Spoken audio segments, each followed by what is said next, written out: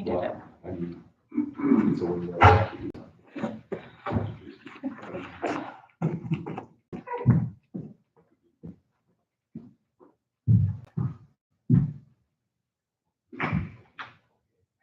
Oh my gosh.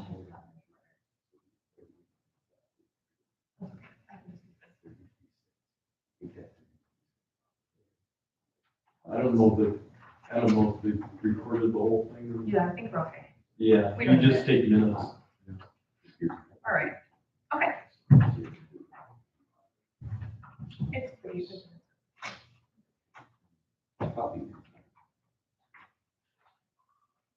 Okay, notice of meeting for Wednesday, November 2nd, 2022, council chambers, O'Connell, Wisconsin. This is an open meeting, and notice has been given to the public at least 24 hours prior to the meeting by forwarding the complete agenda to O'Connell County Reporter. Copies of the complete agenda were available for inspection at the office of the city administrator.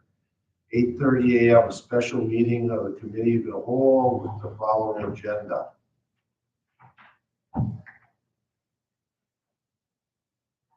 Meeting called to order by Mayor Panetti. Roll call. Rich Melver, Here. Steve Staff, Here. John McCobb, Patsy Bake is excused, Jean Felt, Bob LeBrecq. Here. Mayor Panetti. Here. Approval of the agenda. Second, all in favor? Aye. Agenda approved. Public input, correspondence. Do we have any public input? I would just say that, I mean, the budget's one of the most important things we do all year, so thank you guys for being here and taking off the work and taking away from your schedules. A couple of things I just wanted to go over with the budget, just kind of, I look at these things a million times, so it's easy for me to read. Someone brought it to my attention yesterday that the normal person maybe can't read it so well. So, looking at it, the first tab is the general fund, and that's our main concern. Obviously, we're concerned about other ones, but the general fund is where most of our time will be spent today. The green pages on all the funds are the revenue pages. And then the white pages are the expenses, so that'll help you follow along a little better. Some of the pages have 2022 projected year-end numbers. I don't know how those got in there, you can just ignore them. Some of them are accurate, some of them aren't, so just ignore them. And then just a reminder too, that at the end of whatever we budget, if the general fund accounts are under budget, if they don't go over there, that excess money doesn't stay with that department. It goes into the general fund balance. So that's why we want to keep, expenses high. Then when they don't meet them, it stays in our general fund. And that's where we want it. That's all I have. Very good question. Hold on, Bobby, you're next. Well, okay, I just had some statements I wanted to make from that budget meeting we went to. I know Butch was here, I think John, you were here and that. But some of the budget challenges we're gonna have is to balance the budget with one-time fixes. I think we've done that before and it didn't work, you know what I'm saying? Ignoring long-term consequences. If we don't get this under control, there's gonna be more than just 1 year, that's gonna be more years that are gonna be lingering, okay? Taking on too much. Just relax, let's look at the numbers. Let's not go overboard on some of them, under or over, whichever it is. Misapplying a temporary windfall. I was there that time when we did. I don't know if you ever found out how much exactly we put out in the breakwater charge to pay that off. I know it's over 700,000. And I tried to put some for savings, which wouldn't have mattered, it'd have been gone anyway, because as soon as I see some extra money, it goes. But windfalls, we should have been shortchanging past employment benefits or on funded expenses, we don't do that. Making unrealistic projections about the rate of return, we've done that. We've upped revenue and we've lowered expenses. I hope this year we're done with that. And then ignoring financial checks and balances, I don't think you do that. So most of it is good. There's only a couple or three that we have to watch out for because it seems like we fall in that rut all the time. That's what I'm making sure that we don't do again. Thank you.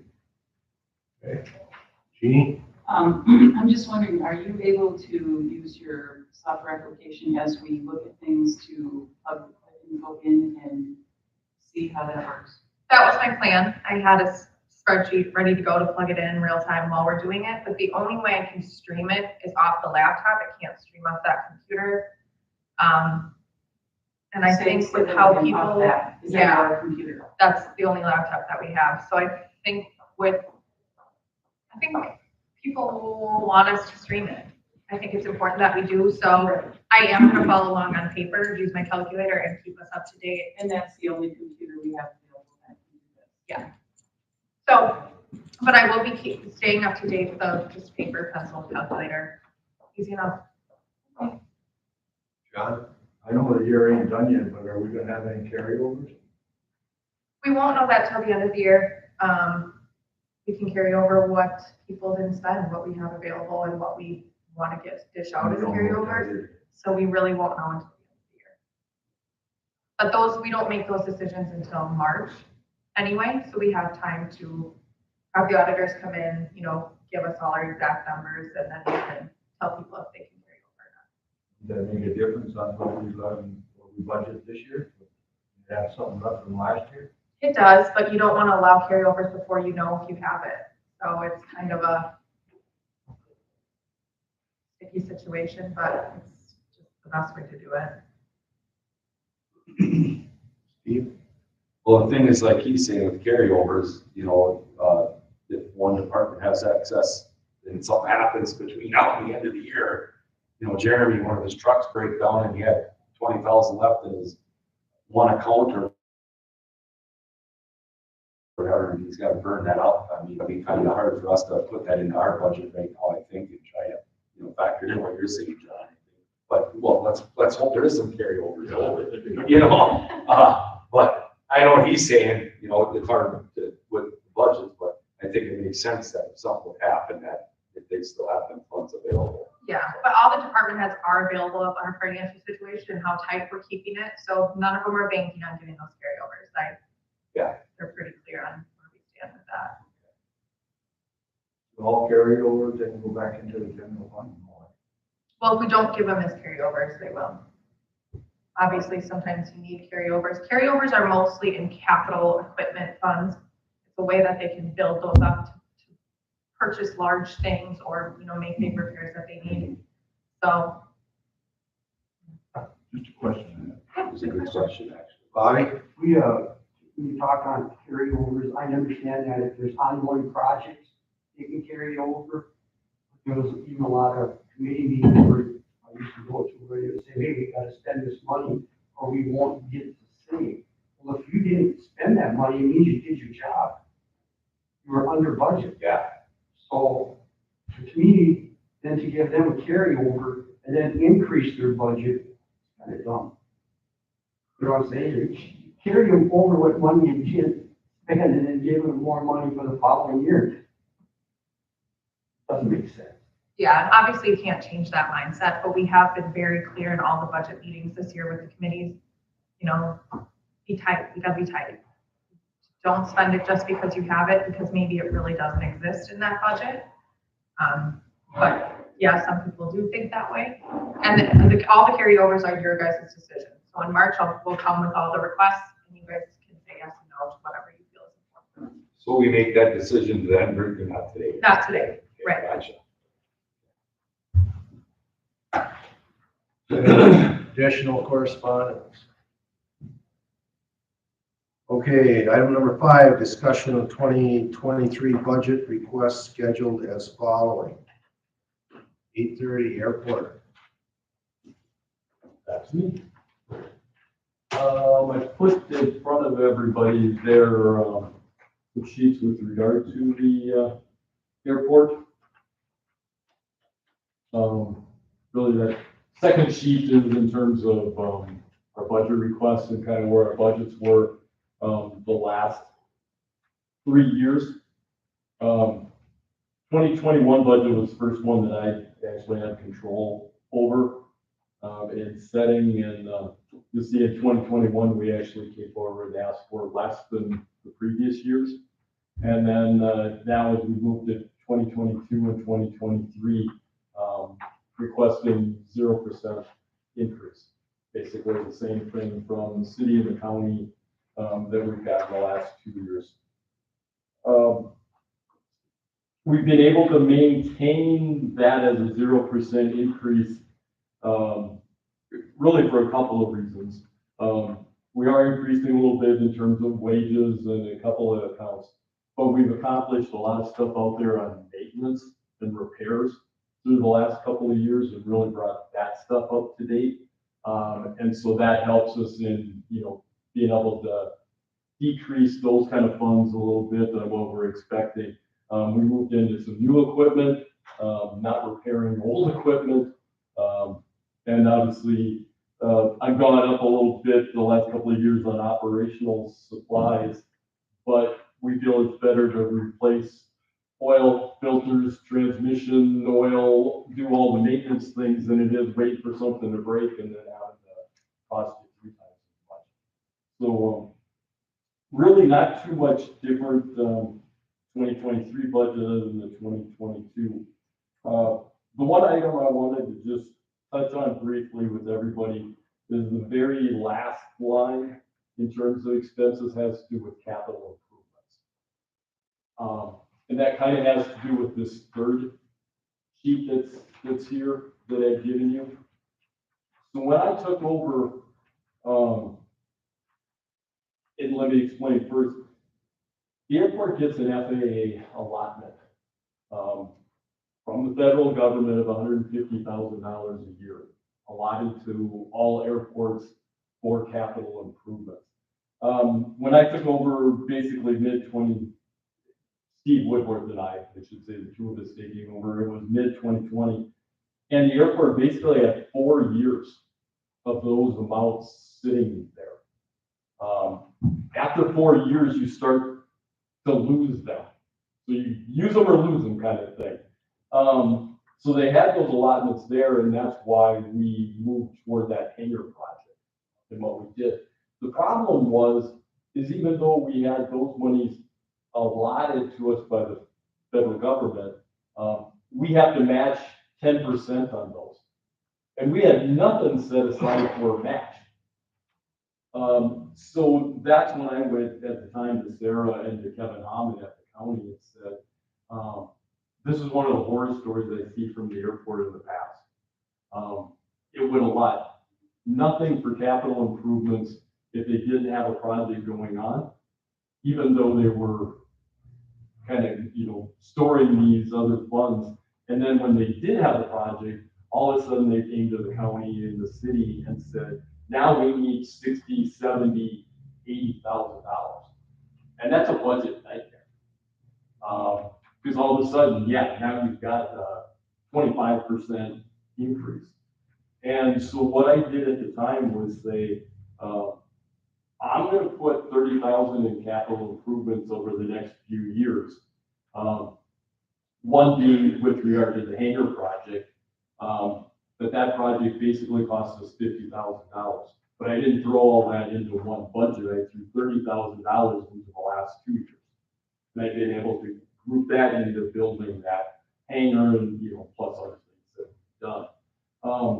So that's kind of where you see on the top of this sheet where 30,000 we've done the last 2 years, and that's kind of made up for the last 4 years of not having plans ahead. This year I'm asking for 35,000, or that's why I'm putting in capital improvements. That's actually covering last year's allotments that were given to us. But a lot of this stuff always flows 1 year behind, so it's okay.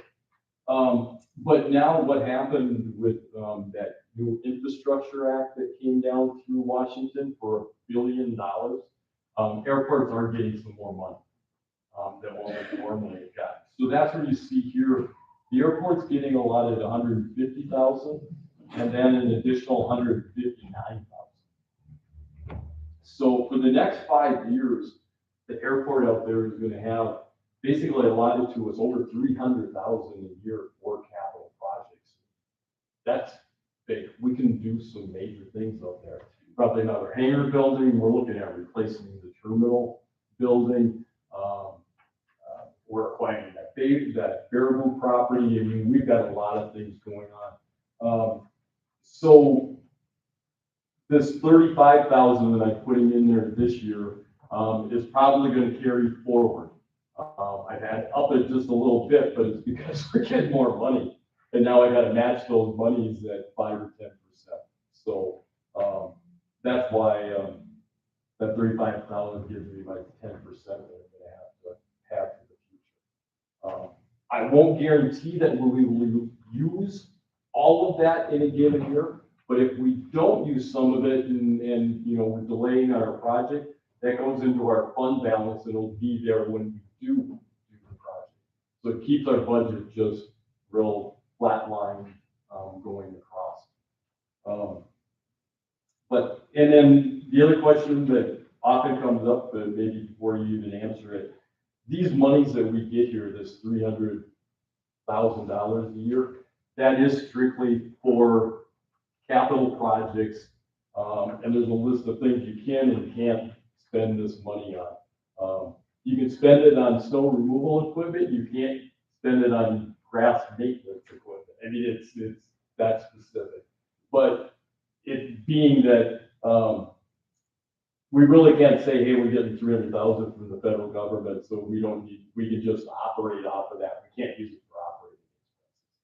We can't use it to buy fuel, to pay wages, to pay electrical, to pay those kind of operating things. It's for capital projects. So that's kind of the explanation on our budget, and again, basically a 0% increase. All we're asking. Frank, on a question for you on the capital projects you listed there. One of them was extending that Runway. runway. Yep. So the projects we kind of have in the works right now is another hangar, looking at upgrading or replacing the terminal building, extension of the runway and a parallel taxiway, and what's called updating the airport master plan and layout. You have to have this master plan that sets forth all the things that you may want to do in the next 10 to 20 years, and you don't get to do anything unless it's all in those plans.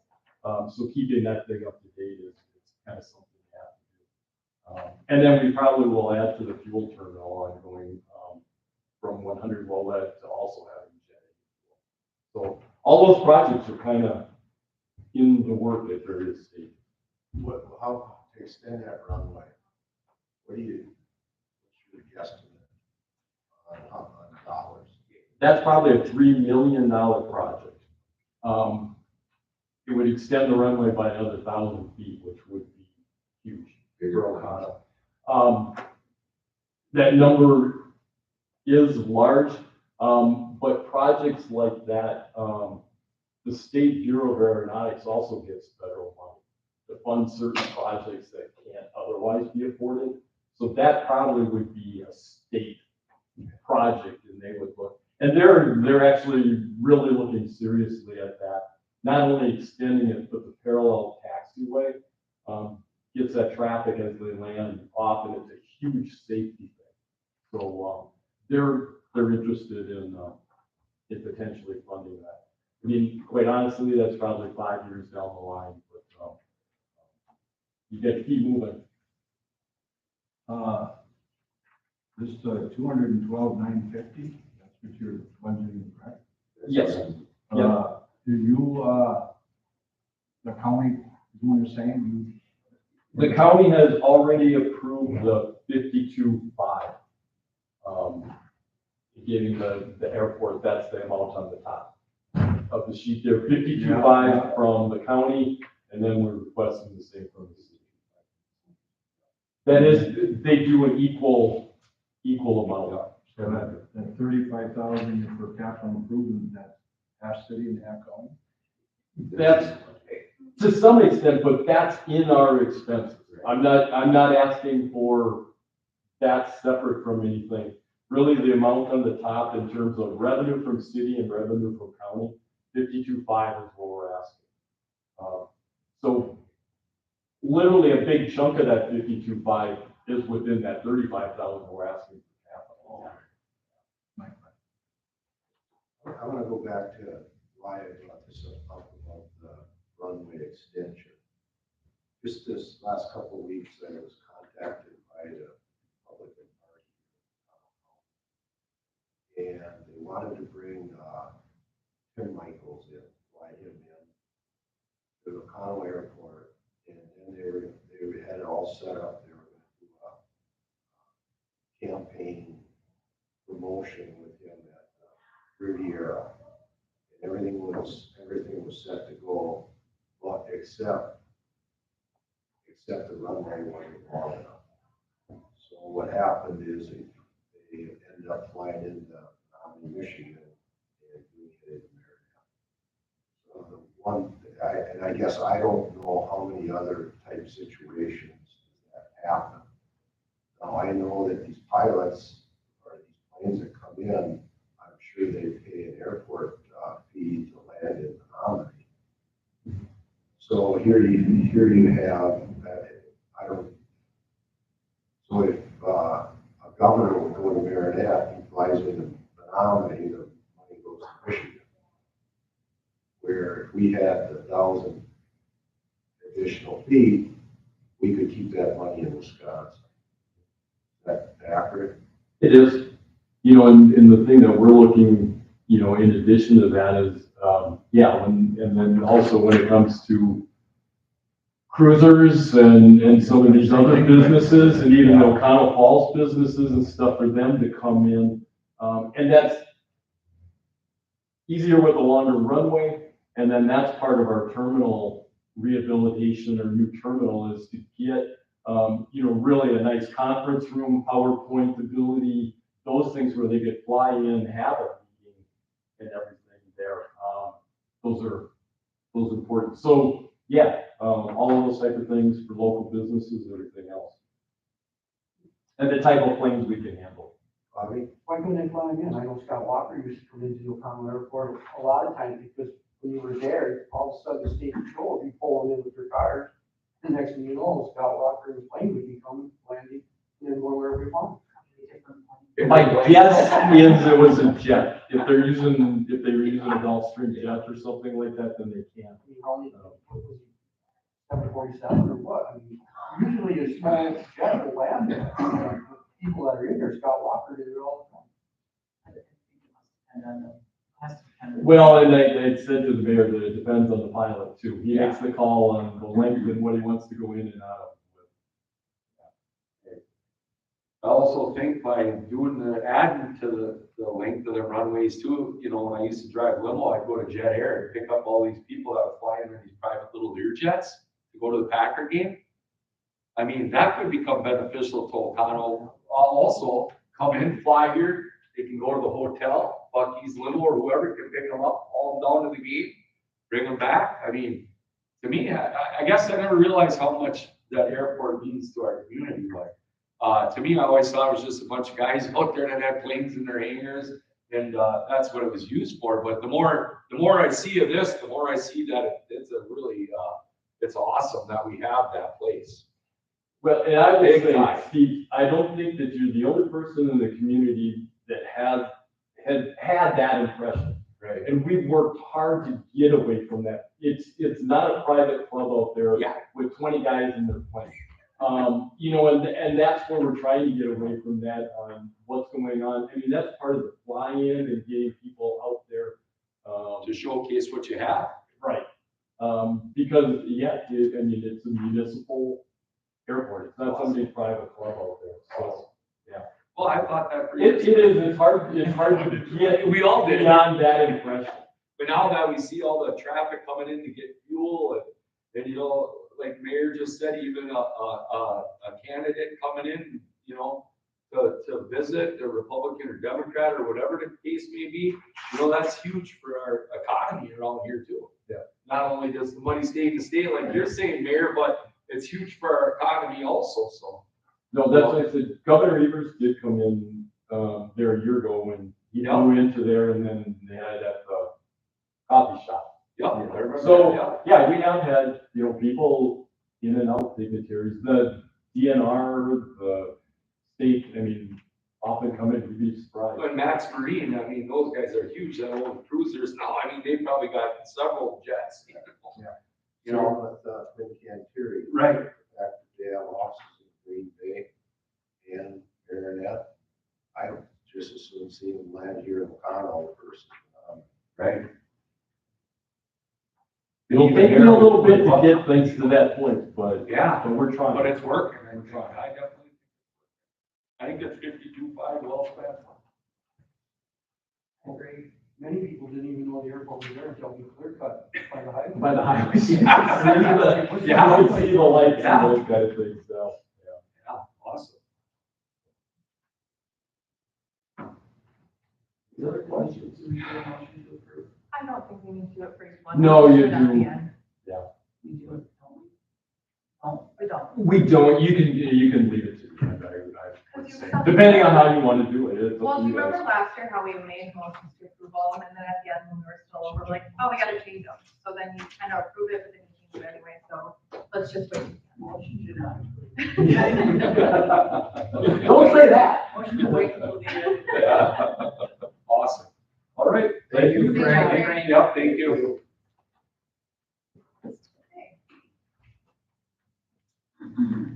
I went over my allotted time. Started. Well, some of these council people would keep their mouth shut. I'm talking about myself.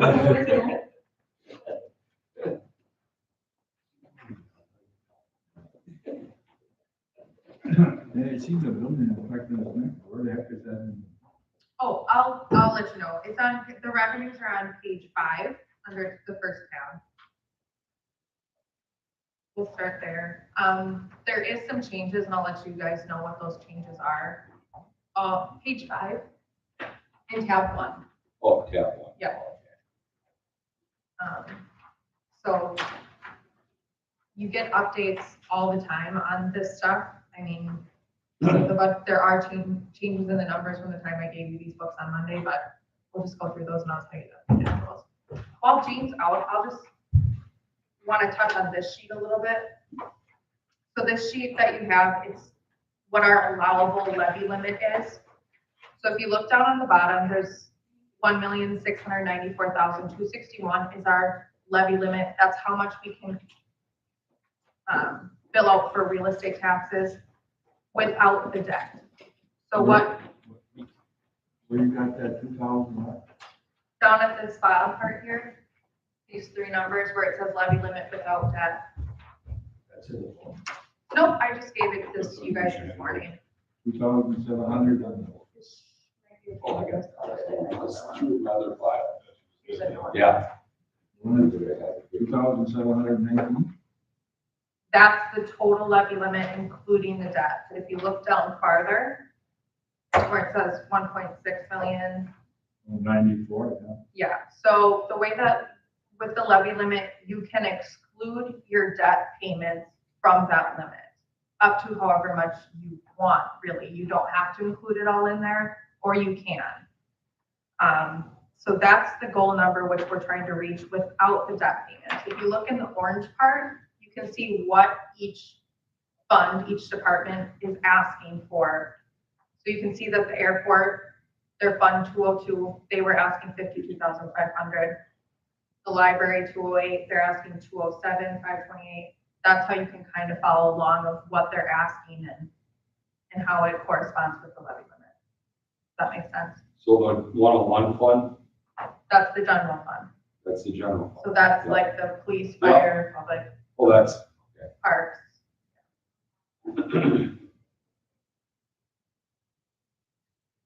Okay, up here, so 1.3. yeah, we'll go over that.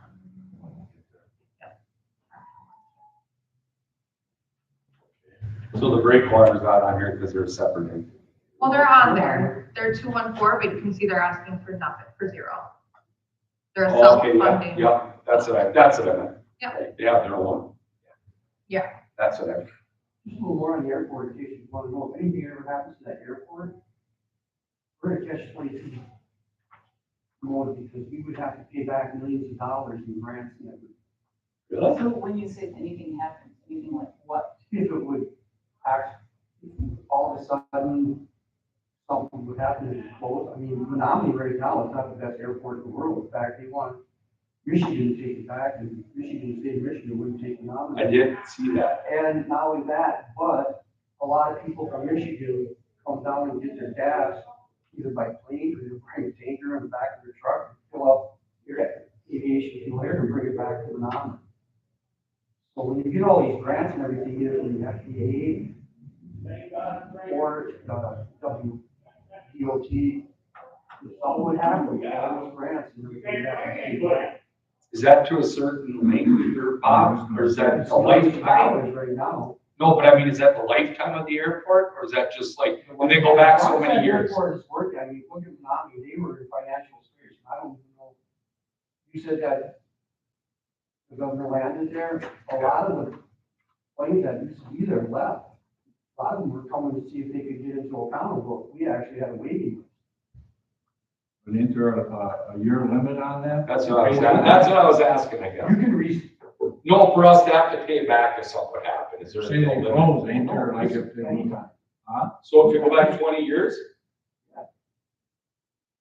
You know that actually, instead of cutting down trees across from the airport, they actually made us trim them. Yes, They gave us $300,000 to do it. to do that. And then they found out that, believe it or not, those limbs grew back. Oh.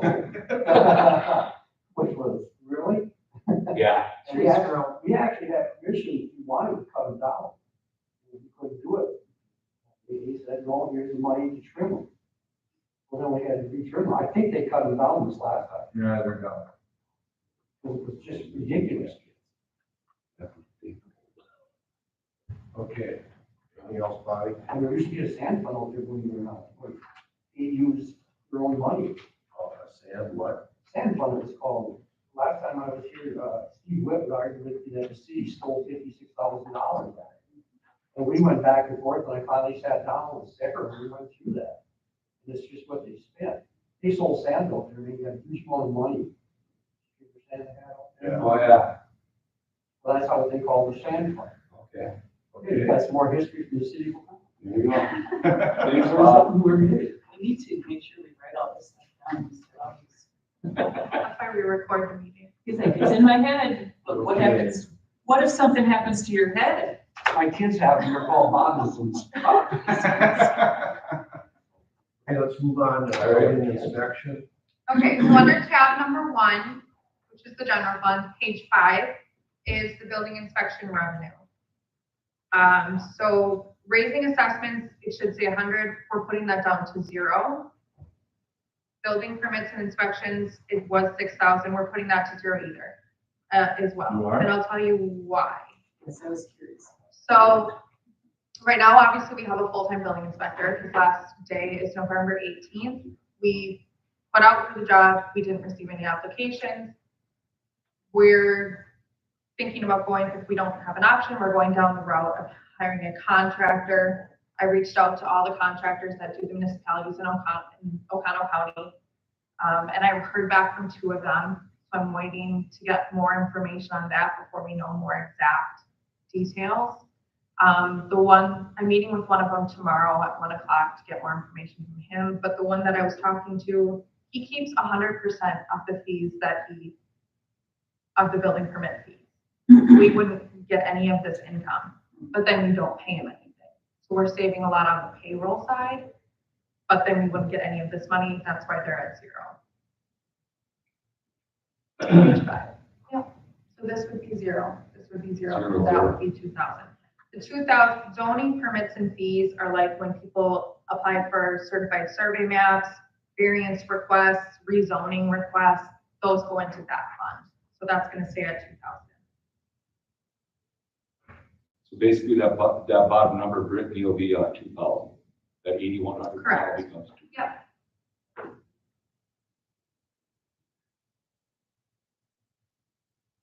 I have a question.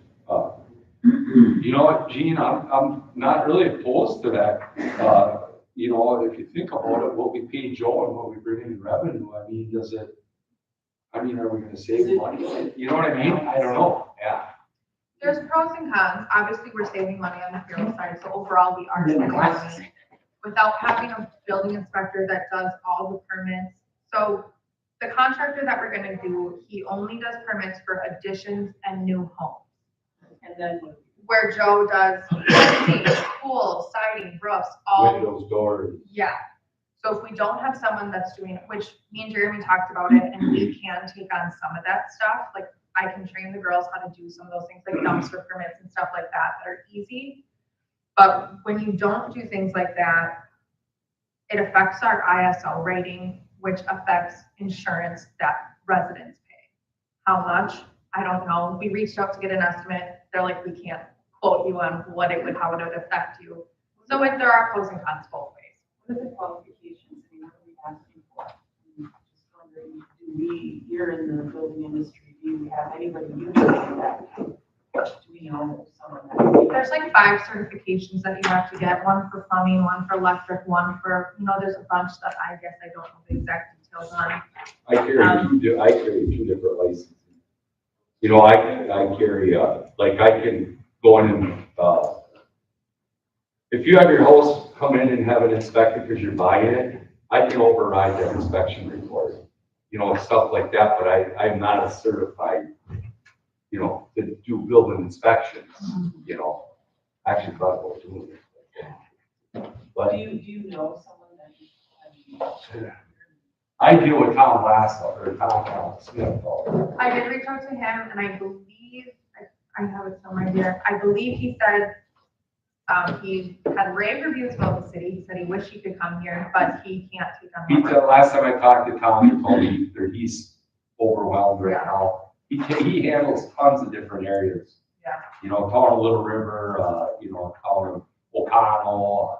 I got a sheet on it. He has like 20 municipalities. Yeah, he does, yeah. And that's what I'm concerned about is that any contract we have a lot on their plate, and do they have time to actually, will they have time to? We might not have an option. If no one's applying to the job and no one Well, can take it. that's my question. Why is someone applying? Do they think it's too hard? Do we not cast the net wide enough? Do we need to,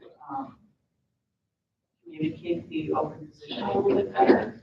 Do we have to have people that have the rights? I think it's one of those fields, Gene, that is there's not a lot of guys out there doing it anymore. Yeah. I get emails all the time.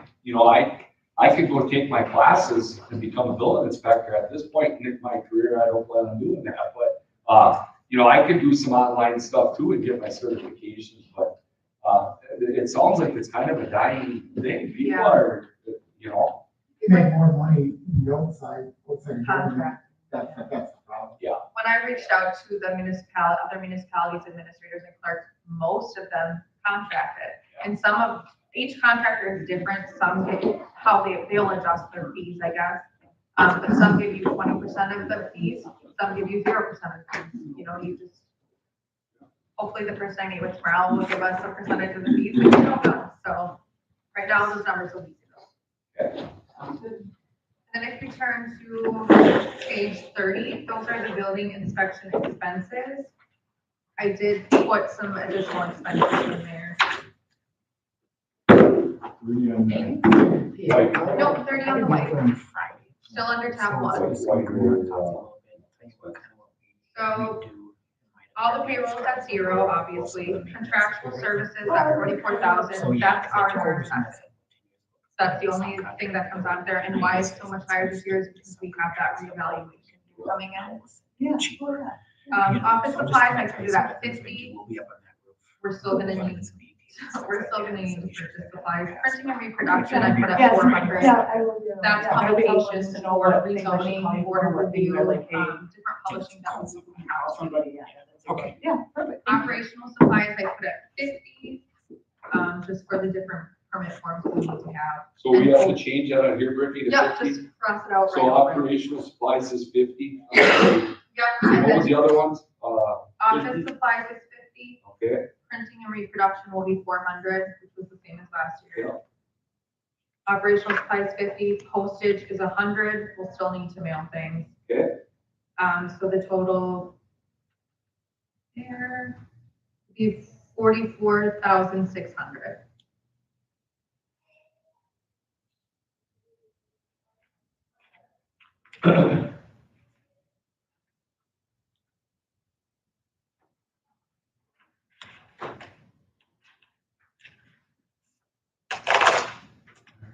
And that's it for building inspection. When we have more information, they could fluctuate. The budget doesn't get officially approved until the next council meeting, so it won't be officially approved today. There has to be a public hearing. So if those numbers change, I'll let you guys know, but as of right now, that's what it is. okay.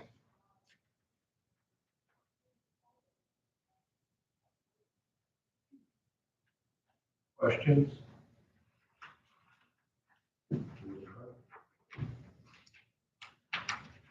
Okay, I got a question. Doesn't the building inspector, don't he's, I don't know how you say it, his wages is whatever, by him doing his job, more or less pays for his wages?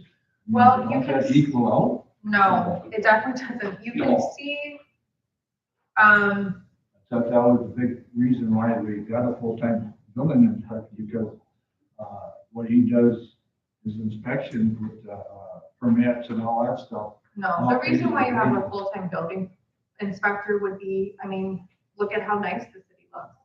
He keeps an eye on all that stuff and he keeps everything to ordinance and everything cleaned up and, keeps everything on track. When you don't have someone keeping track of that, people would, can do whatever they want with no repercussions or no one monitoring it.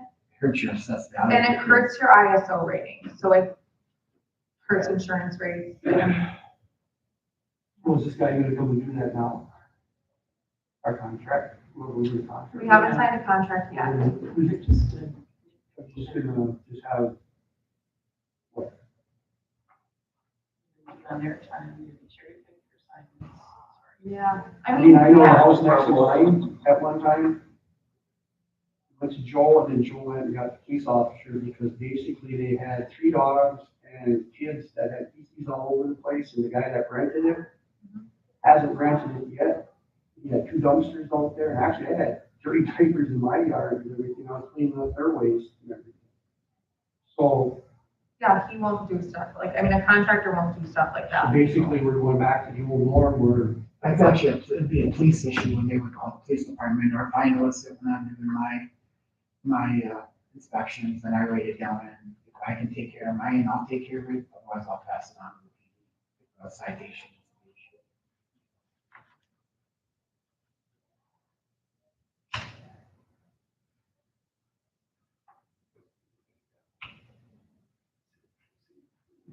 Moving on.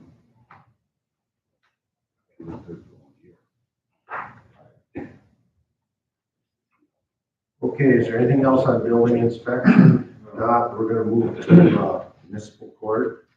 Okay, municipal court revenues are under tab 1, the green pages, page number 4. So the police revenue and the municipal court revenue are pretty similar on some of those things, but the only thing we have on this municipal court revenue is the judgment and damages, which is restitution that we pay out. So it's gonna be a negative number. It is a revenue account, but it's a negative revenue. And I went back 5 years when I was doing all these number estimates. 2000 was a safe number. This year's quite high. If you look at 2022 actual, it's pretty high, because we just recently had one that was like $2,500, I think. So it's higher this year than it has ever been. I don't think we'll reach that number again. If you turn to page 29 in the white pages, this is the municipal court expenses. So we had Patty at full time with insurance, with full benefits. She's already gone, but she has been coming in once a week to help us until we can get someone in here. We're changing it back to a part-time position. So those numbers are all smaller. Health insurance is gone. Training and conferences, I went up quite a bit. We're having a new judge and a new municipal clerk. We're gonna need more training. They legally have to have classes for state statutes, so we don't have a choice there. Anyone have any questions on that?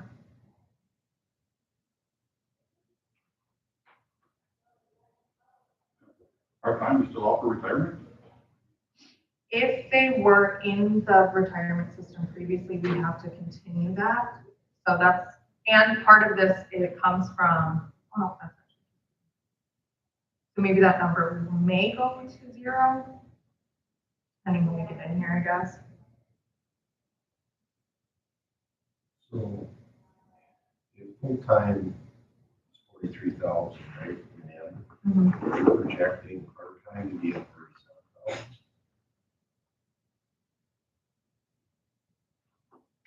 Well, let's look at the revenue page. If you, these pretty colorful spreadsheets I gave you guys, these are the wage sheets.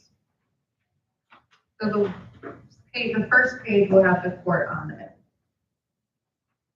So I budgeted the judge at the normal wage plus the 2%.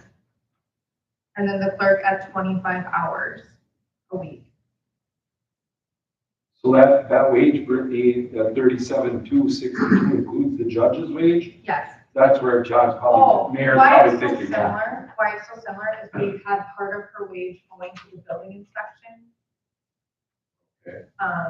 I don't remember how many hours, So that's I think 20% of it was going to the building inspection expenses last year because she was helping Joe out. Yeah. Now the full amount is in this municipal court. Okay. So that's why it's so Okay. Thank you. similar.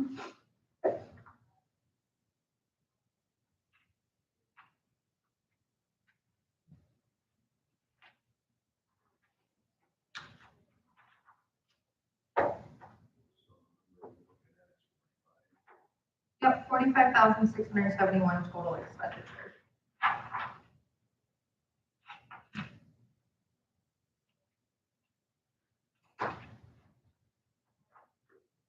Is it- Additional, For the judge, for the court thing, does it, on one of these pages, does it show us what the revenue was this year? What they brought That's in? in the police department. Oh, that is? Because they issue the ordinances, so that's why it'll fall under, when Mike comes in, we'll go over those numbers Gotcha. this afternoon.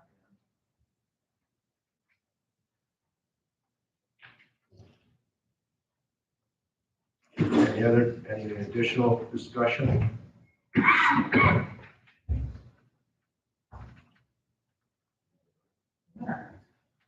Okay.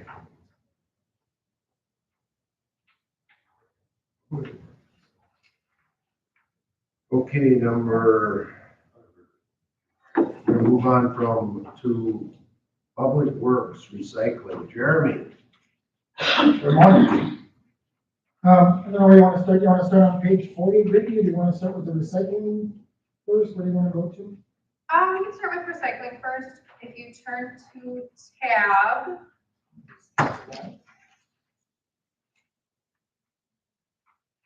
4. Yep, tab 4.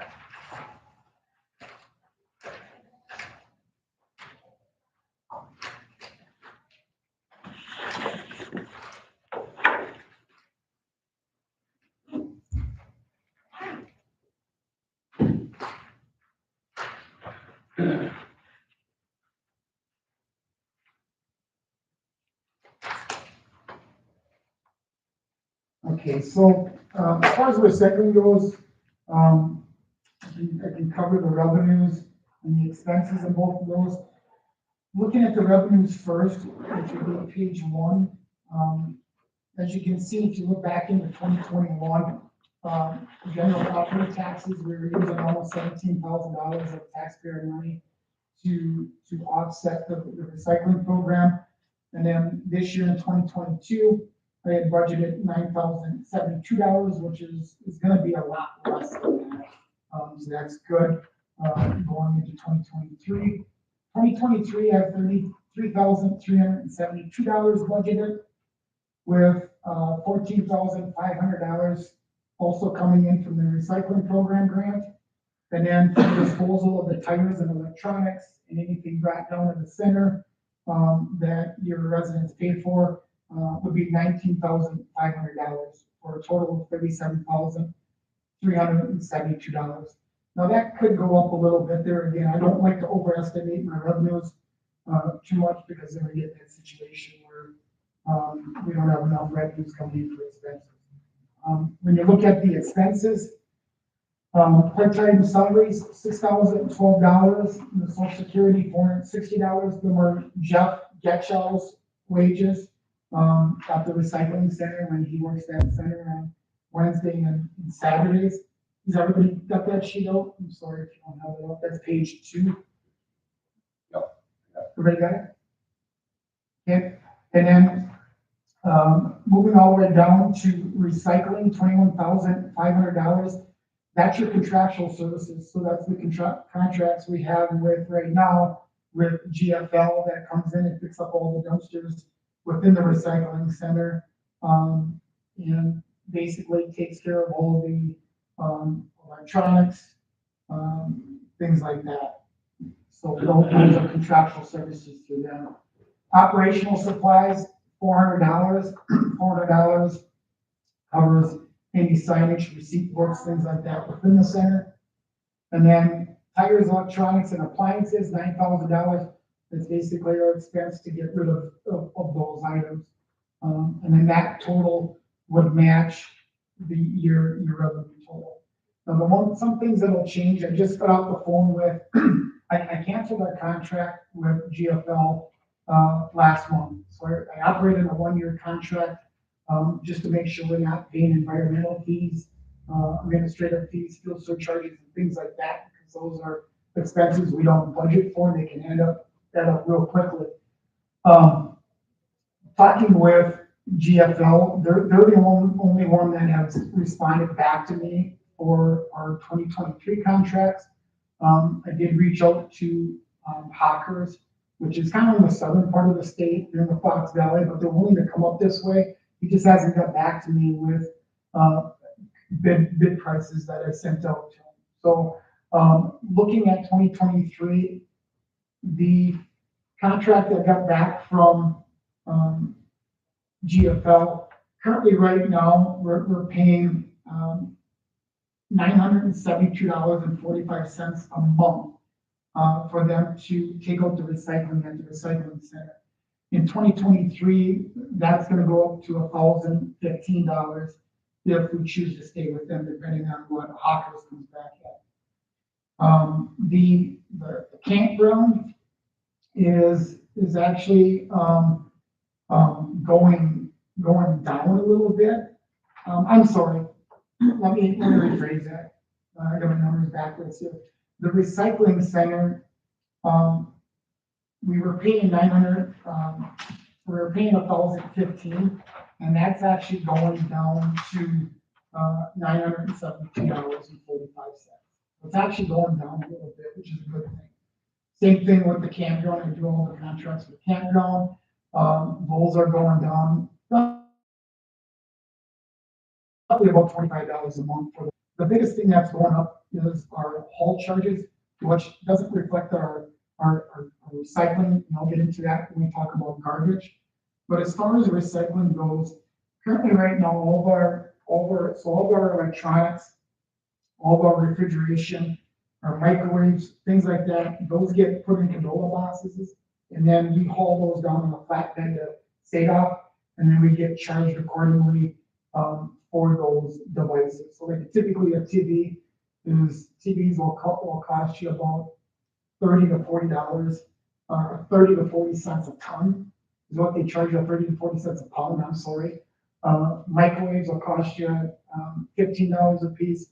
Refrigerated items will be $15 to $20 a piece. Their haul charge for the scrap metal is $265 to haul our metal box down to Sadov, drop us off the empty one.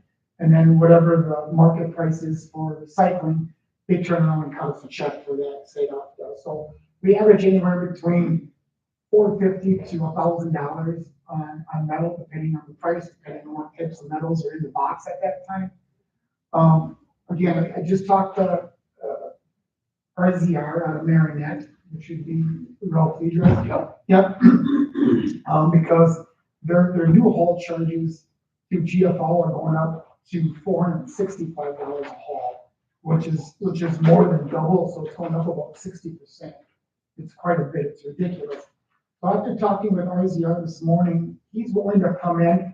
He can't drop me off a bigger box, it's gonna be a smaller box, which is, it's not a problem, but he'll pick that box up and he'll just charge me, he'll just take $25 off a ton for the metal that I'm bringing in. So basically, if I'm getting $150 per ton, he's gonna pay me $125 for supplying the box, coming and picking it up, which is a really good deal.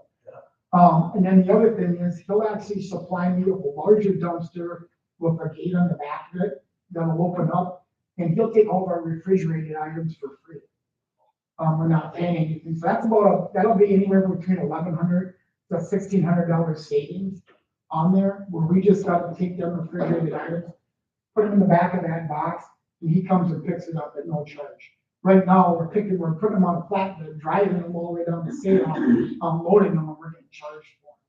So that's a really good deal for there. So I already told them that we would start contracting already in December. The next time I get my metal hauled out from GFL, because I already got a partial box in there, we'll switch that out starting in December. So that'll be a cost savings there for that. I know that in Public Works, we talked about moving into 2023, if we do want to have a recycling charge to the taxpayers for recycling pickup, and that's obviously completely up to you guys.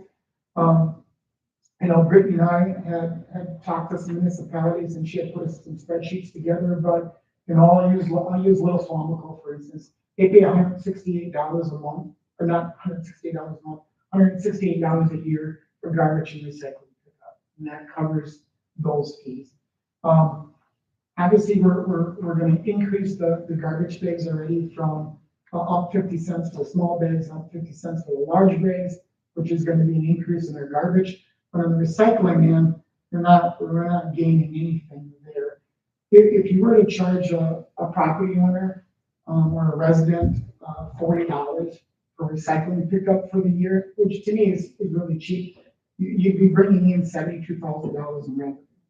That would basically wipe out everything, all your expenses in your recycling, where you wouldn't have to operate that with general taxpayer money. It would be a fee that you would set.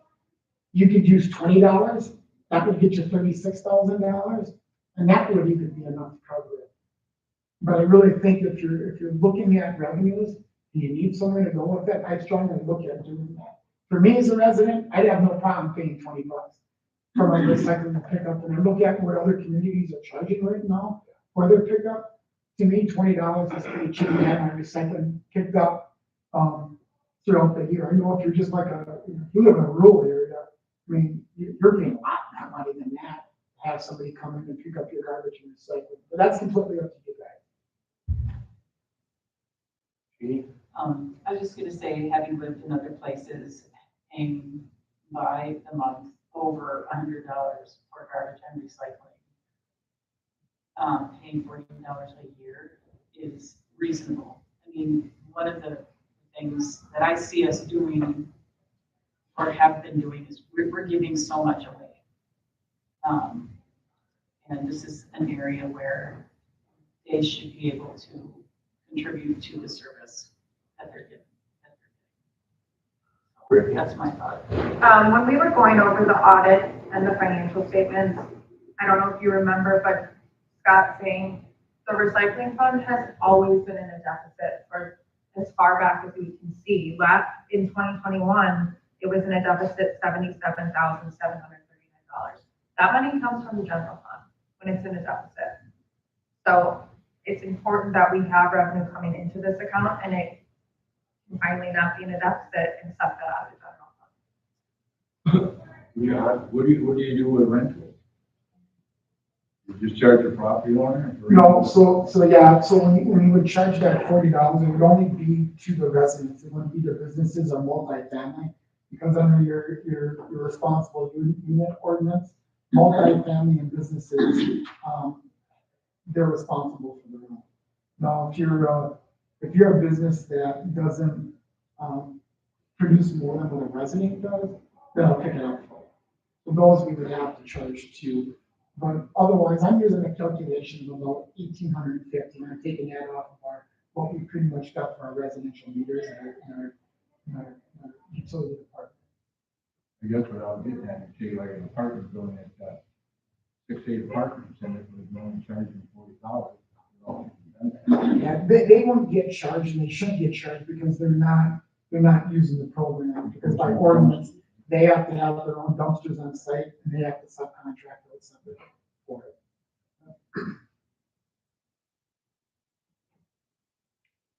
Other questions? Steve? At Board of Public Works, we talked about, because I was brought up, like people rental properties, like you brought up, that expense goes on to the property owner, it would go on to them, and then that's up to them to charge their tenants. So, you know, if they want to charge them an extra $5 or $3 or whatever, that's up to them. Yeah, that's something that. It would go on their tax base. Yeah. But again, I would strongly urge to do something. Again, if it's $20, you know, within 2 years, you're gonna be out of that deficit. If you want to afford, you're out of your deficit right away. Now you have revenue coming in. That's something that you guys have to discuss. That'd be a separate line item on our taxes there. That's right. That would be like, you pay $20 for the first 6 months and $20. Yeah. I just feel like it's not a burden. It's, you know, I think it's Actually, when you put special assessments on, whether it's for a special charge or a delinquent utility or whatever it's for, it's due in the first installment. not a big deal. I think we should do it for you. We don't make that decision today. We don't need to make that right now, no. So then the garbage page, Jeremy, that would be a separate thing. This is just, we're talking recyclable. Just talking about. Just a charge, Yeah. a charge, right? Correct. When I get done with the garbage, we'll talk about that. a little Okay. more. So we did 40. 14 monthly would be about $72,000 in revenue.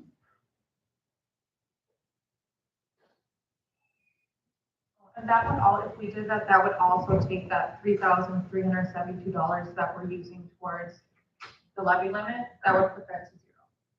So that would help our $106,000 that we're over. So that would take what off the levy limit here? If you look at the recycling, Okay, 3,370. Yep. It would be put to zero then. okay. Jeremy, I've had this question. In the past, you've budgeted for, I'll call it free day, or where you open it up. And I have had comments that it's very well run. Is that something that you put into this?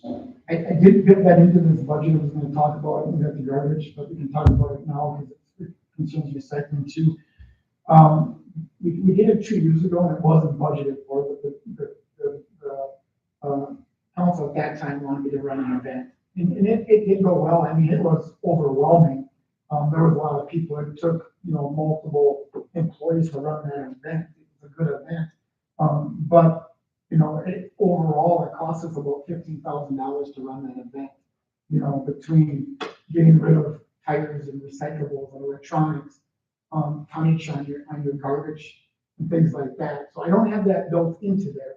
So again, if you want to run that, then when you budget that $40 for items, that would cover that by, it would cover that $15,000 in that event where people could come in. And we limited it, like you couldn't bring in 16 tires. We limited it to 4 tires a household.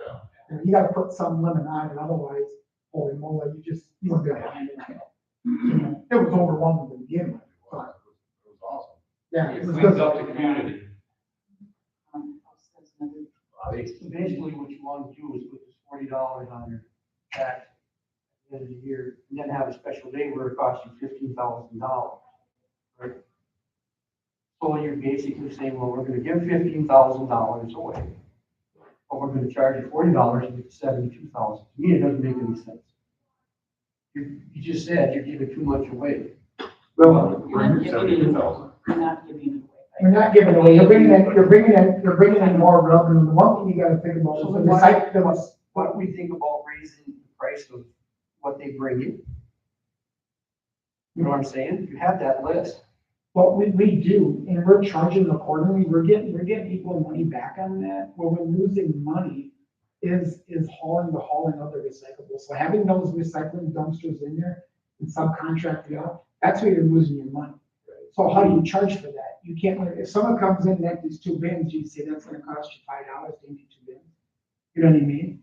The charges for the electronics, the microwaves, TVs, tires, we're charging accordingly already. We're either coming out even or we're making just a little bit on those. That's a swap. Where you're losing your money is the recyclables itself, the paper, the plastic, the cardboard. That's where you're losing the money within the center. And of course, Jeff's wages that are built into that zone. Like we talked about at one of our meetings, if people would put all their stuff out at the curb, we wouldn't have no need for that down there. And that's where the city would come ahead. A little bit, because when they have to haul them dumpsters out of there, like Jeremy said, that's where our expenses come in, right? You're right, but in a sense, you would still need a site open for tires. or Right, electronics, right. And those. I'm not saying it's a bad thing though, I like that place, I use it all the time. Yeah, a lot of people do it because if they, recycling is an You forget about it. thing. So when they forget about it, it gives them an opportunity to get rid of the recycling.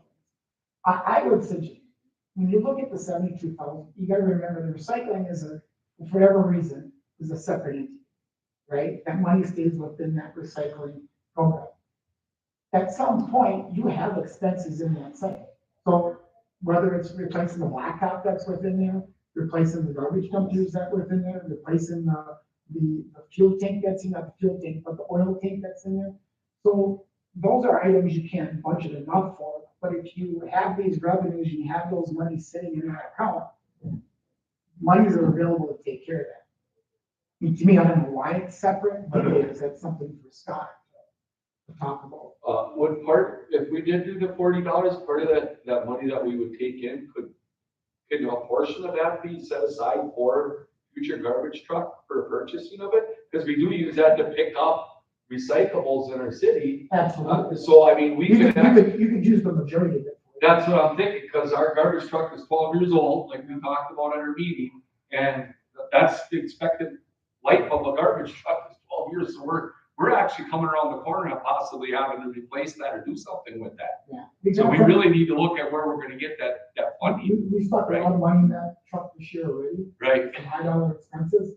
I reached out to GFL, they're not interested right now of taking over our recycling program, our garbage recycling pickup, but it's something to look at the end of 2023 and into 2024, because they're shorthanded right now. But they're definitely interested into it, so they're gonna be working on some costs for me, on them coming in and taking over our garbage and recycling curbside pickup. And then they would still empty the center like they would normally do. Now, what the cost savings is, I don't know what that savings could be overall. The one thing that, I talked to Brittany is that right now it takes one full-time guy for garbage recycling. You put all the hours together, it's roughly one full-time guy. So if you were to subcontract out, you could eliminate one full-time position. Obviously, you don't like to do that, but you gotta make those decisions sometimes. You eliminate that position, which would ultimately save you $70,000 to $100,000, depending on what they're taking in for insurance, whether it's a family plan, single plan, things like that. So that's something to think about, when it comes to subcontracting out. And then they would come in with their cart system, and they would charge you for the carts. But if you went on your own, again, it's gonna cost you about $325,000 for a new truck.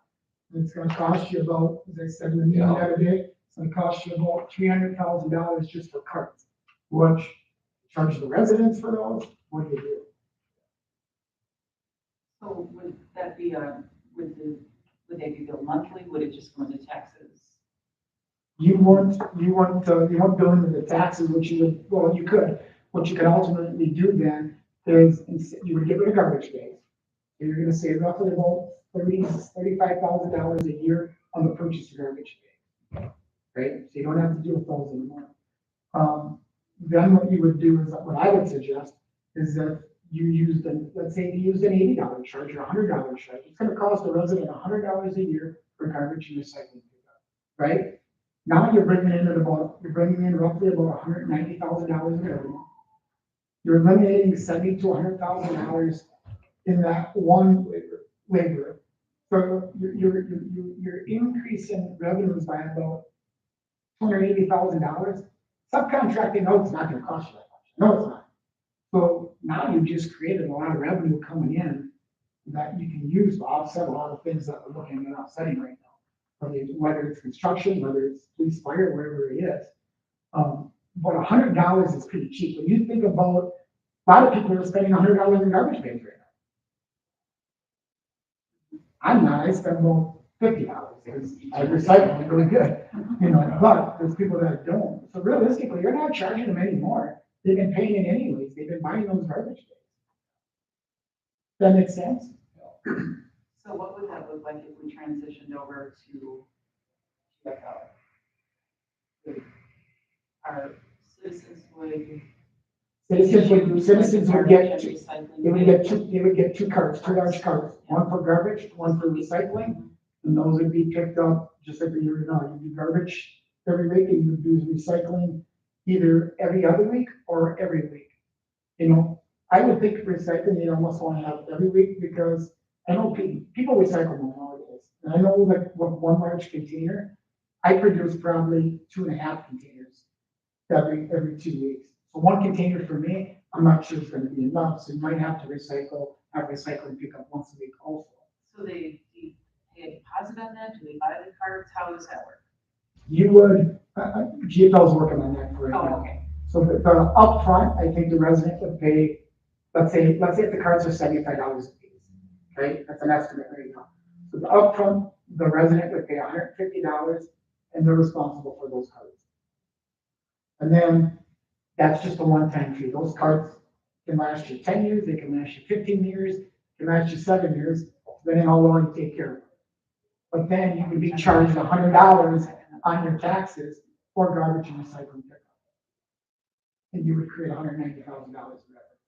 And to me, $100 is pretty cheap. Like I said, I'm already paying half of that right now just for garbage. And then if you did the recycling at $40, you're there. I'm saying that together. You know what I mean? Together, I'm saying you're there. garbage and recycling together, I mean, if we decided. not $140. Yeah. Just $100 total. For both. So the benefits of doing your garbage that way as well is right now we're basically shrink wrapping garbage that goes into, they don't tear those bags open, they go into the landfill in the bags. How does that work? They do. So, GFL would be doing the same thing. Yeah. Just that, however, there won't be all these little capsules of our garbage in a landfill that will take forever to. So what's nice about garbage and recycling in this manner, I mean, recycling is already there, they just switch recycling. With garbage, the same way you can use paper bags, you fill that dumpster up, they tip it into the thing, and it's not packaged in these little plastic capsules that. You're saying it'll decompose. Yeah, it has a better chance of decomposing than right now in those, little, I just didn't imagine people. And another thing, Gina, because we had this topic of discussion at our meeting about, well, what if Butch doesn't recycle? But they have cameras on those trucks. When that stuff dumps into there, and if they see Butch is throwing a bunch of plastic in his recyclables, that he's not recyclable, they'll get a hold of Jeremy. Jeremy sends a letter to Butch and says, hey, we see you're not recycling. Well, how would they know that? They dump it in their hopper, but there's a camera in there that shows that Butch isn't recycling. So, right, Jeremy, we had that conversation. yeah, right now our guys do them back in the truck. I write out about 4 to 10 violation. I send out about 4 to 10 violation letters a week. I probably send out a citation out about a month. Because I was concerned about that. people aren't gonna recycle, they're just gonna throw everything in one and call it good, but It's so much. they check on it when they dump it, that guy has a screen in his truck. And he could say, well, he's not recycling. It So, makes it so much easier to do Yeah. your garbage Yeah. recycling. Yeah. So that's something to look into, so that would be for like 2024, the end of 2023. We would look at that. Again, I'm waiting to get pricing back from GFL to see So what this this costs council would would be be. doing this. No, but again, that doesn't take, yeah, but that doesn't take away from that we shouldn't be charging something for recycling for this Yeah. upcoming year. I really think we need to do that. You know, I agree. but garbage again, I mean, that's, if I could have, if they could have given me numbers this year, this is something we could have worked for this year before we bought it with garbage.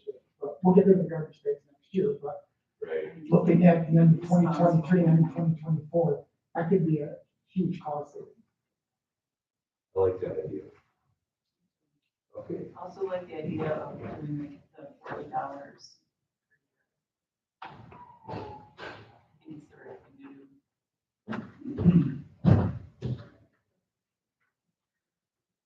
So the total would end up being, The total for recycling and its revenues coming in and expenses, $37,372, which is offset. so if we were able to, write this down. So if we were able to, $40 times 1850 would be 74,000. And then you would eliminate the 3372 in the general property taxes. so the total revenue would end up being 106. Now, it would be, that you do that 74,000, and then with the 14,500 and the 19,500, whatever that comes out to. So it would be 108. Yep. And then the 3372 would help offset the budget now. Where it also would help me too, is because it's a separate entity, I'm able to charge more fuel against the recycling because I'm using that truck, which would be a cost savings in our garbage side of things when it comes to fuel. I can charge more fuel to the recycling side of things because they have more revenue in there. It's creative. Going.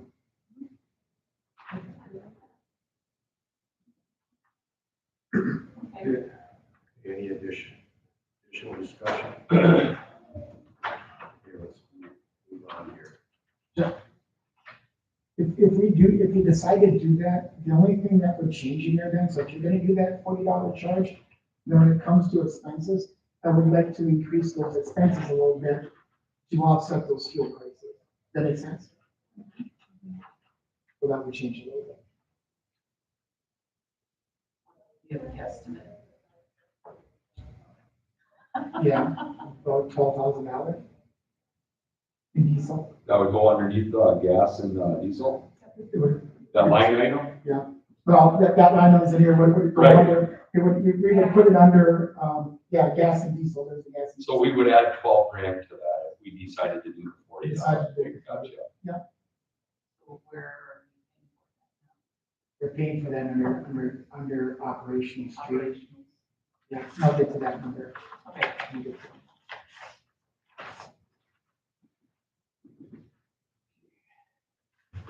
You want to start on page 40 of the street, Brittany? Is that what you want to Sure. Yep. So back under tab 1, this is in the general fund. Okay. Page 40, Jeremy? Page 40 is my first page of salary. I just want to go through revenues first. No, that's fine.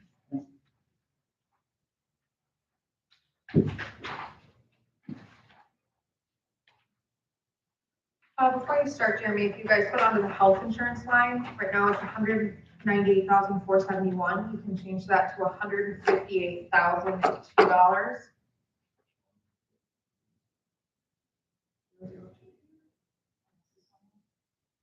On page 40, under health insurance, And it goes to what? $158,002. Yeah, so I guess you all weren't in here when I was talking about that. So when we got the quotes back for Network Health, they were going up another 7% this year.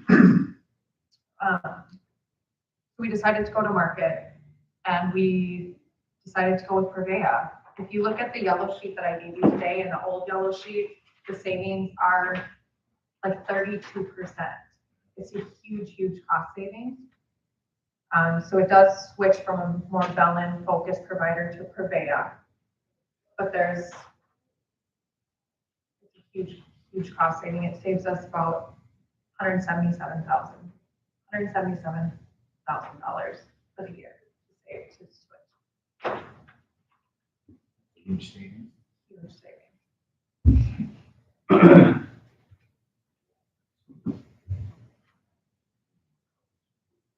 No, Jamie. Yeah, so on that page 40, again, those are your salaries. When you just move down towards the bottom of that, couple changes, part-time salaries, we are down to $4,000. We're using less part-time help down in the street department, trying to do things every year a little bit more efficiently. So every year we seem to drop with our seasonal employees. Overtime, $10,000 for overtime. Again, that number could fluctuate from year to year because we just doesn't know, we don't know what winter brings. You know, that's where the majority of our overtime comes in, is between storms throughout the summer, strong winds, or winters where the majority of it comes in with snowstorms. So again, $10,000 is an average. Training and conferences, $900. Telephone, $1,500, and then operational supplies, $1,800. Those amounts really haven't changed at all in the previous year. Any questions on that at all? Yeah, your actual spending from October 31st is 428, but your year-end projection is 396. How are you getting less money? We're talking about. Well, I'm looking at 2022 actually have that operational supplies of 428.16, which your projected year-end is 396. Don't look at the projected numbers. The system calculated those numbers and put them in there. I tried to delete them all out, obviously. So then basically, do you need $1,800? I mean, why was I do, because $2,000 in 2021, but it's way this low? right now it's going on because I've been holding off on it because we're in a deficit, but I need that money. Just my plotter, so I have a plotter in my office that I use for mapping. All of our system mapping comes out of my plotter. I plot all maps for the city. Just the ink in that plotter is $750. I replace that twice in a year, that's $1,500. The rest of the operational is paper for that plotter and things like that. The reason that cost is down right now is I've been offsetting that with some utility money, just to help the city side of things out. But it's needed, trust me. Well, I'm just wondering, I mean, Yeah. from 2,000 down to 428. I'm like, Yeah.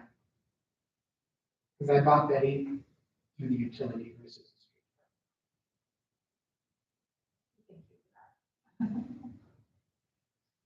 I had 1,400 that year.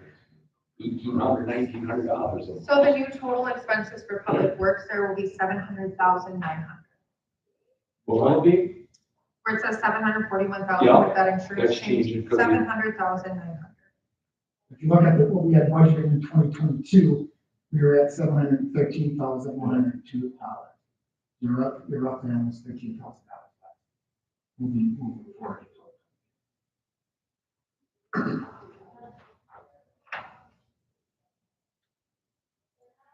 Page 41. Hold on, Jeremy. Yep. I got a question for you. When you talked about part-time salaries, where you said you were moving toward less part-timers and being more efficient with full-timers. Put that around, what's the pros and cons if you want more part-timers?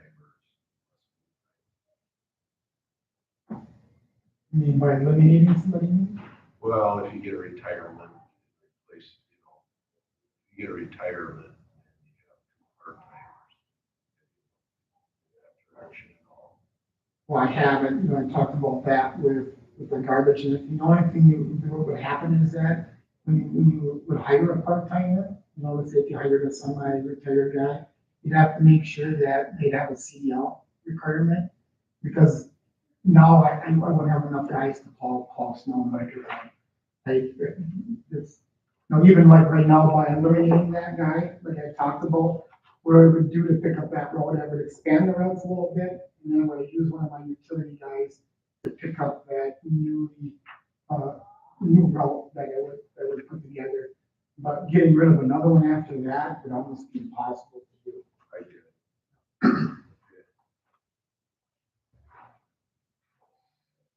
I interrupted you. No, that's right. Okay, so, page 41, that's our budget for the street department buildings. Telephone, $225, utilities, $15,000, safety equipment, $1,500, miscellaneous supplies, $1,500, property and liability insurance, I'm not sure what that is. It's not in my numbers. Oh, it's 19.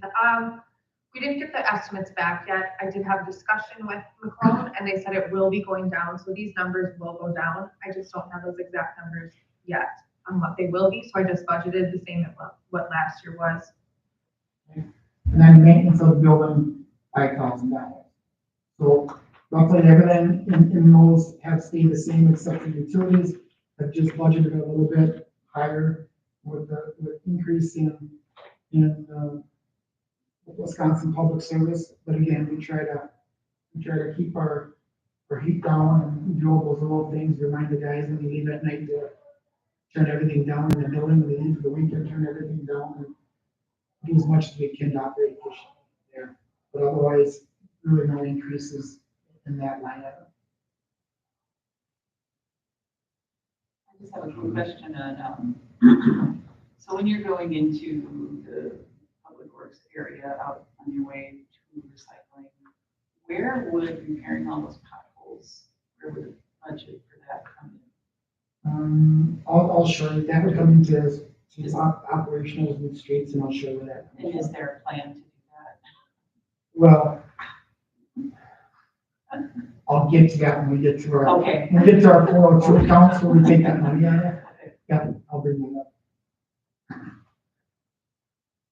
Any questions on that page at all? Okay. Page 42 is our street machinery operation. So that's our biggest budget within us. You know, this year we were really strapped. We took quite a bit of money out of our equipment replacement fund, our 402 accounts, just because we had a lot of machinery breakdown this year. And it's going to continue just with having one over fleet. Contractual services, $6,000, equipment repair, $35,000, gas and diesel, $60,000, and then operational supplies, $15,000. So the increases there, you're going to see about, when you look at contractual services, equipment repair, and operational supplies, really they're the same in one. All three of those items get used for oil filters, nuts and bolts, tires, repairs, and then your fuel. So those items are going up about $7,000. Just again, the price of equipment repairs nowadays is ridiculous. Oil filters have almost doubled in price. Hydraulic hoses have almost doubled in price. Everything in here is up. It's so we have to be able to make sure that we budget enough, because I just don't have a lot in that equipment replacement fund to keep stealing from there, because that money's supposed to be used for newer used equipment that we would need in the future. Fuel prices, you know, I've got it set at $60,000 because I just don't know what fuel prices are going to be, and that definitely could change. As we talked about in our public works meeting, the election's going to have a lot to do with that. This year we saved quite a bit because we contracted out or locked in a fuel price. For fuel, again, we locked in that our off-road diesel, we locked in at about $3.59 a gallon, and we locked in our diesel or our unleaded at $3.26. So we went to lock in those prices. You guys see what fuel prices were this year. You know, diesel was just at $5.25 last week. So again, I haven't locked in prices for 2024 yet because I'm waiting for the election, and that's what the two guys are telling me to wait for, is wait for the election before you lock in or decide not to lock in and then just play the up and down until your tanks as fuel prices go down. Is this the line item that could go down, that amount we're keeping over into the recycling fund? Crack that fuel, Could absolutely. this If you go down to decide, 12,000? yeah, so if you're gonna take, charge that extra net recycling, which again, we think you should, you could eliminate $12,000 of that fuel and move it over into recycling. You could even move $15,000. We were paying it. You know what you're paying, so you got that money in there, move $20,000 over there. I'm just saying, I mean, because you have that revenue to use, otherwise it stays within that revenue. I vote for 20 then. So if we lower that down to 40,000, But again, we still have to make the decision that you're gonna charge that $40. Right, that's making that decision. Right. If not, then that has to stay right here. Right. Correct. Between that fuel and that Yeah. option.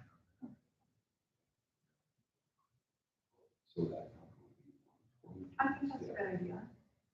Why don't you take this, take that question out of the equation? Why don't, I'd like a motion for the $40,000. $40. Or $40 Per year. and that'll help us in the calculation. That makes sense? I would need a motion, I need a second.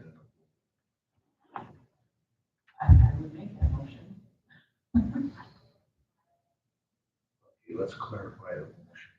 So we're going back to adding the $40 per year for recycling fees. For anybody that uses curbside, Right. curbside pickup. Right. Is what it would work. So I have a motion. Need a second. Butch, discussion? I got a question. You said for people who use, curbside, I mean, is that basically everybody that's on the tax roll? No, it'd be all residential, but everybody that's got a house would get charged. They would get charged that? Yeah, and then like. Whether they use it or not? Whether they use it or not. So like DJs, because they'd be using it anyways, because if they gotta be taking the recycling somewhere. So if you're not using curbside, They're going you're back. taking down to the center, and we're still getting charged down there for that. Okay, I have a motion, a second, any more discussion? Vote? Butch Melbourne? Aye. Steve Stack? Aye. John Wickoff? Dean Phelps? Aye. Bob LeBrecq? Okay, motion carried. Jeremy? Just to let you know that on that. So what I would end up doing is I would charge that in the beginning, I would take all my fuel prices and wipe out that $20,000 out of that recycling when I do 2023. And that way, if fuel prices, let's say we don't have a harsh winter, then, and now we have, let's say, $10,000 left over at the end of the year, then that money goes to the general fund versus sitting in the recycling fund. That makes sense? Which is better, would be a better situation for the city.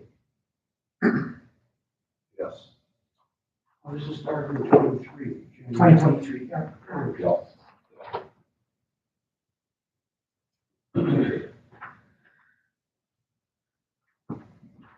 Okay, so, moving on, page 43 is your budget for street cleaning, equipment repair, $5,000. It hasn't changed. That basically is all your repairs to the sweeper. Basically, it's all the brooms, there's the, we're loading that as we sweep.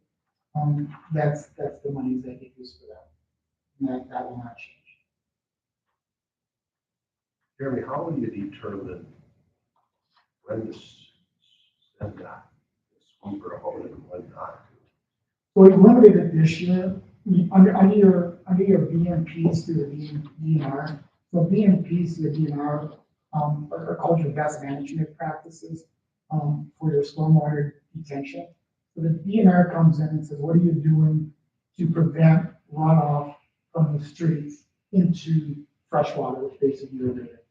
So in that, you have to have a street cleaning program, so you have to show that you're sweeping your city streets. You know, how often do they come to check in? I don't know. Basically, what I do is I I take a run around, and if I feel that the streets need to be swept, then they send it out. You know, I know back before I started, they would send it out, it'd go every 2 weeks. You know, it's ridiculous. We send it out after a major storm, you know, so if you get a major storm and you got debris all over the place, we send it out. If we've got some upcoming events coming in the city, like Copper Fest and things like that, we'll go through and we'll do our main drains, Main Street, Dawes Ave, Superior, Peaker Street, those types of things. Right now, in the fall and the spring, we're out almost weekly, if not every other week, just because there's so much debris in the road that we have to get cleaned up. That's the answer I have for that. So they actually don't audit, they, DNR doesn't audit you. No. Just want to know if you're. Basically, just got out, I have a program, so when they come through and do their audits, I have to show them paper that I'm doing that. Page 44, traffic control. Those items are staying the same. Equipment repair, 4,000, utilities, 500, and operational supplies, 300, for a total of 7,500. Next year, the center lines on Harbor Road, Peaker Street, McDonald Street, and Brazil Ave, those all need to be redone. And those we subcontract out for, those will be subcontracted out through Marinette County. When Marinette County comes in and does Oconto County, they take care of us at the same time if we need something. So, again, no increases there.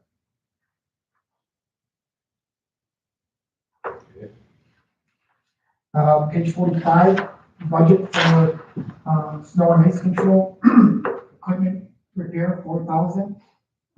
That won't change. That's for all your blades, for your snow plows that need to be replaced throughout the year. And then operational supplies, that's your salt and sand that is contracted through the DOT. And those contracts were signed back in June. That's when we want those back. And that total is $43,542. That's up about $13,500 from last year. Reason for that is we've got 600 ton on order versus 400 ton in 2022. And the price increase went up from, I believe it was $67 to $68 a ton in 2022, and it's at $72.57 in 2023. So your salt tonnages or your operational supplies for salt is going to change from year to year. Obviously, if we have a light winter this year and we've got a lot of storage left from this year, then next year when I budget for 2024, I should say, then I might only budget 300 ton or 400 ton. I got to at least keep a number in there where we know it's going to make us through the winter, because if we don't, then you're at the mercy of the salt company, and you can pay upwards up to about $125 a ton for salt without a contract, and it's double what you're paying under the contract. Any questions on that one? You have the option to go with 100% sand versus salt, sand mix, 100% what? sand, kind of like what they do in the UP. Well, you do one thing, you're going to get under a whole lot, but because you're putting all that sand on the streets. The other thing is that you can't really use sand in those high traffic areas because it's not melting snow at all. It's not taking care of anything. So when you look at your intersections on your main roads, your school areas, you have to use 100%. So if you use a sand, if you use, let's say, 100% sand, you're not doing anything. You know, it is a lot cheaper when you look at, like I said, you get up north and you get on some of the country roads and stuff, that's all they use is sand. Then it makes sense, you know, because you don't have traffic.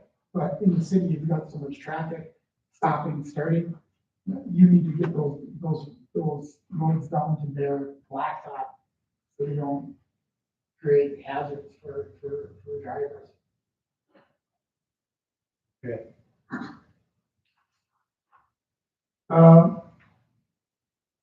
Page 46, budget for street lighting, contractor services, $800. That's just if we need any repairs done to our street lights in the downtown area. We own all the street poles and the street lights in the downtown area. So all the black decorative poles and all the concrete poles all the way down Chicago Street is the ownership of the city of Ohio, not public service.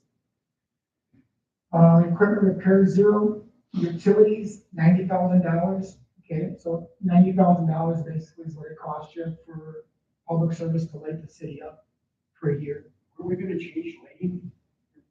Or LED or something like we have out on door in there on the one side? No, that's actually not LEDs. Those are solar over there, because public service didn't have service down that way. It would cost me too much to run it there for those lights. As lights need to be replaced with public service, they're replacing with LEDs for me. So the cost has come down when we look at our rentals. Right now, when you look at street lighting, every light has a different charge on it, depending on the wattage. So when you get areas, you have brighter lights. When you get into some of the, I'll just use Knapp and Clark. They have a low wattage over there, and the rental charge for that per month is about $15 a month cheaper. You know, you could decrease your budget by saying we're just gonna go with the lowest wattage on every city street, but I think that would be an uproar for some residents in some of those higher areas where you do want some decent lighting. But again, I can see that price going down because again, we're replacing everything with LEDs. So anytime that I see a light out and I report it to public service, when that gets replaced, it gets replaced with an LED, which is roughly about $10, $15 a month cheaper to rent from them. And we pay the rent. We pay the rent charge. Yeah, it's a set charge. It's not a meter charge, it's a set charge. So why can't we request to public service to put all LED, we want all LED for our rent? They won't do that right away. One, just because of manpower, and two, because that's an upfront cost to them too. They'll do it as needed. Plus, if every municipality did that, well, our public service. I've asked them about that, and I'll ask them every year because at the end of every year they come in and we have a meeting to discuss all utilities within the city. And so I'll keep asking and say, hey, is there a possibility we can switch them all over? And I ask that question, but that's the answer I generally get, that they generally will just come in and just do the light need to be replaced. That doesn't mean that when I type in, oh, that light is out, I can type in and say that this light is flickering. When it gets replaced, I can add on a few more. Or I send it to that. I read in my municipalities magazine, and I was talking to Jeremy about that, how Watertown, I believe it was, they were actually proposing on doing every other light, but I don't think that's a good idea. They actually didn't do that either. They, you know, it comes down to security, safety, you know, but then, like he said, with the LED lights getting replaced, that would be huge for us, but for them to do every one, we had the topic of conversation and be, if every municipality hit public service up for new LED lights, boy, I tell you what. I get enough phone calls now when there's a light that's on. Yeah. But on the right away, hey, how come that light's on? Why did I get replaced? So actually, in hindsight, Satch did us a favor. You are correct. That's what it means, Satch come back. Shoot it more. Go ahead, Jeremy. Okay, next page, 47 is nothing, that's sidewalk maintenance that gets built into our 402 account. You can skip that page. Page 48, budget for storm sewer maintenance, $10,000. We budget $10,000 every year. It's not a lot of money to especially for the work that's needed to be done within our storm system. We've got roughly 37 miles of storm main in the city. That doesn't include your inlet leads and your catch basins that are tied in with that. And so typically that gets used up every year just for those repairs. Any questions on that at all? 49, sanitation and refuge collection. There's a change on this one. Yeah, so on this one, again, I just talked to you about the haul charges, that GFL is proposing in their new contract. Again, I'm hoping that another contractor comes in and it comes out a little bit lower.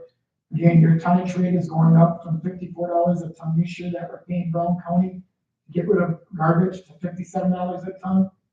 Your haul charge is going from $265 a haul to $465 a haul. When you do that calculation, basically your increase in that haul charge is increasing your budget by about roughly $20,000 is where you're seeing an increase in that haul charge. And then your tonnage average, I've got that calculated into there. Now, it could be more. The only thing I didn't put in that budget was garbage bags. Typically, garbage bags are put into here. I didn't put them in there because with the hope that in 2024 that we could be subcontracting that out, and then we don't have to pay for garbage bags. So contractual services should be 117,000. Correct. And then the utilities would be 10,000, and then the budget for sanitation and refuge would be $127,000 total. So it's only 2,000 more than what it was last year, and that's because those utilities are down 15,000.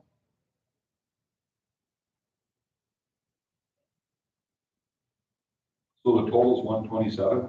127. Contractual services would be 117,000, and utilities would be 10,000. Now, if Hawkers would come back to me before our budget hearing on the 17th, that we said 17th, whatever, Or 22nd. 22nd, if they're to come back and they're a lot cheaper, then that could change. Is that the one you were talking before about picking up your garbage? I guess it was, what's the name out here? Not, our regular garbage guy, the other guy you were just talking about? GFL? Yeah. You talked about they would pick up stuff at that price, but you never mentioned anything. Are they gonna charge us for hauling? That would be included with that.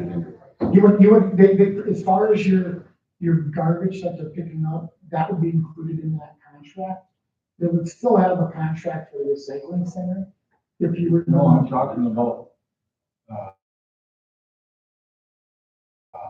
lead joist or whatever you're talking about. Oh, yeah, that would be separate. That would be separate. So, but but you never mentioned it. Is he gonna charge you for travel? Oh, no, what he's charging me is just $25 a ton. That's what I- Yep, that's it. No haul charge at all. I didn't know if that made any. Oh, yeah, no. difference this year. Oh, good question, no. Jeremy, quick question here under utilities. Your year end is 10,700, budgeted 25, and then your new budget is 10,000. What was the reason? There's leachate that comes out of our old landfill. So the landfill that's on the northwest corner over by the golf course. Yeah. Over there, that landfill's been capped a long time. There's 14 monitoring wells that sit on there that we monitor every quarter. We're mandated to do that by the DNR. We go out there, it takes us 2 days to test it. Send it down to Madison, that costs us about $5,600 a year to do that, plus the labor for those guys that go and do that. That leachate then has a system within there that drops into the utility sanitary sewer. So those flows get charged. The utility is charging the city for those flows. So what we did is we decreased those flows, and that's why it doesn't. Does that make sense? Yeah. So it's a set charge of $2,500 per quarter, which is $10,000 a year versus a full rate. So you have that much leakage in there? Yeah. Okay. Yep, and that comes out behind Bickle's old farm there, down like the Stumbleville Trail, just off to the north. And then it dumps into a manhole on that cul-de-sac. And then from there it goes underneath the highway back into our system.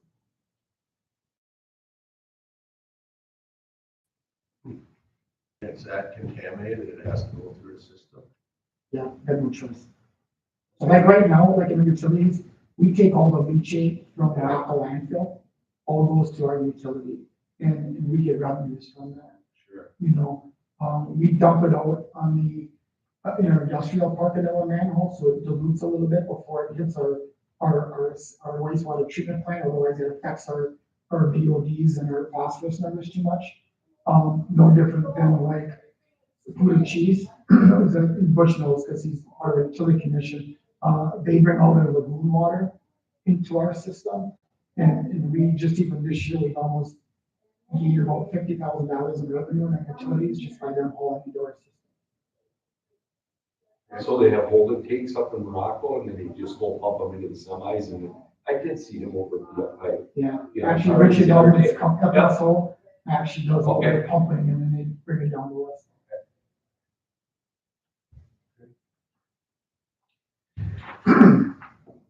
Next page, page 50. Holiday decorations, $600, that's your cheapest line item there. Basically, that just covers your expenses for your American flags, the poles on Main Street, any damage to the banners. It was just small expenses that will cover. Page 51, that's no longer in use, contractual services for weed and nuisance control, we don't do that anymore. Page 23, I think that was slid in there. Oh, I'm sorry, we're getting into a contractual accounts, or two accounts. So that's the end of the public works general budget. And then the next ones that I have to go over would be my 402 accounts. So if you turn to tab number 10. This is the capital, separate fund from the general fund. Most of these are carryover, I should say that, all of these, well, no, most of these are carryover numbers, which the departments use to save up money for vehicles. So looking at the 402 accounts, that's actually page 27. Is basically the only one that I have money into. Basically, every year we budget $300,000 into contractual services. Oh wait, everybody find it? It's page, I know what page it is. It says 27. the bottom of page 5, where it says 402, 579, 10, 204. Oh. Bottom of page 5. What is it? So right where the 300,000 is. the No, first year. okay, got it. Everybody got that? Okay, so contractual services are $300,000. That's for all your pre-construction, your crafting, patching, for potholes, all that money would come out of that account right there. And anything we don't use, we carry over because we have to carry over to build up enough for these two projects. So to do. And then we put $50,000 into the replacement fund. Again, we're only getting about $1,800 that we would get put into there because we're paying $48,000 on CPEs. And that's for the distribution. I'm sorry. 4,800 or 48,000 per year. per year. What's the cost of one of those? That wasn't 250 some thousand. Cost us 48. Yeah, it was like 242 or something like that. Perfect. But On something like that, if you go down the path of purchasing it, is you know, offering grants for that? no, So I do have one grant program we're working on, for new equipment. It only covers new equipment. Well, they'll pay, I think it's up to 50%, but you as a municipality have to meet certain criteria like the median household income and things like that. There's some calculations in there, but I have all that information on there. Last time we did it. Well, I'm just thinking about that. What if you go down the electric? It seems to be a lot of grant money available if you. I'm not sure if they've got that technology yet in sweepers yet. I'd have to find out on that. I don't know. I'm just Yeah, I would be too. I don't know. I don't know. Okay. That isn't changed, looking at, ahead into 2023. Of course, we've got the Buda Street project, which is enough, right around about $100,000 is gonna be our cost share in there, 90,000. The rest of it's gonna be federal dollars. We talked about that project, it's an 80-20 match. So the city's only responsible for 20% of the project. That's the grant that was through the federal program. And then next year, you'll have crack filling. And then you've got about $38,000 to the LRIP program grant that we get every 5 years. That's been put aside for Congress Street between Main Street and Park Ave. That's the project we're looking at next year. We just don't know if we can afford it depending on what our carries over are for next year. But then the following year in 2024 would be the Spies Road, Yacht Club Road project. That we can't afford to do it next year. We just don't have the money available to do it. But we do have 50% of that project covered by the LRIP program. So when we do that project in 2024, it's going to be let's say a $700,000 project. 350 of it will be covered through the local road improvement program through the DOT. So again, I didn't budget any more than that. If you guys would give me more to put in, I'll definitely put it in there. Because there's a lot of work out there for street construction. But that's all I've got budgeted because that's what we've been doing for the last year. And that's it for two accounts. And then the last thing I would have is just the 2 pages of revenues. Yep, so if you go back to page 2 or tab 1. And page 8.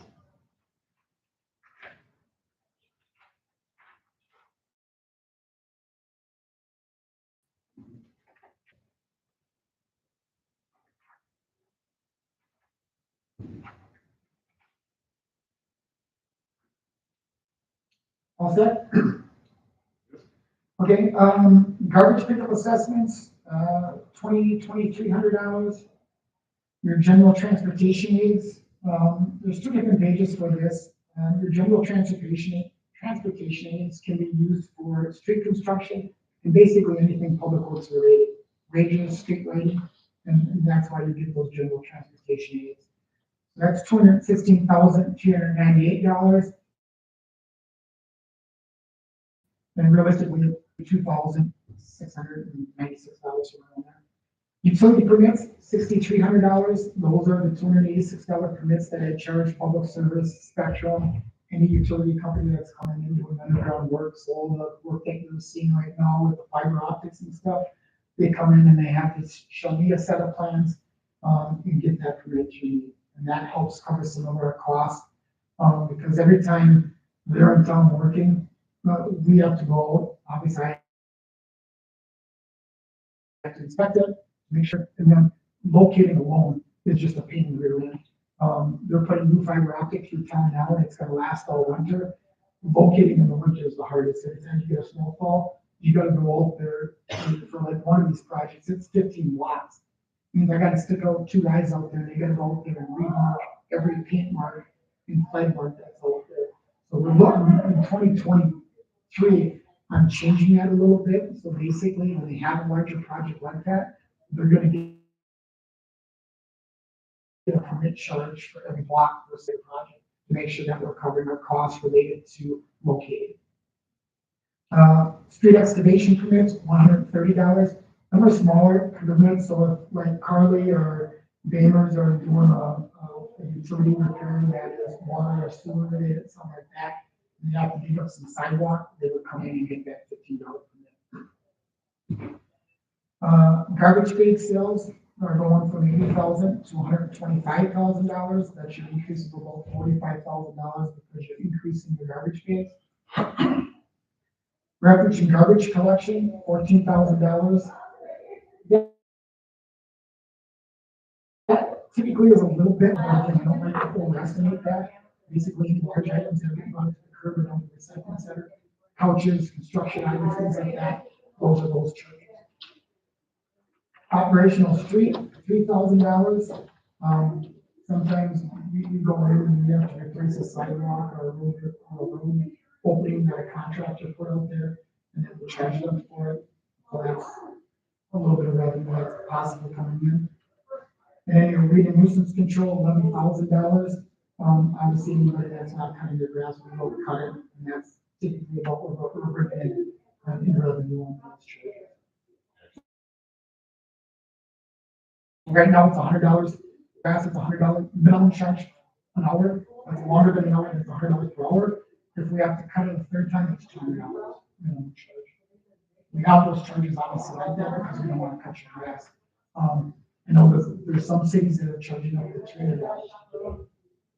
Just because again, they don't, at one point, I mean, we've got 32 lots of room that we cut on a weekly basis.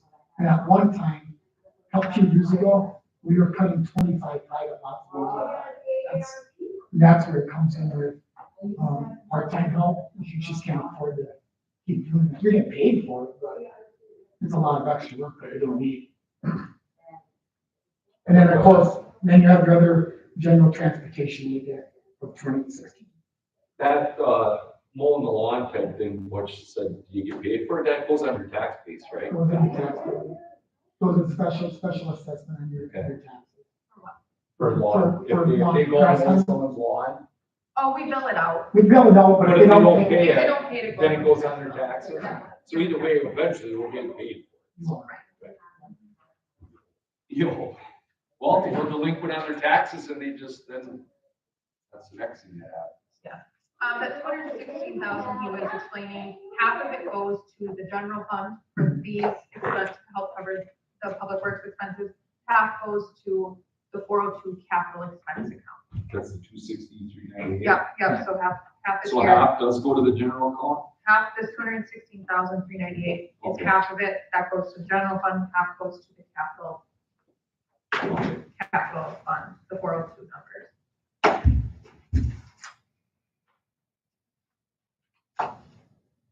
Quick question, Jeremy, on the 32 city lots that you cut, are any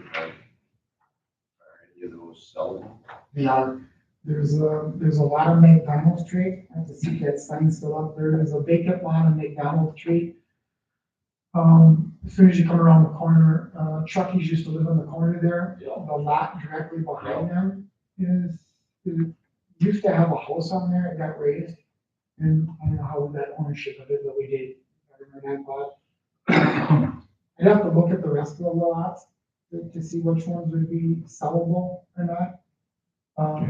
We own the corner of Brazil and Pecor Street, that corner lot right there. Probably can't build nothing on it because the lot next door to it is owned by the owner at First House on the right. Joe Moores used to live right there. For that would sell, then that would be a possibility for a house to get built there. I'd have to look at the rest of them. I can put a map together for you. What about the old Palm Gardens property? That we got, that sold. That sold, yet, not Naki, but, These nuts? Easton's Easton. bought it. Paul. Yeah. Bought, because he owned the rental next door. Doesn't do nothing with it, but he bought it. Then a lot of the other lots are utility too, so included in those 32 lots would be like your 2 water towers, your 3 wells. Probably about 6 different lift stations. So they're not all like city, some of them are utility owned. But I can put a map together for you. Thank you. You know if that Palm Gardens property, is that residential or is that, there's, Residential. it is? Yeah. I was just curious because it was a business on that one time.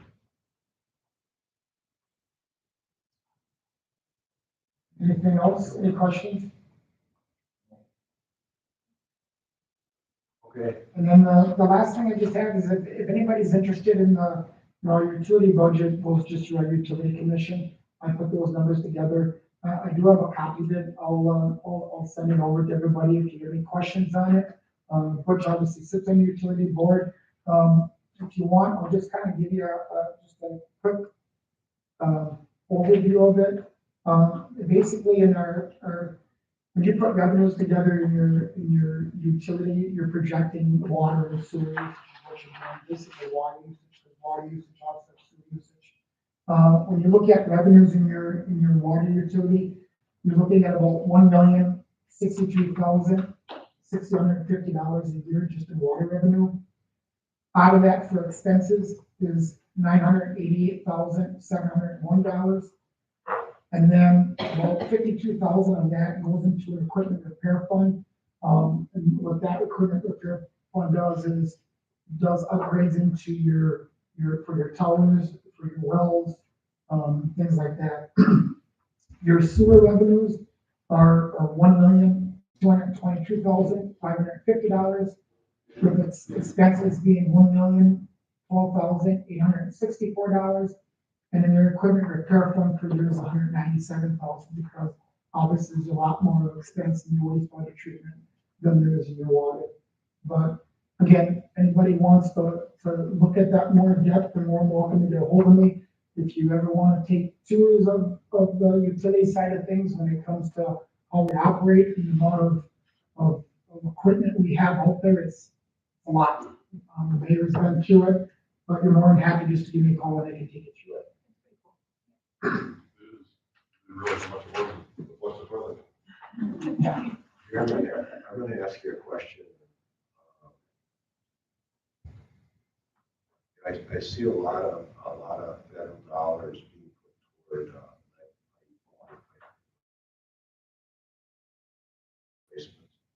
we have lead pipe existing in the city. No, we don't. That's not to say that there's not any into like some old service lines. Anything within our system, we've taken care of. We got some old cast iron that we're still trying to get rid of, but nothing that lead wise. We've done a lot since about 1994, where we've replaced miles and miles and miles of water main, old lead areas, lead service areas. We really don't have any. We wouldn't even qualify for any. I have to report that every year to the DNR when we do our audit reports.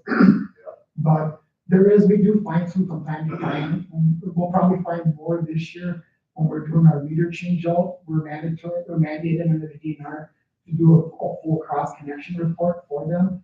So the cross connection report would involve going through and what pipe is coming up through the ground, tying into a meter. What's the rest of their piping within the household? Do they have a sump pump? Do they have a cross connection in there? If they have a private well? All of those types of things are part of our inspection reports when we go into every household.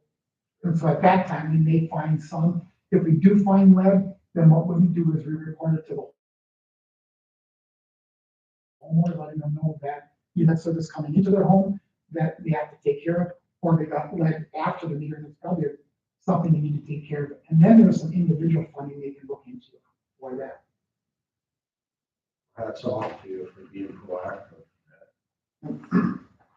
All right, thanks, gentlemen. Do you want to send John this way? What? Do you want to send John this way? He's up next. I did. Thank you. Yep. I'm going to take a quick. See you later. I'll stop in. Okay, thank you.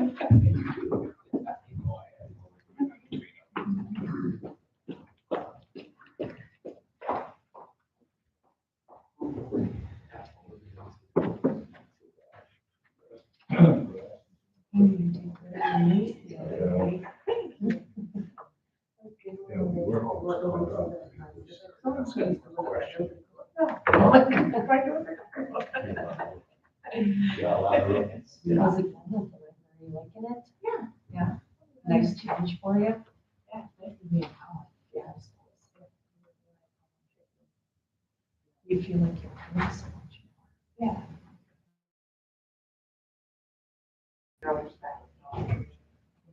They're just with the kids, I think, in school. Yeah. Yeah. You're always running for something. I know. I didn't realize how much my girls were calling my mother-in-law, like, oh, I forgot my shoulders, I forgot. Oh, and I started like going, girls, how many times do you call grandma? I'm like, I feel a little bit better now. Well, she doesn't laugh. I'm like, yeah, I'm thinking that would be a kid inside you. Yeah, but. It makes you feel needed. Yeah. You're like, how many times a day? You can tell them, no, it's okay. That's always okay. Are you still like that home right now? No, I moved over to Oklahoma. Oh, okay. So The same thing, exact same thing. So, yeah, you're not driving. No, no, I didn't. I came from. Sister's done it. She did it before it was cool. Yeah, yeah. And then we just, on weekends, do you want to go? No, I really don't. You know? No, I need interaction. Yeah. You know. It was nice. What my parents,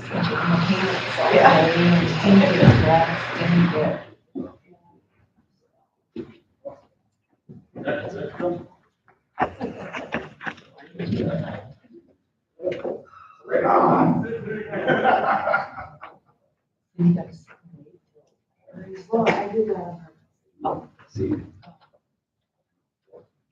Sorry we're behind schedule. No, it's not scheduled. I came for homework purposes because I've never had to do it in this format.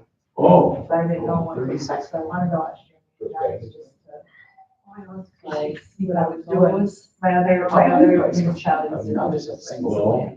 how would they do it? Market? So for the town and the village of Lena, because they're a joint library, I would come and tell them what I needed 2 years from now, and then just tell them what I was doing with the money. When you Because they were retire, under contract to give me so much, because they had an agreement. I know a lot of people that retire. I was know right about this year, I it, was they do a lot of like work. 24, telling me You what I gotta was doing and stuff like that. Because they were in a joint agreement, so they couldn't, if they wanted to. When you retire. They had to. But you know, like you told me, he said, oh, it's. It's just a little different 30 format. years. I wanna come do my homework, so I either sounded like I knew what I was talking about, or I didn't know what I was doing. But yeah, so that's why I came early. He said, it's like, oh, I don't feel that. Yeah. Because it's not based on what you have. Oh, it's based on your income. Right. And when he retired, he worked for the guy that bought a money, he was a plumber. He worked for the guy that bought a home for 12 months. Yeah. So, or whatever it was. So. Our city plan is a really good plan. The deductible for single is $250, out of pocket max for single is $2,000. We have a good plan. And the city pays 90% of that plan, the employee pays 10. So whenever we're trying to cut budget, the last thing we want to do is take away from employees. You know, we try to cut everywhere we can before we cut things like that, because we want to keep the good employees we have. What if we're gonna meet the budget a little closer? One of the options might be a little higher deductible. I don't know. I mean, it could be. I mean, Right now, we're 82,000 away from meeting the budget. We're right there. I don't think we're gonna. probably as close as it's probably better than one, maybe, I don't know. Well, when you're saving so much on insurance, it Yeah. really helped us out this year. That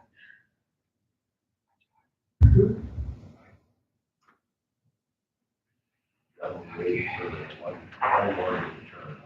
John, where do you want to start? On the bottom of the first page. 52 Park.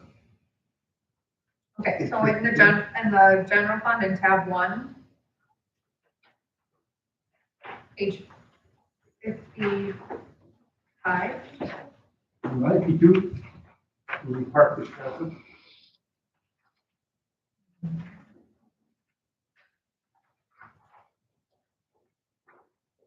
Page 52.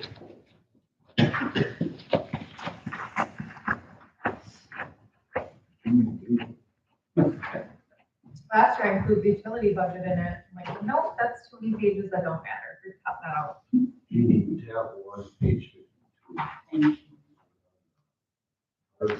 Works, force. Campground. Which is inside the general fund. Okay, so we're on page 52, which would be the pages that we're gonna go through first, will be considered all, parks expenses. Are we doing line by line? Is that how we've been doing it, or? Yeah, you can go line by line. First, let's change the health insurance number, the 56,737. It's gonna go down to 44,637.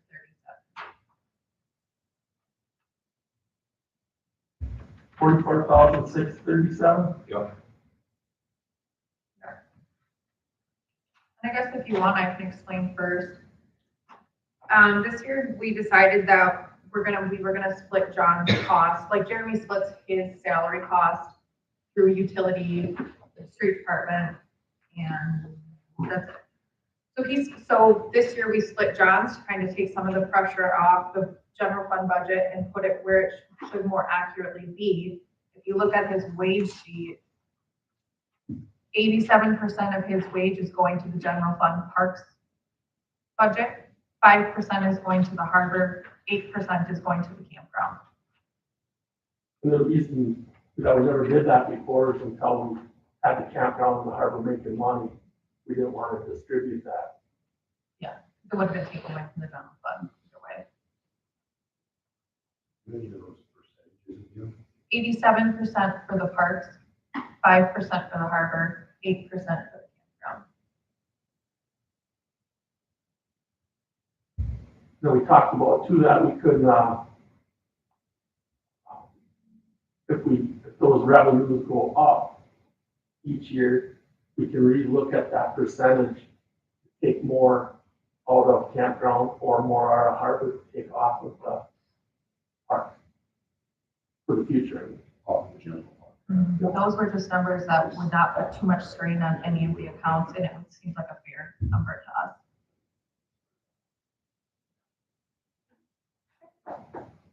Is that kind of based on your allocation of time? No, No, it's not. We tried going higher, going lower, and seeing how it would affect those fund budgets as a whole. We didn't want, obviously, the harbor or the campground to be in a deficit again. We didn't want to put that much pressure on there. And especially when you're talking about wages, it's one thing, but then when you add all these benefits in there, it adds so much more strain on those budgets. So we didn't want to put next year when we relook at those budgets again, and if they're sitting better or doing worse, we can adjust those numbers appropriately.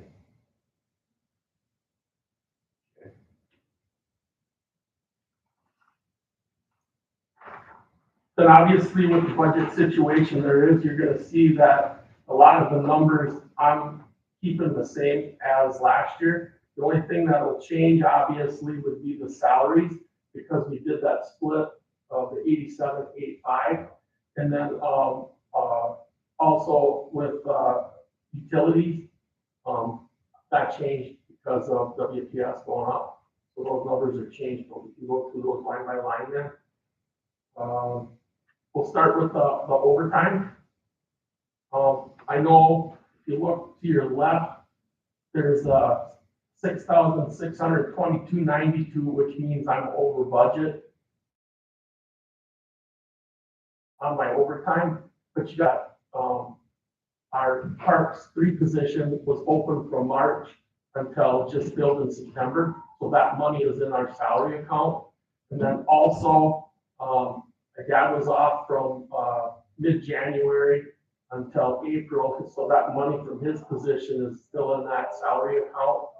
So in reality, because you're trying to be as accurate as possible with showing that amount, you total that up, we're actually not over budget on the overtime.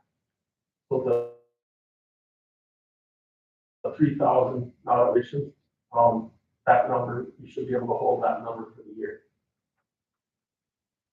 For Dean's, nothing, unemployment conference, compensation, nothing. Training and conferences, at 500, telephone at 750, contractual services at 8,000, equipment repair at 7. Utilities, you can see the change there from the 16,562 to the 17,059. Vehicle replacement, non-lapsing, that account really doesn't exist anymore. If we're gonna have money for new vehicles or new equipment, that actually goes into the capital equipment account. There was money in there, but that was spent to purchase the white plow truck that we got for last year, because the blue plow truck was in worse shape than my tan one, believe it or not. And You gotta put a plow on yours.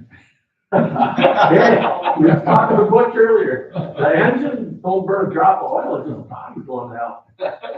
And I don't take it out of town, so we'll make it work. Unless it becomes a safety issue. Then, page 53, still on park expenses.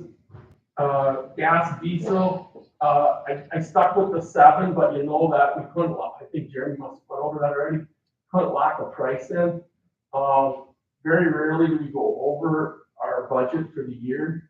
But just being totally upfront and honest, when we get to, the, park grounds maintenance, that number is gonna stay the same, it's just down the list a little bit, we're gonna stick with the $14,800.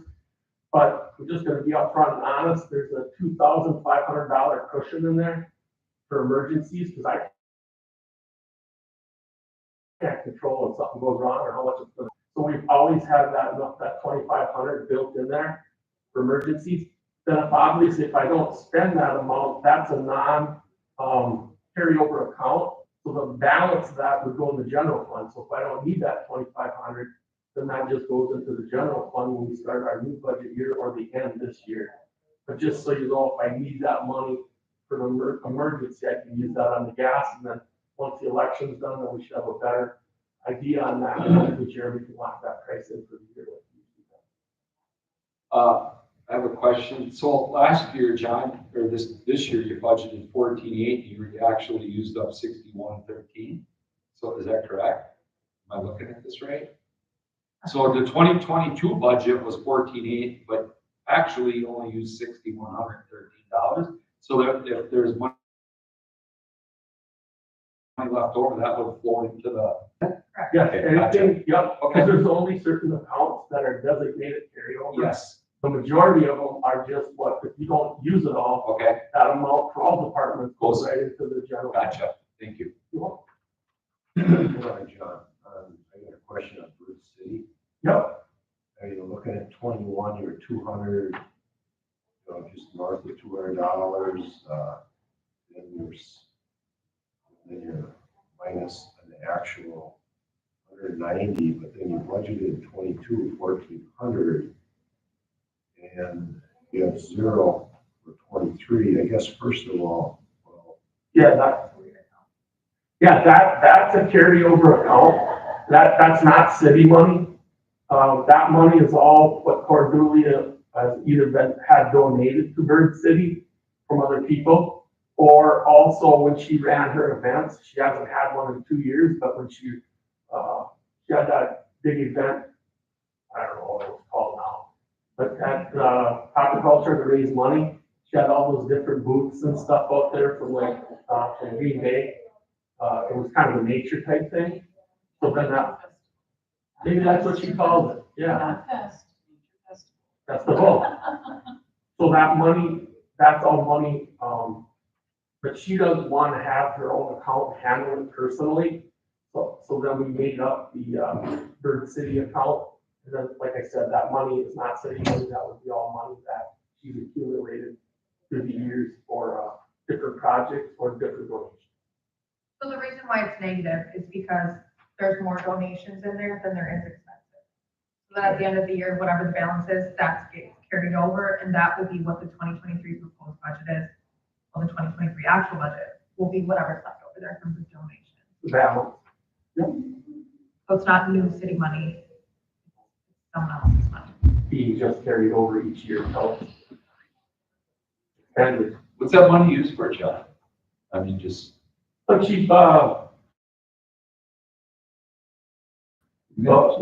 Yes. yeah, and then we got the Martin houses at City Park, Yeah. the poles, and then the ones at City Docks. Okay. That money. That money's okay. Came out of there, yeah. Because I mean, we have Bluebird houses out at the Sportsman's Club, which is. Those came out of there. What too. they're, I was just curious if that money came out of there. Okay. Yep, she had paid, even his name is Gene Bird. Yep, He's the that's it. The Bluebird guy Yep, in Wisconsin.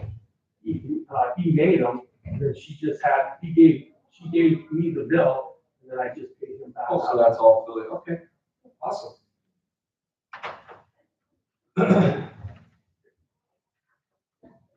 Then, We'll just back up a little. Gas diesel would be the operational supplies, which is 9,800.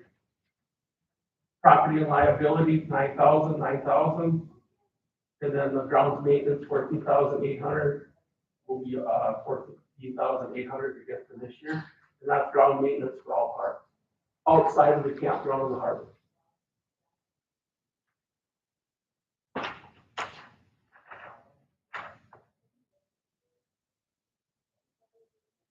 Then, next would be page 54, which is the park, expenses. I know it's called, but it's actually just all the flowers in the city that we're responsible. So that would be the hanging baskets. That would be, like at Sharp Park below the sign, those regular flowers that get planted there. And then, the flower boxes that are located behind the, Cana County and County Pharmacy. And then the years that we do the big pots, on Main Street, which I guess they're gonna try to do those again for next year. That's where the money comes out of there for the flowers. That includes, hourly wages for, And who is they? They is, Sammy Rutho, and then she had a group of gals. For the longest time, Pat Hansen and the Women's Club did all the planners and then the big pots, on Main Street. And then, some of those ladies died off, and Pat got too old. And then she just told us, that's probably about 4 years, maybe 5 years back now, she's just getting too old. She did it herself for 2 years. Because they go out and our job is just to water them. They take care of weeding and all that. And if they need new topsoil in the pots, I don't know if they have their own fund, but they've never asked us for the money. We just pay for the flowers, and then they would do, if you want to say, the maintenance, minus the water. But now she's passed away, then she unfortunately passed away too, and then we went a year without the pots, the big pots that sit on Main Street by the benches. But now, Mrs. Fulton and her group, they take care of the big pot, in Freedom Park. I always call it the horse trough, but, they take care of those planting those plants, and they pay for those ones themselves. But the other planters, and then up also by the, Alloway Cross by the river, now the Kiwanis has taken that over. As far as doing the planting and the weeding, we still do the water. Would you be eliminating the hanging plants this year if you do the flower pots down below, or do you keep them both? Nope, really bad. Always have had them both. Oh, And it's a little easier too. I mean, it's not two separate trips. And the big pots, the only ones that have to be watered a minimal once a day are the hanging ones. The ground plants, based on rain and how hot it's getting, those maybe 2 times a week. Yep, bigger pots and bigger, amounts of soil in those pots. John, where do you, you're talking about the horse trough. Yeah. All expenses, where does that fall in here? Pull in subcontractor, subcontractor with the pumps are repair. Oh, that would be underneath, parks, ground maintenance. That was the page we were just on. It would be the bottom one, 155, 2, yep. That's for the clock would be in there, or in the case of Freedom Park, Yeah. the clock, or if any problems with the, pump itself.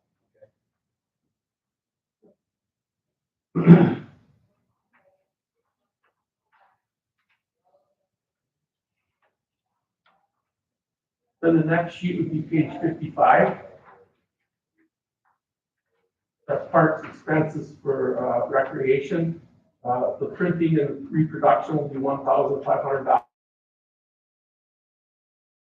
this year. That just goes that we're responsible for. And then, operational supplies will be $5,500 again. That would be for anything like, bases for the baseball field, nets for the volleyball courts.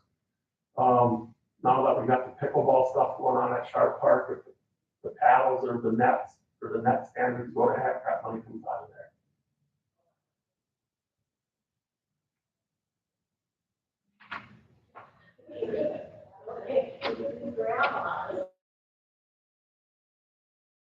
And next would be still under park expenses, that's, the multimodal trail.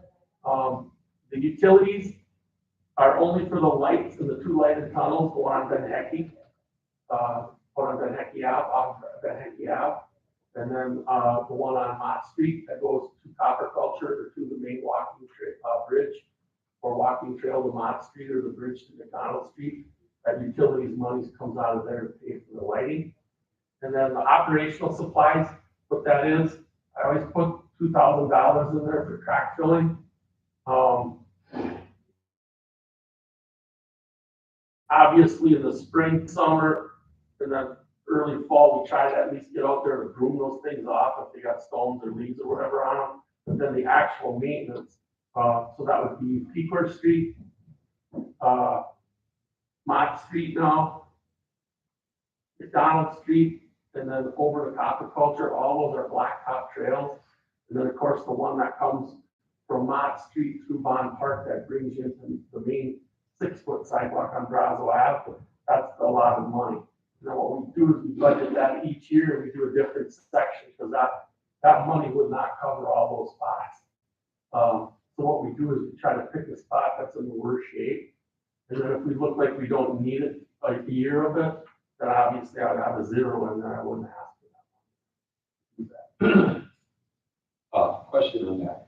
So 2022 budgeted $2,000, didn't spend anything this year. Is that a carryover account, John? Does that money stay in your? No, that one, I don't use If you that. don't use that money, that goes back into the general fund? Okay. Because I was just kind of curious if that money shouldn't carry over into that, in case you find a project that needs $4,000 worth of work. Yeah, well. Not only budgeting 2, I mean. Right, but that would be just in this account, so this is totally about the multimodal trail, Okay. you know what I mean? Oh, We okay. could have that, if you wanted extra money in there, you wouldn't be able to carry over, you'd have to Okay. ask Oh, for it. so, okay, But gotcha. that would be, we could put, if you're saying for an extra project, that money could be put into a ground maintenance. So then that would cover all parts. I was except just, okay. Yep. Yep. for- So the Okay. multimodal trail, Right. right, separate. That's separate.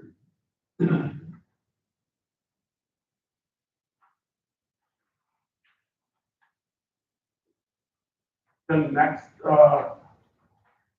page would, I don't know what tab this is under, but, this would be parks revenue, page Before 9. you switch, the next page, if you look 57 and 58, it's the swimming pool. The reason why those accounts are still showing up on there is because in 2021, there was some actual expenses. So next year, because they'll be all zeros, they can fall off the budget. And then if we would ever need them again, we can reactivate them, but that's the only reason why I see them in there. Sorry, Dan. Okay. Then, I'm not sure what tab this would be, Tab 1, page 5, page 4. should be 9 to 10.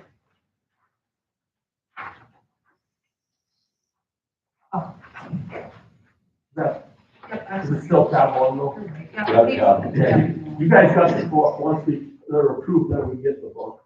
Otherwise, we just have pages. Okay. That's what I'm asking. Page for. 9. That's why I'm asking the boss what tab I think she knows what tab to pull and what page. was. You'd be lost. A lot of stuff. So then we're on page 9. Sports complex, ad signs, 950. Those are the big 4-foot by 4-foot signs that go on the outfield of Diamond Tour. Some of those are 2-sided, some of them are only 1-sided, but those stay up year round, so that's the $50 payment, keep those up each year. Unless we would add some, then, which would be a good thing, because then we're only figuring we're gonna have the ones that are up be paid for, so we will get the 950. If we add a sign, then obviously that would make our number higher, by $50 each time another sign goes up. Movies in the park, we have no money budgeted there. Tennis court, pickleball donations, We've used that up now, so those are zeros, but we're not asking for, looking to have any revenue, someone to make a donation. Memorial donations, that's the benches, either the benches at, Breakwater or the benches at, over by the city docks along the river's edge. The reason that number is that is, if we know someone potentially comes in and is planning on doing a bench for the upcoming year, that we put that amount in there. So right now, we're looking at, there's only one person contacting me about doing a bench for next year, so that's the $600 that would be considered income towards the benches. Next one. Is that for a new bench? Yep, brand new bench. The next line would be parks special events. That number will be, if you want to say goal number or projected number, would be $2,250. Where that money comes from is, when, people do rentals, or say you have a birthday party, you want to do picnic tables from us, or you want to rent some extra garbage cans. That's where that money comes from. So that money fluctuates because sometimes, like with the fishing tournament, we give a picnic table with bleachers as part of you doing your event here. So that's why that number fluctuates so much. But projected number is $2,250. Parks grants, there are none as of now, but that's why it's at zero. City park camping fees projected at $1,000. Park pavilion rentals projected at $3,600. And the swimming pool ones, as Brittany mentioned, those are inactive accounts, but they're still on the budget, but there are zeros on there.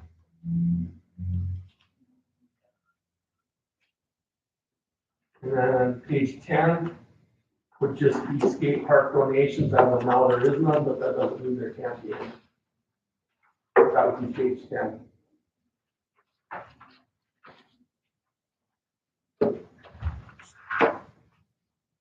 John, back on park grants, 2022, you had the 30,000, I think that was for riprap. No, that was projected, that was for the bond grant, because we did, get the estimated cost into them, we didn't receive that. Hopefully, we're gonna receive that for, this year for 2023. Yeah. City park replacement playground, something like that.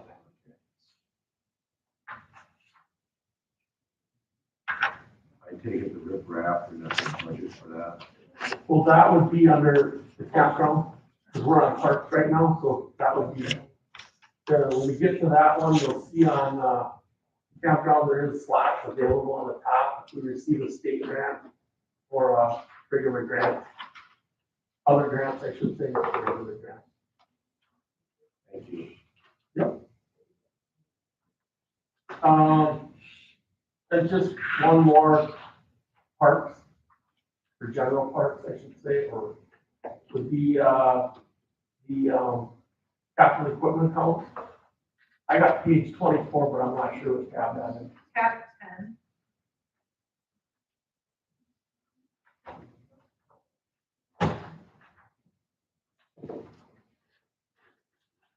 Page 5.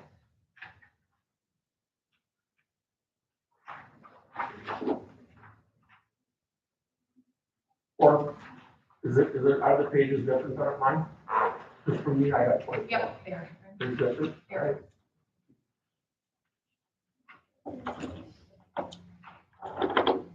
Okay, these are our carryover accounts. So, first one is, capital equipment. That would be, the 12,910. That would be, we'll be asking for that, usually in February, March, usually get a sheet from Brittany, let us know that we have to, put together all the carryover accounts that we have and the amounts that we plan on carrying over. And then that comes to you guys as council for final approval if we're allowed to carry those over or not. So capital equipment would be the 12,910 that we're gonna be asking as a carryover, and that's the reason it's zeros, because you guys have to approve it before we get added to our budget for 2023. That's why it's at zero, but the amount that we're gonna be asking to be carried over will be the 12,910. Then, capital improvement boardwalk, that's $142 left in there, but we'll be asking for that to be carried over. That's for the boardwalk. That was a Scout Eagle project out at Copper Culture, over on the east side of Copper Culture Park, just to get across that wetland. That was an Eagle Scout project, and that was grant money that was given to, I believe his name was Graham Welch. Him and his dad and the Scouts built that boardwalk, and then we helped them put it in place.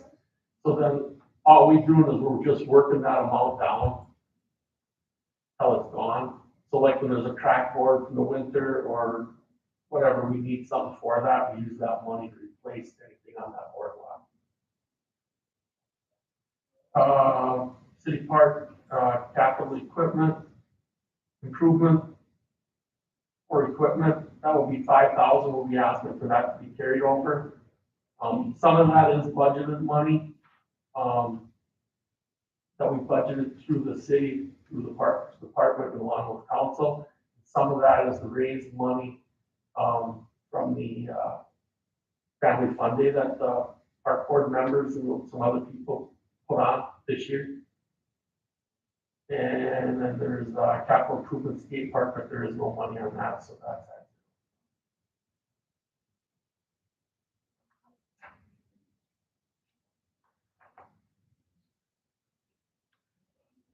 Yeah, so those are the numbers Just those three, John, are the only carryovers? on that Yeah. for park. Gotcha. Then, the next one would be forestry. That would be, I got page 59. So tab 1, page 59.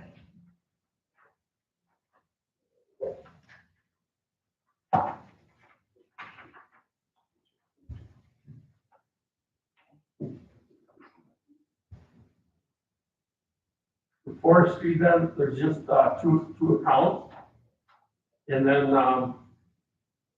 first count would be the training and the conferences. That's $600 that we can use to either go to the main conference that's held in Green Bay right now, or it's also used if needed for chainsaw training, safety, obviously.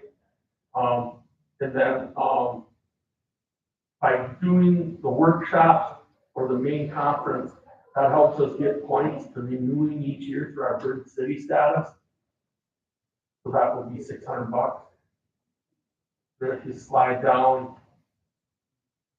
other is $4,000, and that's for our annual spring tree planting and or the money that's left after we do our spring tree planting with the kids. Then if there's a balance there, then that goes toward there's money left to spend on other trees. That would be trees to be replaced on road projects. And then that also, by doing that, we do that poster contest with the kids that's up in the hall out there. And then by doing that spring tree planting with the kids, then we get points for that too towards our Tree City reserve. Those are the only counties for us.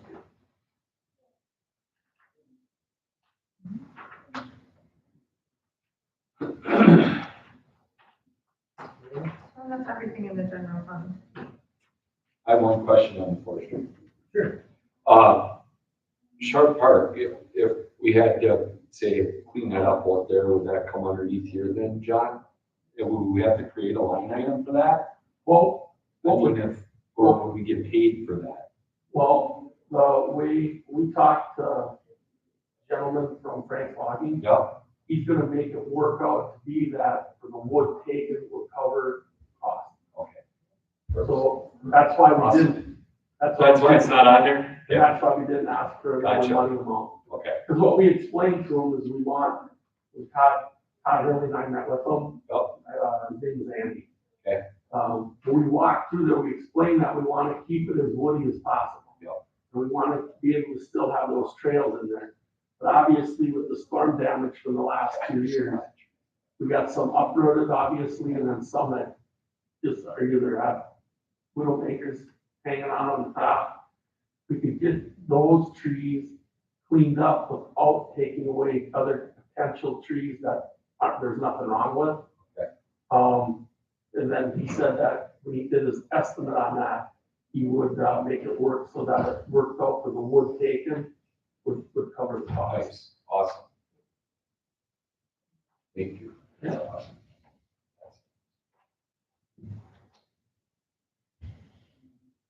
Next one would be, Oakwood campground, revenue. I got page 1, but Tab 6.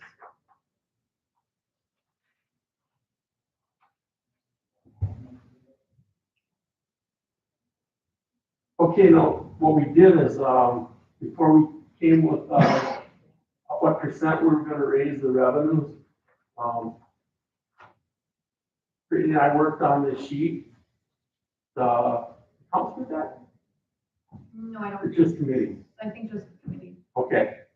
Anyway, what we did is we just, put together the last 4 years because, we wanted to be as accurate as possible on expenses and then also revenue. So then those numbers, the numbers we're going over right now are actually coming off this sheet that we gave out to the, Park and Rec Committee. So line 1 would be the grants. So if we receive a regular grant, but, we receive a regular grant, and that would go in that account.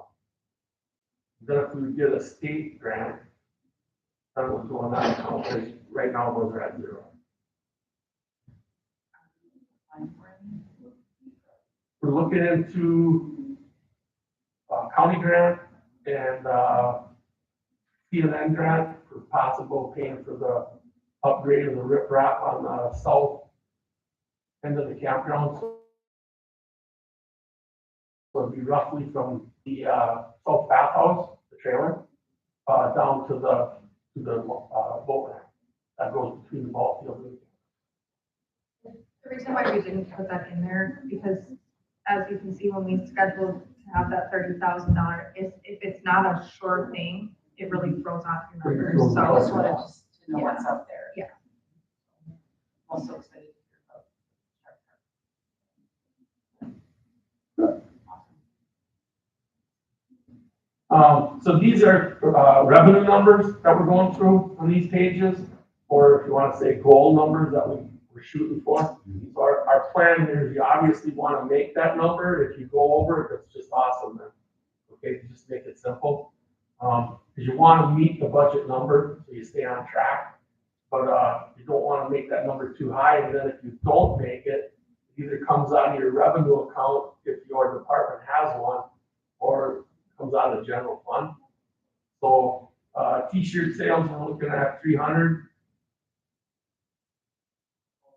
Disc golf rentals, we're looking at 10. I just want to explain that does not, you don't pay to use disc golf. Most people that are in the disc golf, they have their own backpack with their own set of discs. These are just, if we make off renting, they're used. But we have used discs available in the campground office. It can be rented by campers or the general public. But we only charge $1 plus your driver's license. And when you're done playing, you come back and give us the disc back, get the driver's license back. So that's what that is. We only charge $1. But that's why we just made our goal number, projected number $10. Again, if we go over that, we go over that. Firewood sales, 14,000. Tube rentals, 800. Bike rentals, 400. Oakwood camping fees, 180,000. Is that projected because you raised the rates for next year? That's Yep. why you went out to 10 grand? And then the same concept with that, we didn't want to say, well, okay, well, last year we made 205,000, so let's put $200,000 there. if we have a bad year weather-wise and with the price increase, if we don't make that number, then to make that number, we either have to take it out of the whole revenue account or general fund to balance it if there was no revenue account.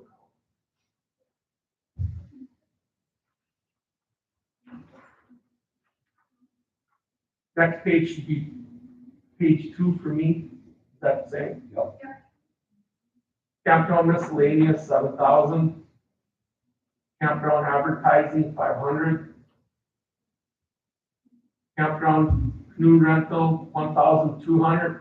The reason we dropped that number down is because, over the course of the last 4 to 5 years, people have their own. So they bring their own. I know it was suggested, well, maybe you tell me you can't bring your own, but I'd rather have the camping fees than worry about someone bringing their own canoe or kayak or two. So just to be more realistic with what we're gonna try to make, we dropped it down to 1,200, and that came because we looked at that projection sheet that Brittany and I put together. Campground ice sales, 1,000. Campground shower fees, 600. Next year's camping fees, 2,500. What that means is, if you're a seasonal at Holtwood, if you're planning on coming back for the next season, you have to put down a minimum of $100 to hold your site. And then if you don't tell us by the beginning of March, if you say, well, I'm not coming now, you don't let us know by March 1 or prior, we keep the 100. And then, obviously, then we call our list to see if we can fill that spot. So that's where that money comes from. Then some people are different. Some put down 100. Some people that are really strict with their budget, they'll say, I'm gonna give you 500. Then that's less I gotta worry about next year to do my lot of the payments. Because how it works out there is you put $100 down to hold your site for the next year. Then by end of May, you have to pay half of your remaining balance.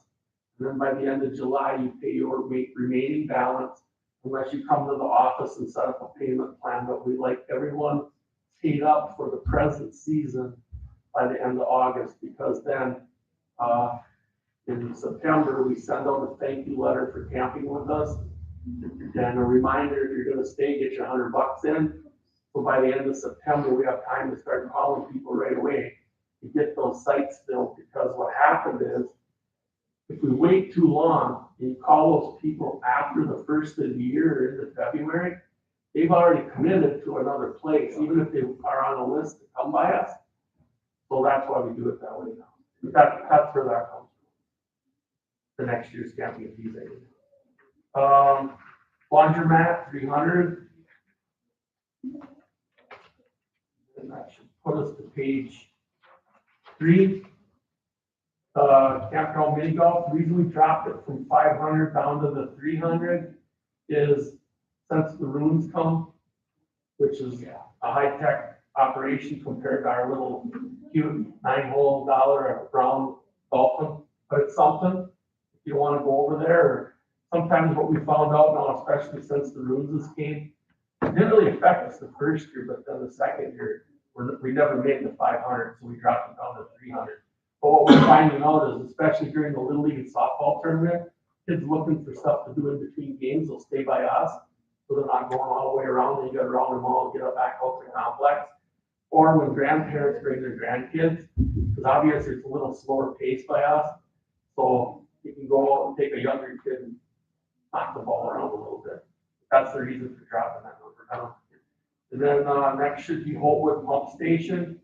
That number, we jacked it up to 450. The reason we did that is because starting in the spring, it'll be $5 to dump out there, not the $2. I have a question on that, John. Yep.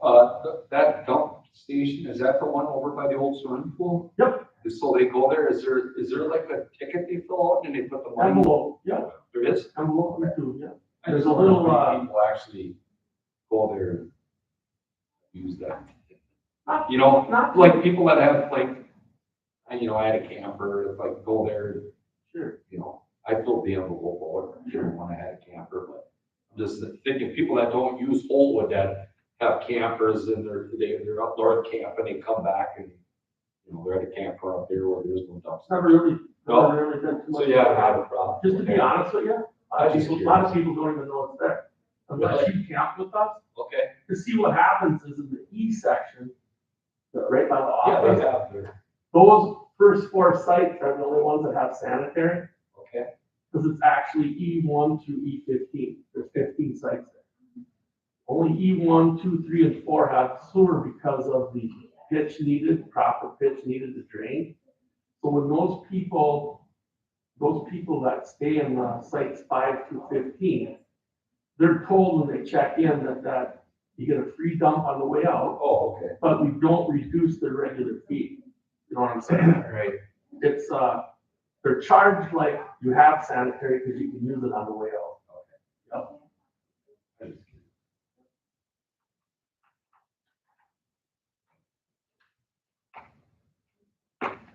Then the next one will be, campground expenses. I've got, page 4. So right away, you can make that change for the health insurance. It's 14,000 there, it's gonna go to 10,577.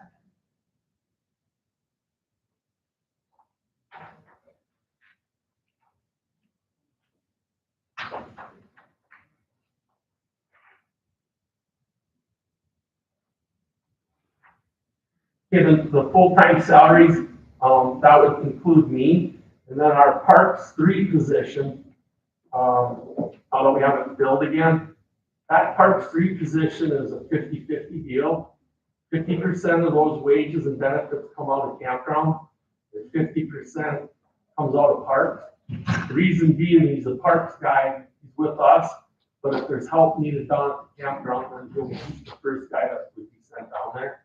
And then also because it's 50-50, then that takes that pressure off parks budget being so much higher that it had my full wages and benefits and I know they have they're separate departments, but the bottom line, they still fall under parks.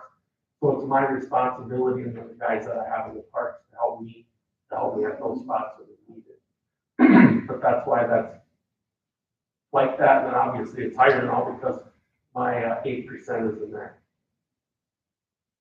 And part-time salaries, that's with the 2% increase. Social Security, retirement, insurance, we just switched that, made it 10,577. Life insurance, overtime at the campground, there is none. Unemployment compensation, 3,000. Training and conferences, there is none. Telephone, 750. Contractual services, because we've been over budget on that one, we bumped it up 1,000. But just so you know how it works with our campground, because we have our own revenue account, and our own revenue, if I go over budget on certain items, that money just comes out of our own revenue. That does not come out of the general fund. So just for example, last year, when, for the year, we ended up at 25,414.36. The overage on that came out of campground revenue for the year, didn't come out of the general fund. Equipment repair, 13,500. Office supplies, 1,000. Utilities, because of the 3% increase, 37,351. Gas, diesel, 2,700. Operational supplies, 14,500. And then advertising and marketing, 1,000.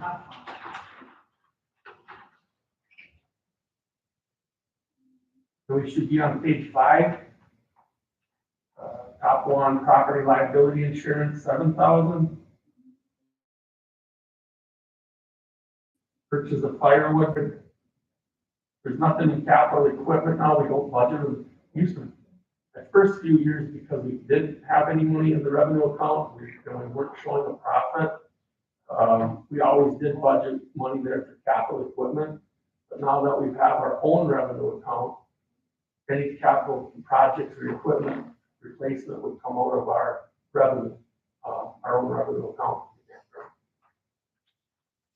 That should be the last page on the expenses.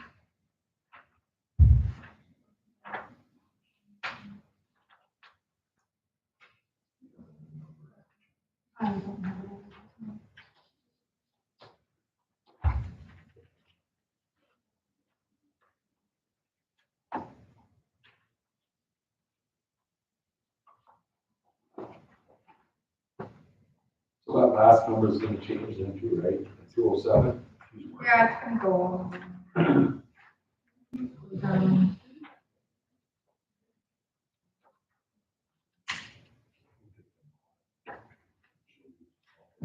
Yeah, because you'll get a new, after you guys approve everything, Yeah. you'll get a new book. That'll be called, adopted or proposed budget. Right now, you probably have the proposed, I would think. Okay. Yeah, your cover probably says proposed. Yeah. Then adopted, is when the final one comes out, we get adopted. Under advertising and marketing, how much, are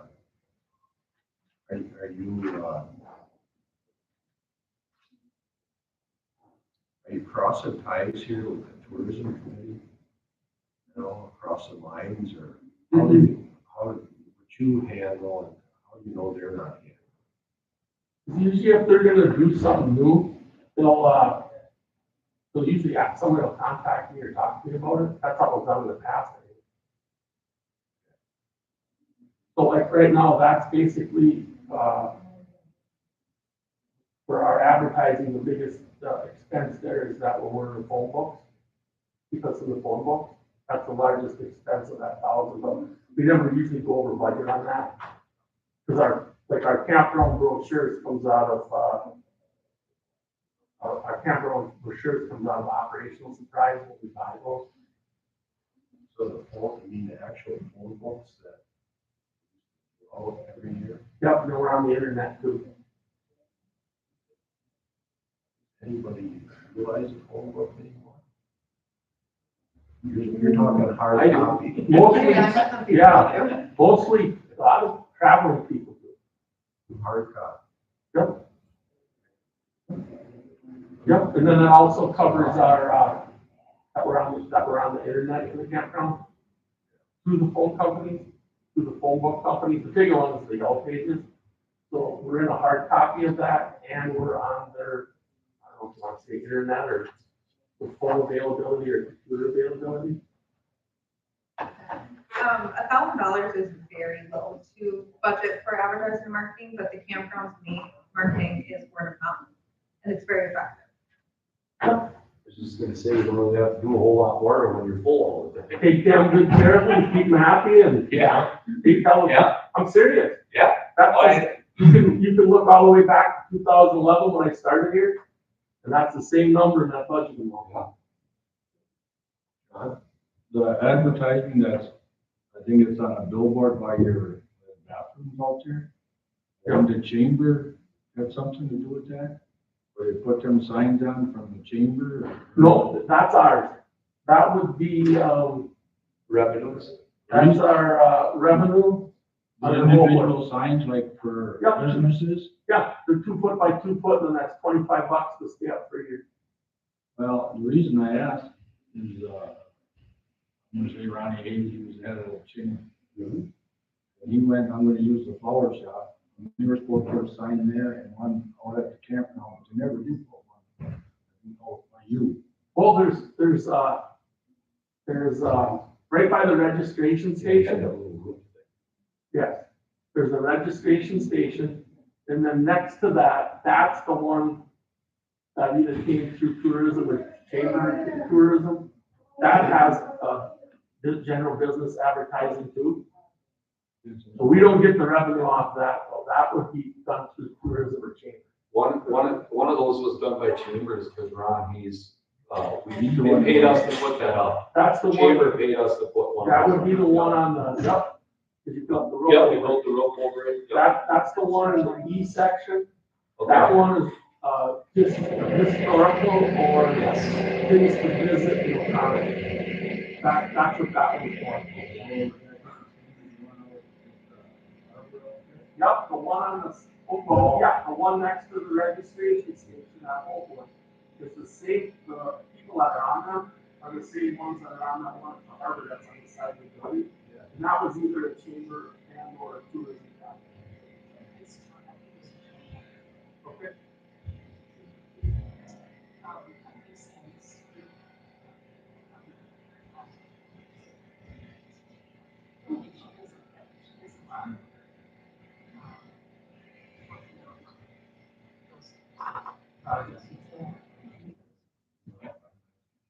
So I have a question, we have revenue for, like, there's some t-shirts. Sweatshirts too? Okay, so where would somebody, like, if I wanted to buy one after the fact, like, where do we promote the sales of these? What do they look like and where could I get one? Like, also, what are our advertising opportunities for people to donate? Where are we letting people know they could donate? If someone wanted to commemorate a section of the boardwalk or the tree program, where do we communicate those types of things? And sports complex ads, like, we could fill every single thing up. Where would we promote that you can get your business? Well, for Somebody the- going door to door, or do we have, how do we promote? Well, the those memorial opportunities? trees is the benches, there's brochures up front that you can grab. Up here. Yep. And then also for the advertising ads, there's a sheet up there that you can pick either Holtwood Sporting Complex or. So anybody would have to come to City Hall.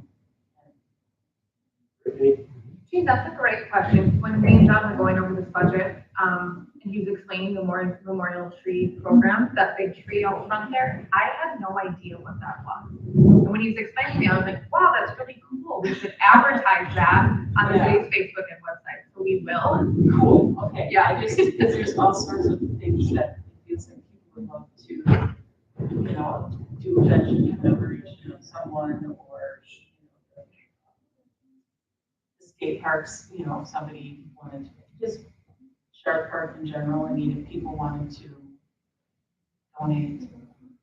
You asked about well, obviously when the office is open, so that's mid-April till end October. And that's the only time they're available. Well, if someone asked, I can go up there and get them one. But sometimes what happens is, I was just gonna be just gonna ask. sometimes what happens is we don't have their size. We do have, otherwise, I mean, we need a hell of a lot bigger an office than that. I don't think that's in the budget. Yeah. But, we do have I don't know, maybe 15-foot long. We have different t-shirts and hats but if you want, you can go to Kelly's. I was just gonna ask, does Yep. Kelly do them for you? Yep. Would it be possible to have some here at City Hall? Yeah. You don't have t-shirts and hats here? You know, for people to buy? I don't know. I mean, display, sure. Some on top of front. Rhea wears hers all the time on Friday, casual Fridays, and I was like, I want one of those. Yeah. Yeah. I mean, even your harbor hat, you know, or whatever you have, right? I mean, you could have those. Yeah, we do have Or whatever. campground has their own and then the harbor has their own. Yeah.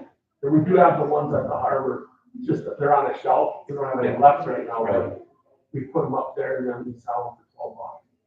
That's why if you see random guys that live around out there, like, Yeah. Brian Pearson and, I was called Bob on the corner. Yep, the guy in the corner. Yep, that's where they got those hats, they bought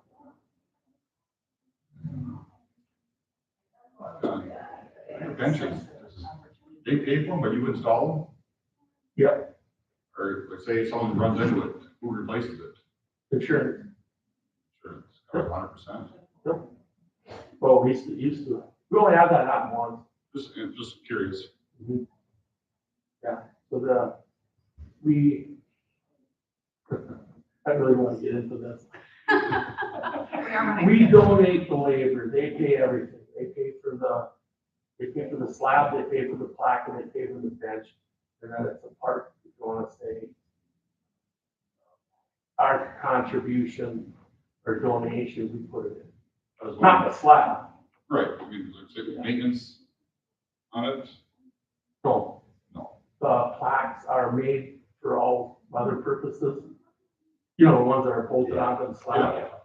Those are, made for all weather purposes, and so are those benches. Because if you go out to the harbor especially, those benches have that, like, I call it, not rubber, but it's got a coating on them. Oldest benches out there, the two by the sundial, those were here before I was here. And then there's one over on, phase 2, right on the point. Those are the oldest ones out there. If you go out there and look at them, I mean, all we do is once in a while wash them off or just, spray them for spider webs. And, I mean, they're tougher than hell, but you pay for it too. I mean, the bench alone is like $1,900 shipped.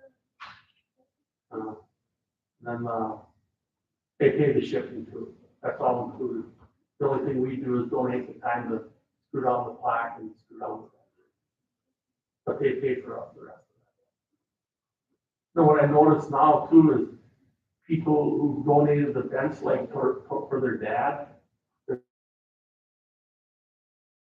a plaque on there with the dad, and then when mom passed away, we get another plaque, and then we just balance it out, so there's a plaque. Instead of buying a whole new bench, they'll do that too. I noticed that. We'll just buy the plaque, and the plaque's about $250. Any additional questions? Then we'll go to the Breakwater and Harbor, that's under page tab 7.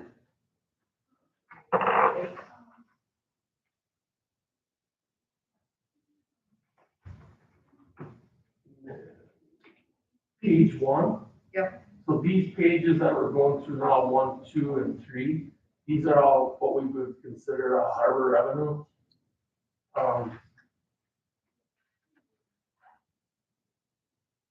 Okay, if we slide down, transient docks, but again, we have the availability, if we were to get a grant out there, another state grant, we have the availability to put that money in those accounts. First account would be transient dock fees. Put it at 200. Slip rentals, 24,000. Shower fees, we don't charge for showers anymore. We make that part of the deal. If you rent a slip from us or you're a transient for a weekend or a one night, then you get a code card because the bath shower building is on code. And then every 2 years we change that code. And then you get new code cards if there are people that stay with us multiple years. Pump out station is $40.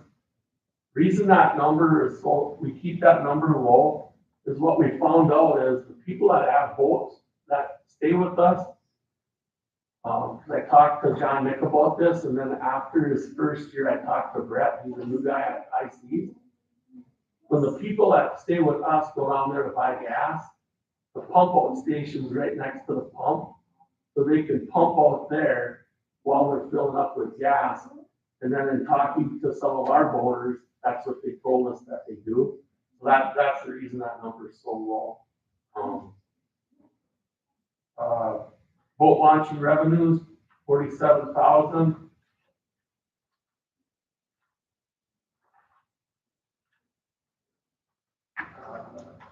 Soda sales, 150. Harbor ice sales, 250. Harbor pavilion rental, 150. Golf cart rentals, there's nothing in there, but what we do with that, if you're gonna be a transient with us, so you're just staying maybe Friday night, or whatever, Friday night, Saturday, when they sign up with us, we give them the option to rent a golf cart to be able to get back to town. And then what we do is if they pay us for the golf cart rental, we only had it happen once this year and twice last year. I just give the revenue right to Holtwood because that's where the golf carts come from. we'll load up one and haul it out there for them, if they want that option. And then, they can use it for the weekend, then Sunday when they leave, somebody goes out, or we'll pick it up on Monday too, when we go out to the garbage. But that's why we don't have our own golf carts anymore. We tried that out there, we had 2 out there, 2 years in a row. And I think we made a whopping $100, so it's not, you gotta leave them outside, you know? They have to be outside because we have nowhere to really park them. So that's how we do that, just so you know, we didn't take away the option of somebody wanting a golf cart if they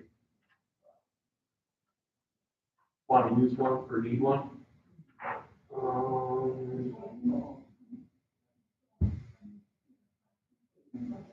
Harbor mooring permits 200. And I think that's it on that sheet.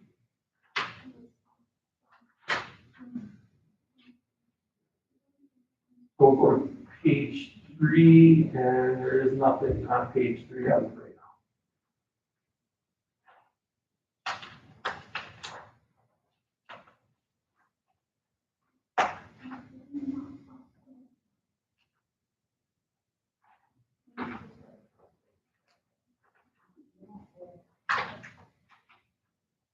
And that should put us to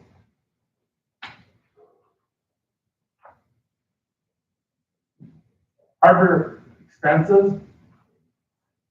Then, bring you up, give the tab. It's just the next page, but you can It's change the health 4 and insurance 5. number. I got 4 or 5. Yep, it's 4. The health insurance number will be $1,491.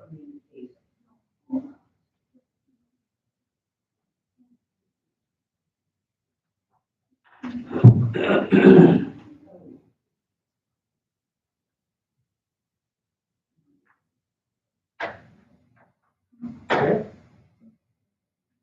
Full-time salaries, they never used to be, but that number's in there now for this year because of my 5%.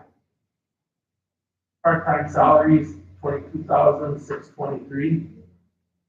That would be for the 3 harbor masters. Social Security, $1,963.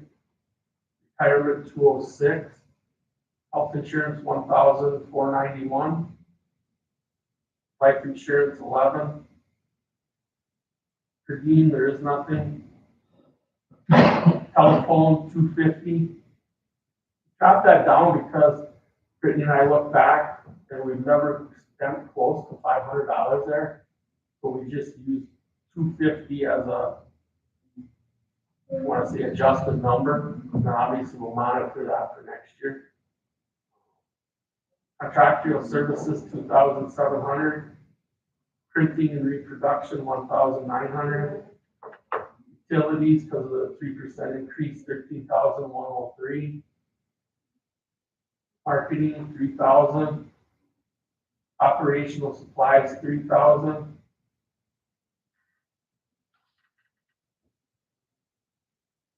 And miscellaneous supplies, lease of golf carts and fishing tournaments all have 0 in it right now. General harbor maintenance, $20,300.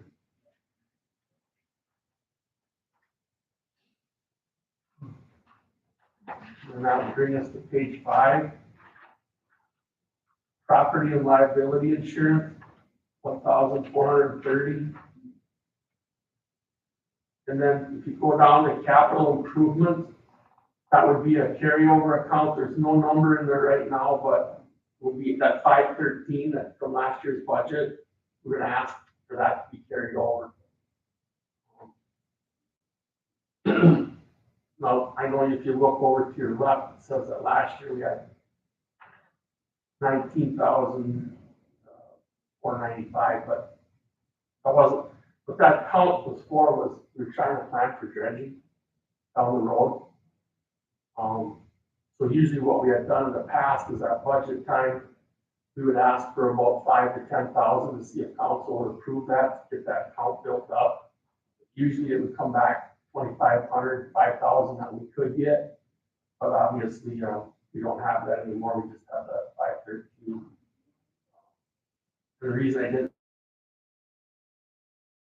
ask for any more, because we're as close as possible with the situation we're in, so I didn't take your time, paid to ask for 5,000. I can touch on that a little bit more too. As if you look at the green pages with the revenue, the property taxes that we used towards the harbor back in 2021 was 12,768. In 2022 and in 2023, it's self-funded now. We're not giving it any property taxes.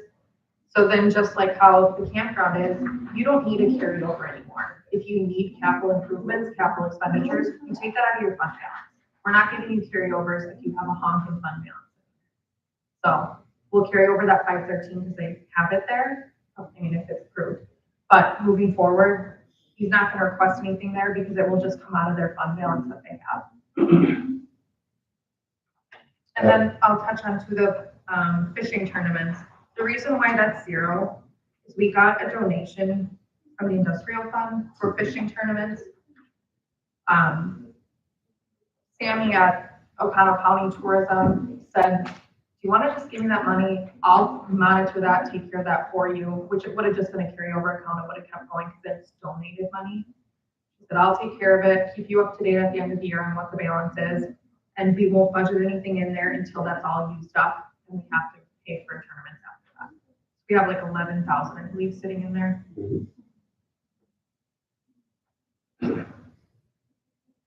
I have one question.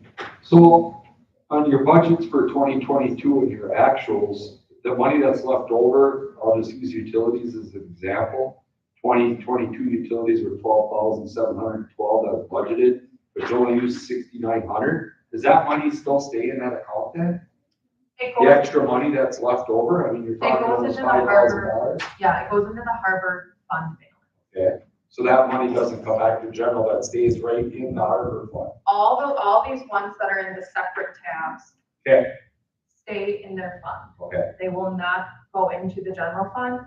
But on the flip side, if they go over into a deficit, the general fund supports that, which is where we were talking about, we need to set up where they pay us back for that. We're not just putting this money because we budgeted poorly. So we are looking into how we can get them to pay us that back. okay. Like the recycling fund being in a $77,000 deficit, they should pay us that money back. I have a question here on the taxes. It looks like in 2021, there was $12,768 in taxes in the harbor. Okay, but now you're saying there are no taxes out there? Right, no taxpayer money goes to the harbor now, it's self-funding. So their revenues that they make exceed what their expenses are, so it's doing its own thing. So that 12,768 was taxpayers' money that was there to support the harbor. Right, Is what you're saying? Right, yep. Okay, okay. Yep, I think 2022 was the first year in quite a long time that it was self-funding. Awesome. It's the same as a campground, right? So those are both self-funding operations. Campground's been for probably 10 years now. Is it? And the harbor probably what, last 2 or no? Yeah. So the last 10 years, so campground hasn't had to have any money come from the general fund, it's been self-support. And the harbor the last 2 years now? Yeah, we've been last year, and then, well, last year, and then it's looking like it for this year. 2022. So if the revenues do go up out there, that's maybe something we can look at, you're saying, pay back that money that. Well, Right. Gotcha. Just so I understand it here. Is there a fund set aside for like future dredging? That would come out of their fund balance. Fund balance. Their fund balance at the end of 2021 was 58,486. So then depending how this year ends, we either add to it or subtract from it, but they're still gonna have a fund balance. Yep, there'll still be a positive balance. Mhm. So if you could grab another 58 this year, I mean, that puts you at almost $120,000 in your fund balance. And just to be, and just to be honest, I mean, dredging is not $100,000. No. As I said, it's But the $15,000. point being, you're just trying to be proactive. Yeah. Because at the time, we weren't making no money. So that's why we're trying to do that, that capital improvement thing, just so we had something in there or whatever council would approve. So like I said, we never asked for more than 10,000 at a time. So we wanted to do something, because it's like everything else, it goes in cycles, so it's gonna have to be done again. And Well, if anything's better than nothing, even if it is 50,000. Right. For 100,000, that's better than zero. and just relate to what Butch says, because I sit on that harbor, you know, we're hoping that we could have a grant where the city might only have to put 10% towards the purchase of that 1.5 million. So therefore, that's the goal, is to get some money put away for that. Actually, the last time it was rationed, the city didn't have to pay anything because Jeremy had that pickle here that they were using. All the same. He had kind of relayed a little In bit. kind, Didn't what think I that call was it in kind of something. something. What Jeremy would do is everything he dredged out of the river would be shipped over to the city.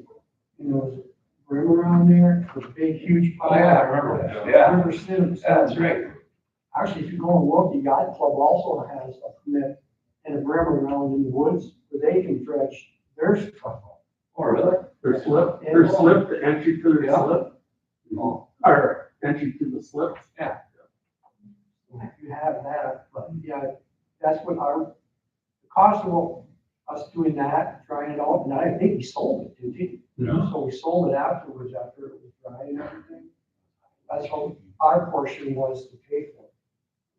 Actually, I think the DOT, don't quote me, because that's a different department. Yeah. The DOT bought that, and that's how they built. That's the, right. Going around the roundabout overpass. Where we Built them up. Yes.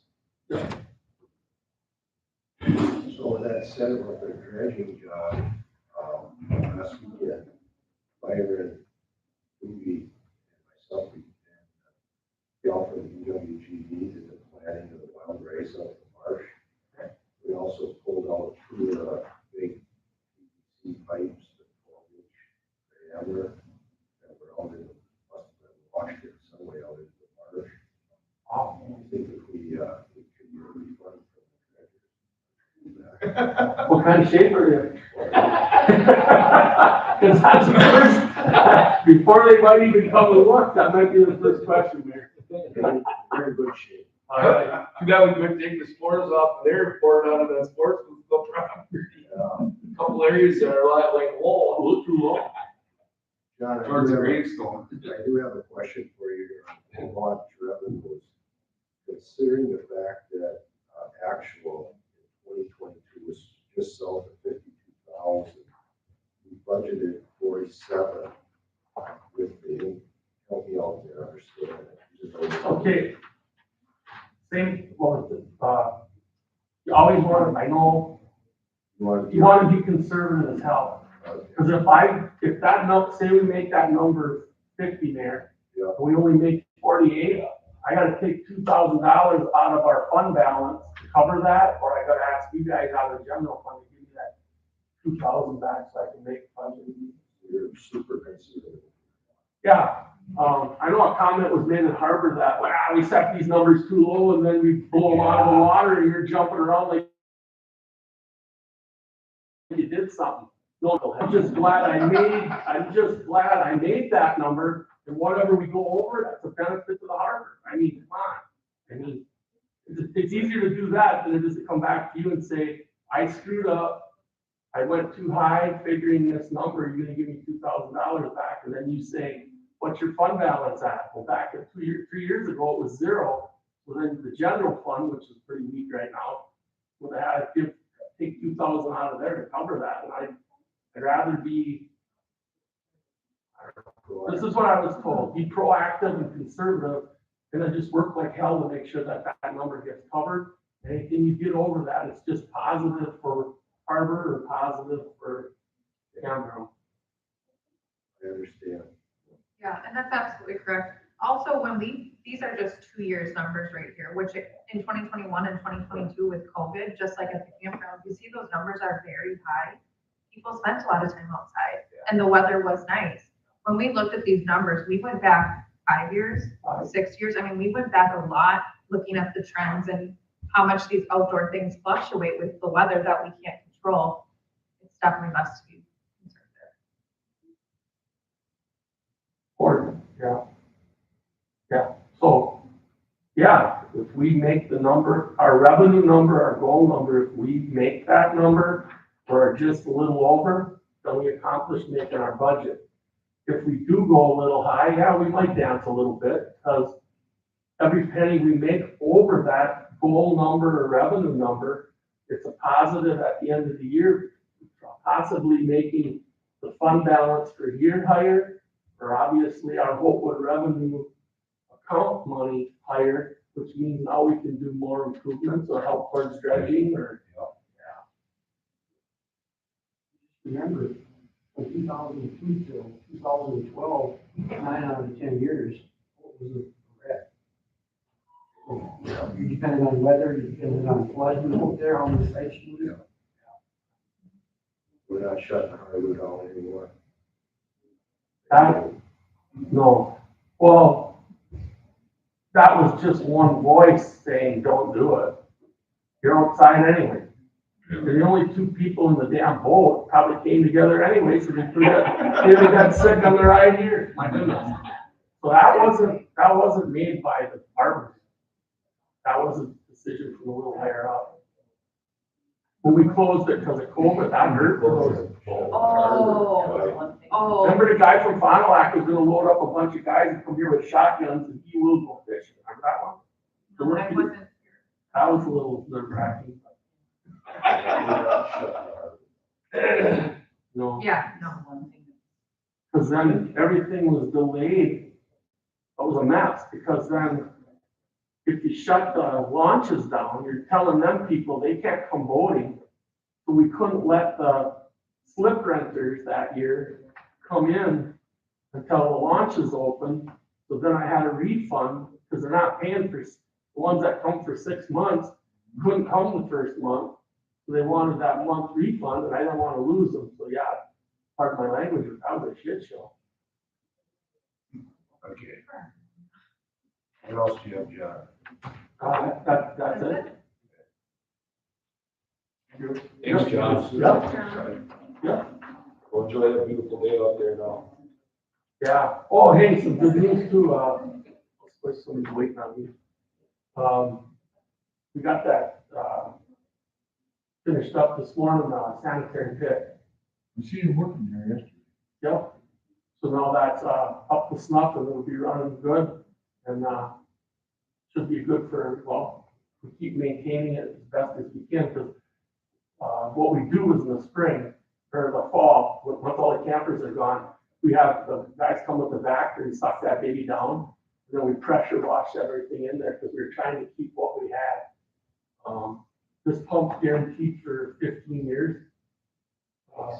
Life, I should say, the life of expectancy is 15 years. Nothing's guaranteed, but the old one we had a 20-year life expectancy. We got 26 out of it, so. But that's a big thing towards being, the inspector comes, because she comes once a year and she's something else. But anyway, that would be a reason to be shut down. Did you get installed in one day?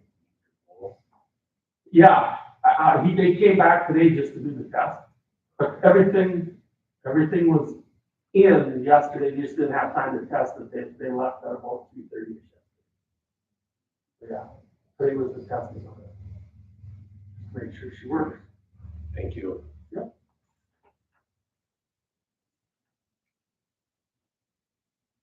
Okay. Miss Amy, Ready? new librarian. You can have the hot seat. I'm out of here. I was gonna give you my paperwork. I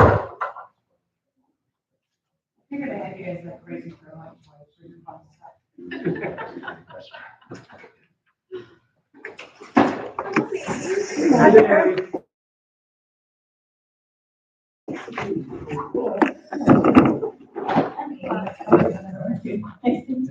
I know you.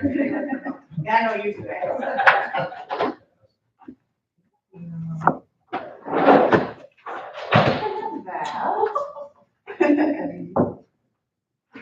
meeting you. I don't think I've ever met you. Nice to meet you. Hi, nice to meet you.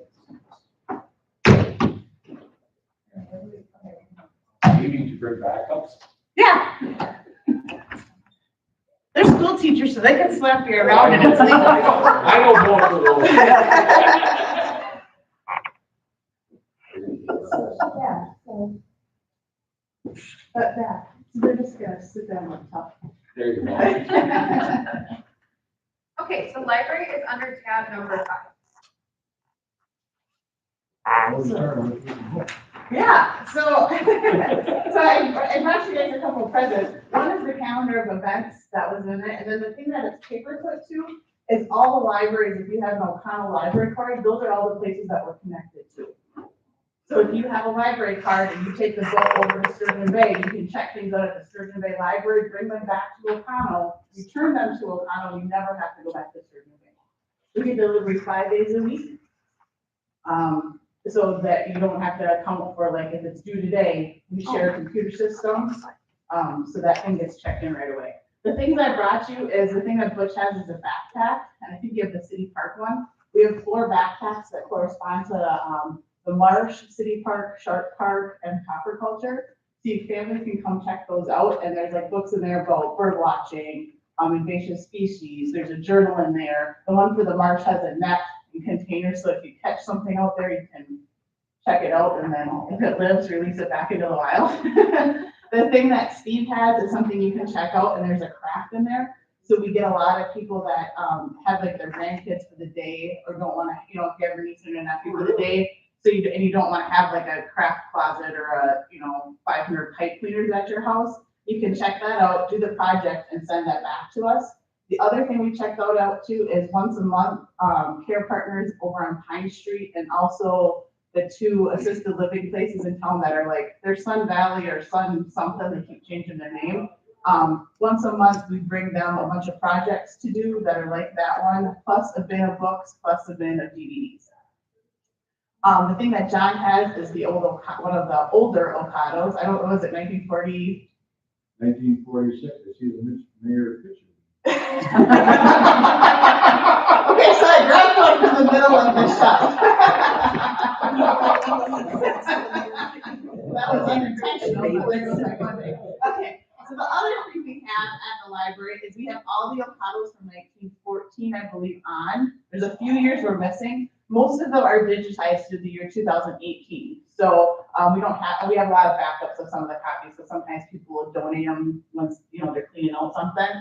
So that's just to highlight that. And then we have about half a shelf section. So I would say a good section of the nonfiction part is all O'Connell history. A lot of it before it was digitized. So we have history of the cemetery records, a lot of local history books, like the old hall books. We have like all the Coolersville books. So a lot of O'Connell and O'Connell history in that section. Brittany, what did you get? I can't remember what I brought now. Okay, so we also have magazine and newspaper subscriptions that a lot of people come and check out and read. So that's a big, as people are talking about economic things and things they want to do, that's hardship and things like that. The thing the mayor has is part of the dementia library that we have. So this section on the old part, like the old part of the building on the 3rd floor, that was funded by the Elks Club and donations. So it's things for caregivers to read about how to help someone with dementia. And we have tons of activity events like that if someone is starting to show signs of dementia or they already have it, those are good activities for them to do to keep their mind sharp. That was unintentional. That was unintentional. The other thing is if you flip that box over, that one is in memory of a specific person. So you guys were talking about like things that like you can do the trees in memory or something. We get donations all the time that say there's $200, spend it in memory of someone. So we might buy physical objects like that, or we might put them in actual books. So they might say like the one I just got this week that said she was a really big Packer fan. So if we can find a Packer history book or something like that, then we'll put a plaque in that book. The thing that Miss Jean has is the first season of Yellowstone. So we do have an extensive DVD for adults, families, kids, and a TV section. So we have like all the seasons of MASH. So if we haven't cut every episode on like MeTV at 1 in the morning, you can go back and watch old episodes. and you can watch newer series like that or something like that hasn't been on regular TV. And that's where being connected to all those libraries comes in handy, because if we don't have whatever, or we didn't buy it that year, we can get it, and it's usually here within a day or two. If it's not at one of those libraries, we have access to every library collection in the state of Wisconsin, including the university. So we have a lot of people that do obscure genealogy history. So that's one of the things you can get. So if there's pretty much, if it existed on DVD or in a book, we can probably find it. The final thing that I brought is that's called the Launchpad, and a lot of the libraries got those a couple of years with grants. It is a tablet and it has preloaded games on it. The awesome thing about that for O'Connell and the rural residents is that it doesn't connect to the internet. So it's all preloaded, fun, educational games. We have them only in O'Connell for pre-K up to, I think, grade 5, but there are adult ones like word puzzles and things like that. So the cool thing about that is it doesn't connect to the internet. So if you give it to a kid, they have to put in like a letter for their name or pick their person they want to be. But you don't have to worry about using up any of your bandwidth to download anything, and nobody can get at them, or they can't accidentally buy 6 things on Amazon through that tablet. That's just, one of the things. So these are all the things besides books that we have at the library. We have puzzles, cake pans, cookie cutters, just a wide array of stuff. So just because we don't have Patsy, that's kind of your guys' connection to the library, I just wanted to show you through that and through that newsletter all the things that are going on that are not just checking out books. So when we look at the budget, it's not just, hey, come in. It's not just books, and it's not just, stuff for kids. So that's a lot to say. So, Miss Amy, you know why it was the most popular one in high school? No, I don't. I spent 10 years.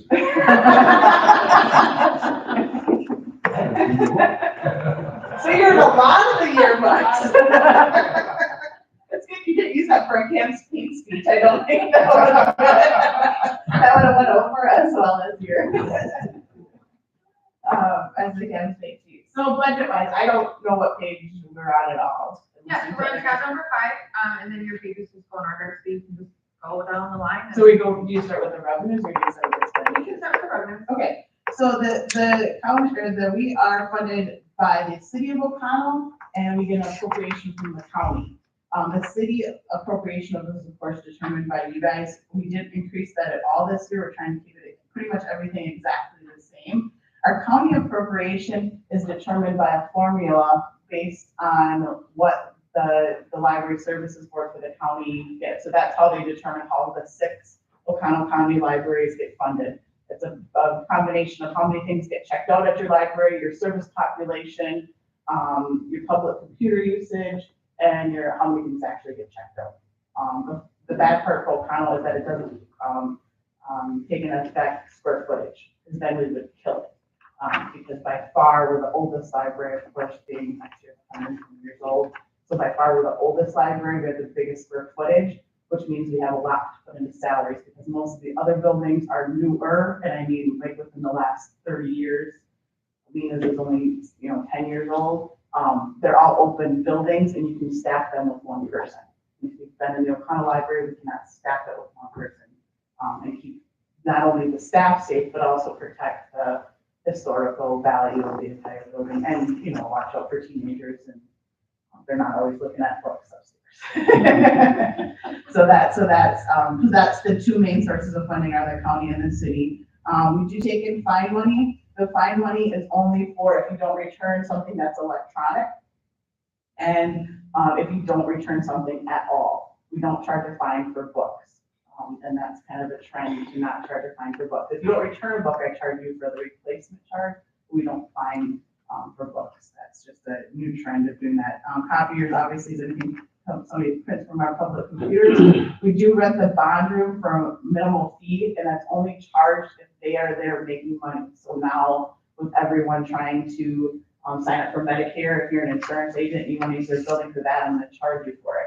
If you're the Elks Club and you just want to meet in a different spot, or the City Hall, wants to use it for a meeting, those we don't charge for. If somebody's tutoring, we don't charge for that. It's only if you're using our building to promote your business, then you get a charge for that.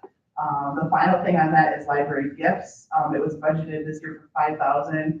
We were blessed to go way beyond that this year, but I kept it at $5,000. And that's where we get that grand total of revenues of just over $298,000.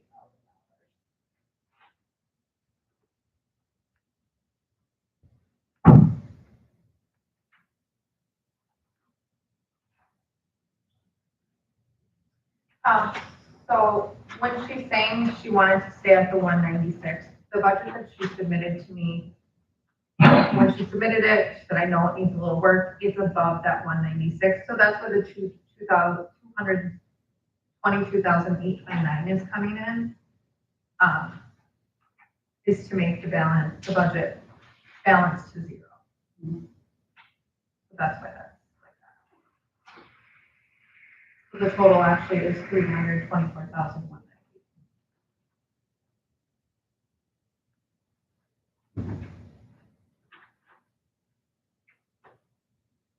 So the 222,829, that's the city's portion?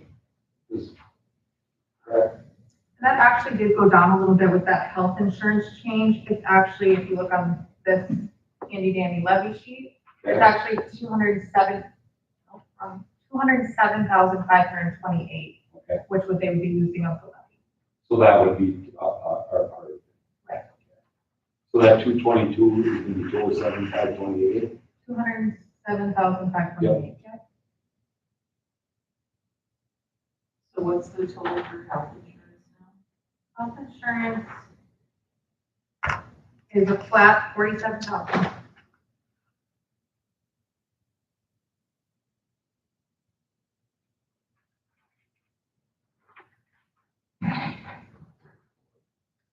It was That'll be underneath our, it was 62,301. Is it now? 47,000. So saving us a little over $15,000.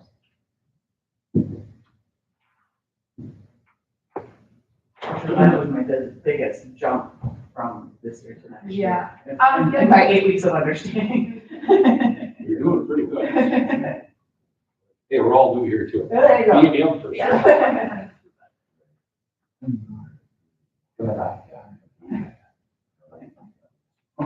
Why that's so different is because if you look on the library wage sheet, so you can see Amy has a family plan.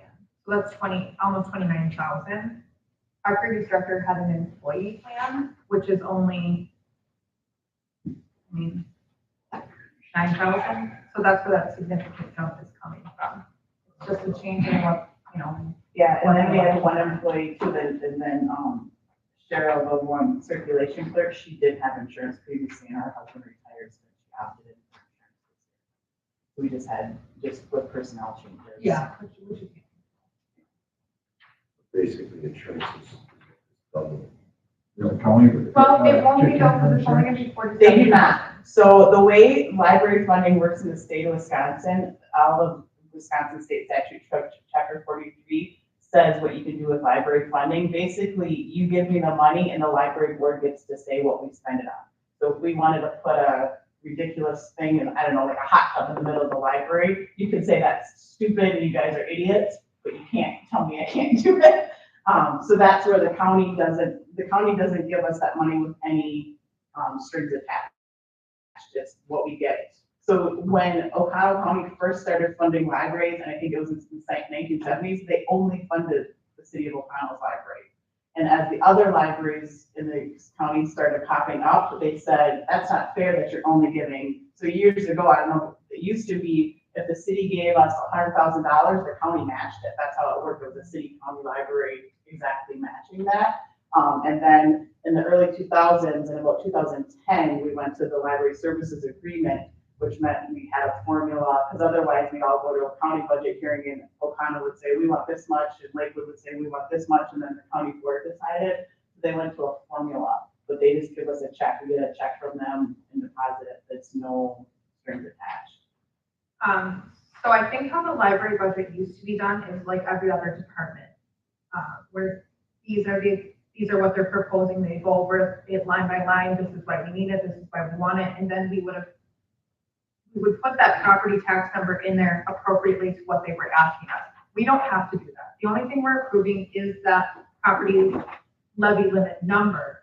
So we could say, sorry, we're only giving you 200,000, you gotta make it work. Yeah. So- Then I would throw you guys under the bus at every opportunity.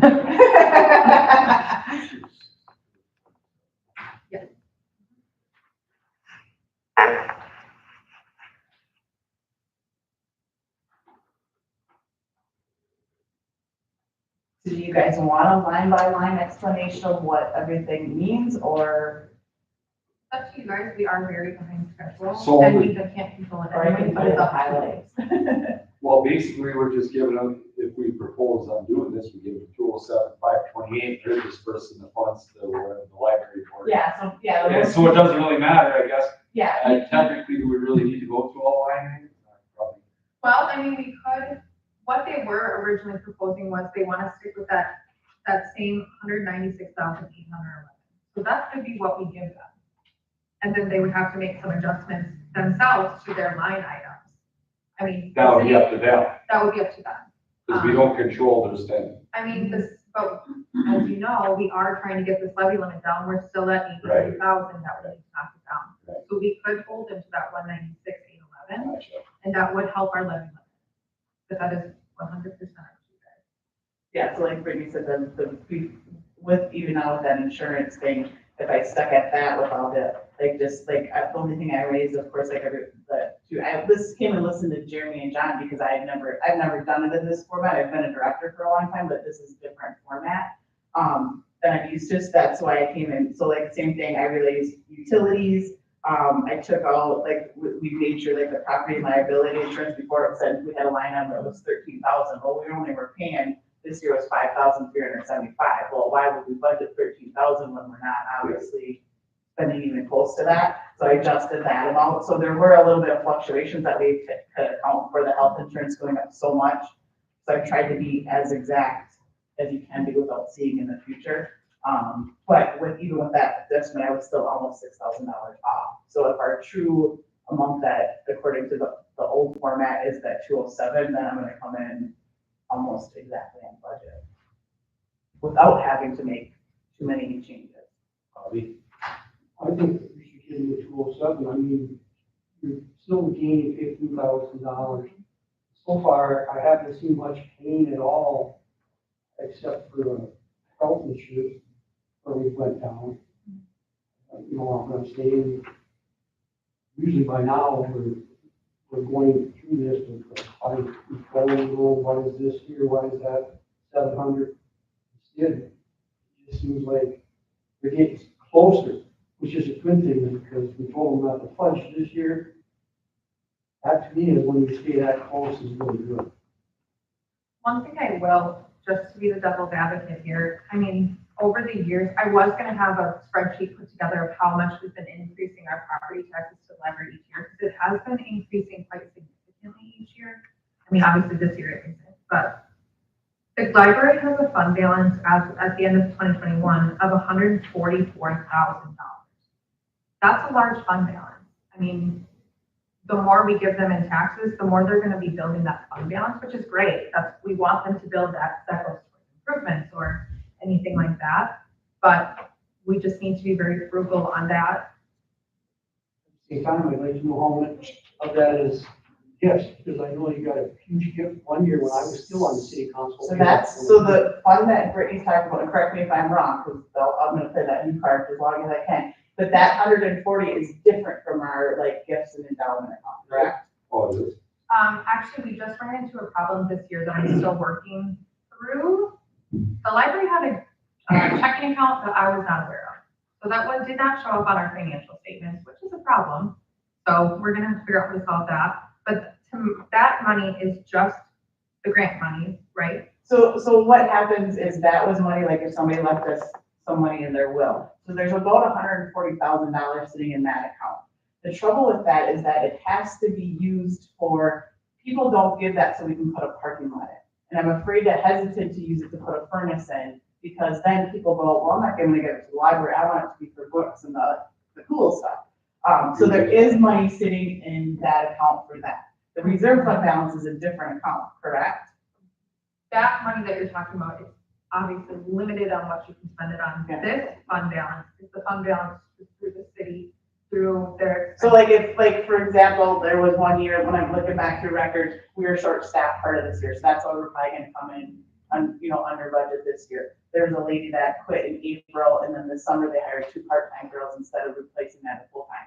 So all those things were budgeted for that girl to have insurance and retirement, and the 2 people that we replaced her for. So at the end of the year, if the library has $10,000, that's what went into that reserve fund balance, and the library's been slowly building up that account, which there's never been like in reading back to the minutes, there's never been a like, hey, you guys probably shouldn't have that much, or what is a good amount? We're also sitting in a 120-year-old building. We were clear, a window breaks that's not covered by insurance, or a furnace breaks, and our air conditioner goes, that's what that money should be used for. The other thing that's not reflected in your budget that a lot of other libraries have is we don't have a technology fund. We don't have hey, we should probably replace some of these things. We don't have like a landscaping fund or all those things that, like a sinking fund, like the guys are talking about, like, if we're not gonna buy a dump truck, obviously, but if I go buy 8 new computers, that's $6,000 or $7,000. Where if you hit that 1 year, as opposed to, we put $2,000 in that account, and then every 3 years I replace all the computers. So we run 10 to 12 computers over there, half of them being staff and half of them being public computers.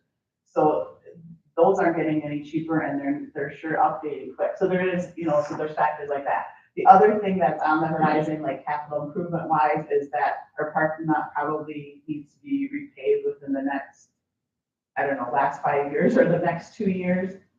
We're looking at getting new security cameras. You guys are just steel. Just probably, just steel. Yeah, just steel. We're looking at getting new security cameras. For one, if we're ever short-staffed, that also, if you think about how you walk into the library, you walk into that new part, if you're upstairs, if anything happens on that part that you walk into, you can't hear or see anything on that first floor.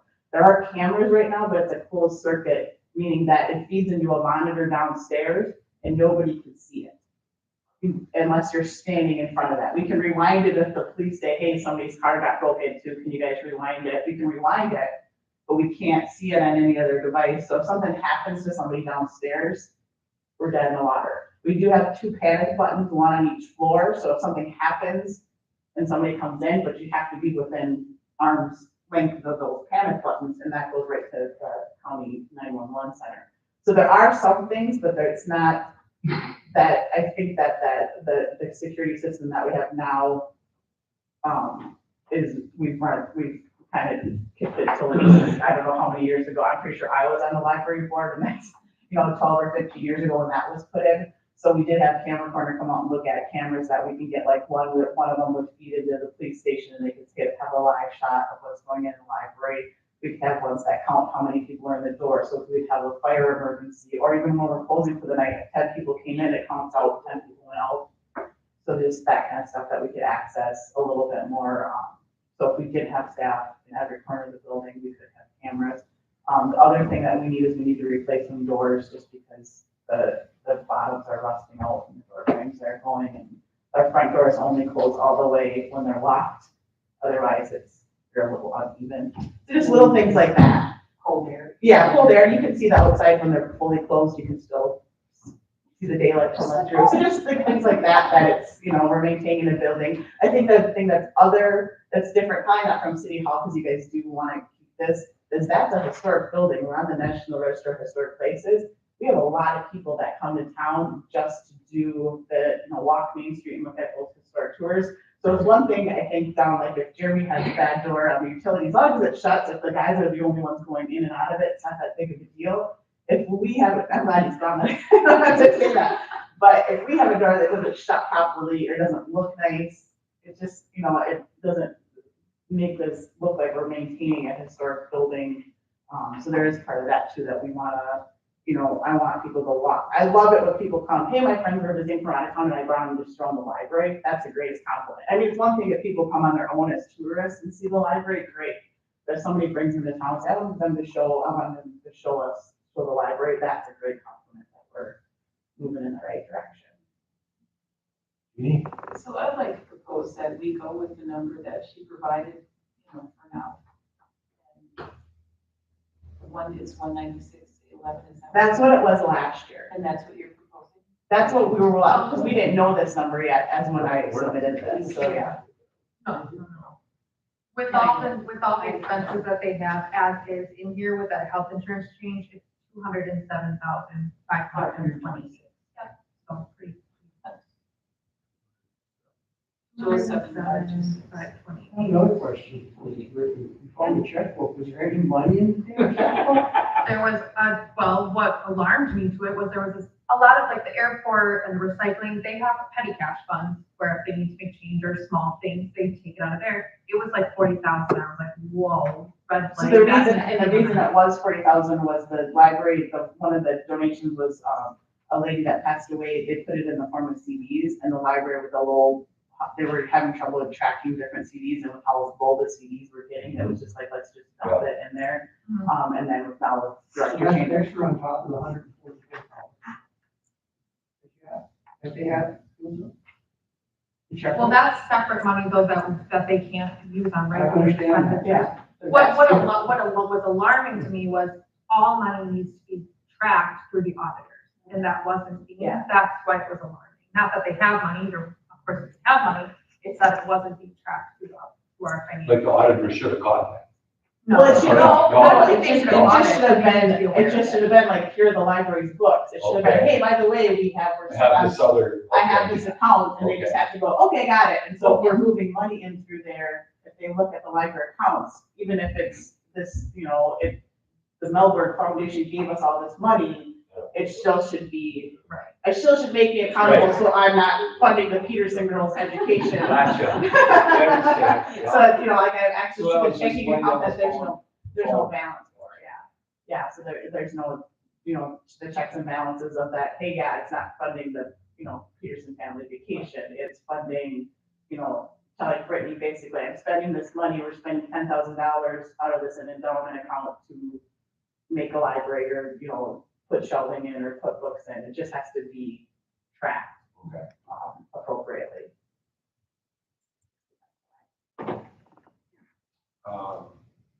Please bring this up as far as, on our library board, Patsy Bake is the council representative.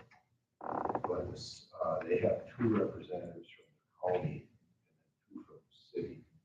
And the two city ones just stepped aside. Is it Kevin Judy? Kevin Judy moved up, he's moving outside the city, they lived in the Right. farmhouse. He's going to be replaced by Scott Stewart.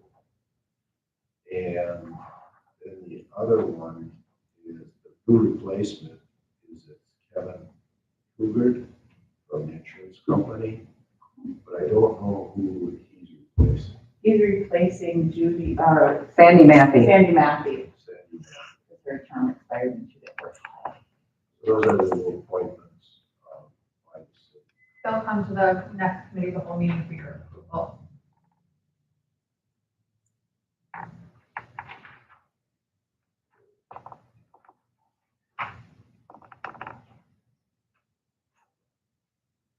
Do you anticipate that any future gifts or endowments that you?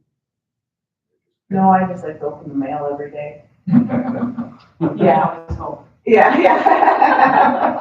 I open everything, because some of them come like a little suspiciously, but yeah. No, like I got $300 this week because, Mrs. Woodward Parrish passed away, so some of her, so I think sometimes the family will say give it directly to the library, sometimes families will do, or sometimes family friends will just say, they'll write a note. Sometimes even like the Women's Club or Elks Club will say, so-and-so passed away, we collected at our meeting, here's $50 to, like I said, that one was like buy a Packer book or buy something for the kids area. Sometimes they come with very specific directions, sometimes it's. And that's what's under the library gift. That would be a gift account, yep, and then wherever we spend it. So that's why sometimes, like you're, especially because in this budget, like the books and subscriptions, there's a lot of times in library budgets that'll go over by like $2 or $3 grand. It's because you took in $2 or $3 grand of that. And this, and especially with O'Connell's budget, it's all those things. So those books or subscriptions are everything, whether it be something we buy digitally, something we buy DVD as a physical copy. So that, to me, that was like, oh, that's a lot of money to spend on books. But when you take out like the electronic services that we pay for and all the things that we pay for out of that, if you don't spend a lot on actual physical materials relative to the size of the city. But that's where being part of that consortium and that automation contract, that 11,483 on line item 200, that's where being part of that group with all those other libraries comes in handy. You don't have to have everything in Ohio. We're a couple days away from everything. Or if you're really desperate for something and they have it sitting on the shelf of Lena, or they have it sitting on the shelf of Marinette, you can physically drive and check it out with your library card there. It doesn't have to come through O'Connell. So that's why, you know, those are a couple bigger line items, but we do reap the benefits of being part of that group and, you know, belonging to that service. There is, you know, can't run it on nothing, but there are some benefits to being connected to everybody else.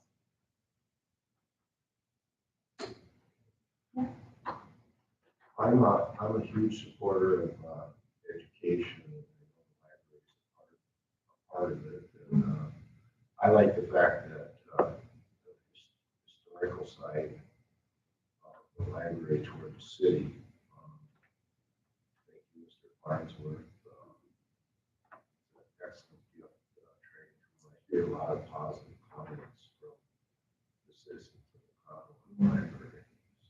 And I think the library too is like if you come in the library and you think, well, are people here for very, you know, sometimes our best customers we never see for very long because they're using the electronic stuff, or they come in just to print, or they're coming, you know, they're coming in for things, but they're not spending 3 hours. You know, it's not like we're a research library where people have to spend 3 hours there. So we are being utilized, and we're a good gap between the haves and the have-nots. Not everybody has a printer and a computer and fast Wi-Fi and all those things. So the thing I didn't get to bring is we do have those Wi-Fi hotspots you can check out, but there's none at Blackbird right now to show you what they are, which is a good thing. But that's, you know, there's a lot of people that, if you see people sitting in our parking lot, they're not doing, hopefully they're not doing illegal things, but they're using the Wi-Fi. Yeah, I've seen that before, yeah. Yeah, if it looks like Yeah, you're they're sitting there on the- blowing. yeah. That, and then you go to most libraries, the other thing that's cool about it is that, like, even law enforcement, like, when I was formerly at the Lee Library, a lot of the sheriff's departments knew that the Wi-Fi worked really good in our parking lot, so people would be like, oh, there's something going on. Nope, it's just the sheriff's using the free Wi-Fi that's there. Amy, how long have you been in the library business? So I was at the Lena Library for the last 7 years. I was briefly in O'Connell Falls I started in O'Connell Falls late last year and went until August. I accepted this position. Before I was a library director, I was on the O'Connell Board of Trustees. I was a trustee for 5 or 6 years, and I was president of the Friends for most of that when my kids were little. But yeah, I got the Lena job in 2014.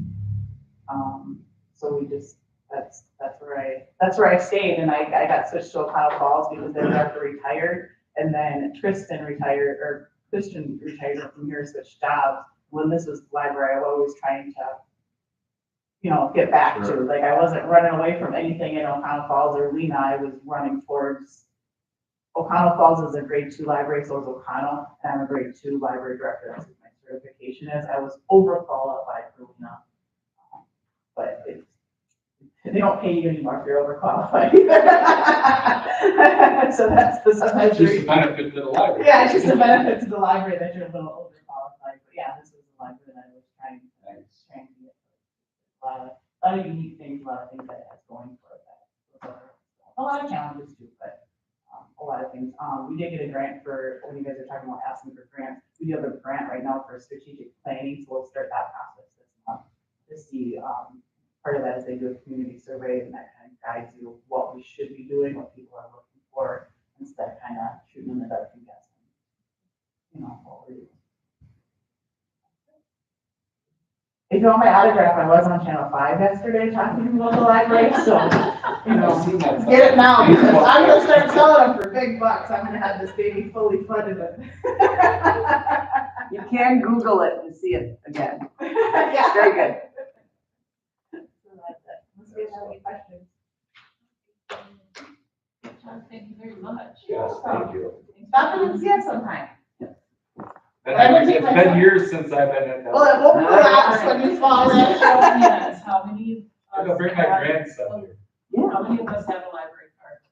I still got one. Did they ever? Well, I have one from. I have- So if you don't owe Yeah. any money, and you haven't been in 3 years, you're probably out of the system. kick you out after 3 years. So that's, yeah, so I did. Then I'm definitely out of the Yeah, system. yeah. You- Really? It's been 30 years. Your name might be on a list, though, Steve. Do not let him in. No.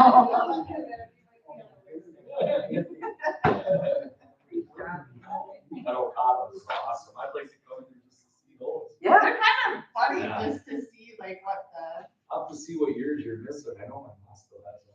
So, and I know that, I talked to Ron Hayes once and he had all of them. He's been like going to auctions. Oh, really? Yeah. Well, and the Historical Society has, well, maybe not the last few, but we have that, and also the Oconto County Genealogical Society in Surrey. We share around, you know, we have extra copies, all right, Yeah. who doesn't have it, we need to do that. But if you wanna see, yeah, like a lot of guys that don't have hair anymore with their hair. Things like that. Thanks, Amy. Yeah. I meant the hair. I didn't point any fingers, but yeah, my dad's one of them. The shoes it. Yeah, my dad's one of them for sure. And now you get lunch. For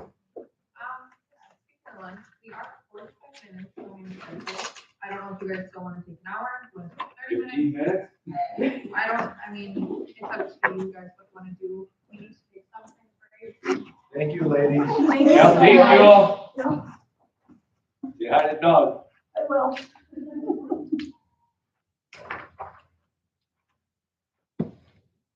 Need a motion.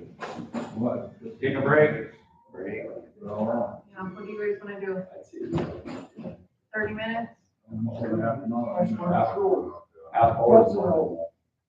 What? That's all, let's go. No. I gotta take a break. Yeah, we need a break. Because that was the easy half of the day. Yeah, you The don't fire want, department's coming up in the afternoon. Yeah. That's always the hardest one. you don't wanna see me when I'm hungry. I don't know, I'd like to know exactly how much endowments and checkbooks and everything else they got in You should have saw my face when I saw that bank account. I almost Well, they're sitting pretty healthy. fainted. There was a time, a couple of years ago, when, one of the, I think it was one of the, before, Kristen started, there was a director that she replaced that was doing some really wacky stuff and taken out the account. Right, I don't know, I can't remember what that was, but that was quite that was one of the things. And it wouldn't be the first time, but these people don't feel like, it doesn't seem like they're usable, like this. Like she was putting like espresso machines on Yeah. floors, just Well, spending money very oddly. In the past too, the city had very little control on the library. It was actually very shocking to me. And I met with Amy and talked to her saying, we need better communication. We're not trying to take anything away, but we need to know more of what's going on. We didn't even track their vacation and holiday hours. We paid their payroll. We need to track that. I mean, legally, we need to track that. So this year will be the first year that we're actually keeping track of that stuff. Do they have to turn in time sheets then? They will now. Yeah, they have never in the past, which the director should not keep track of her own. No person should keep track of their own No, absolutely time. not. That's just craziness. Checking tallies. Yeah, exactly. So That- Amy's been great to Yeah. work with and so it's fun. We're lucky. Yeah. 30 minutes, want to Yeah, get right here half at hour. one for lunch? I mean, that's a boss of knowledge. She can't even do her own time card. She does her other boss's time cards, you know what I mean? Because they can't do that.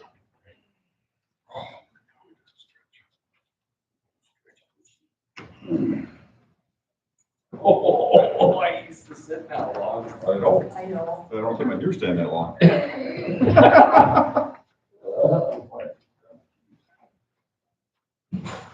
What, you going home and eat something quick? I think so. Yeah, me too. So feel up to the afternoon.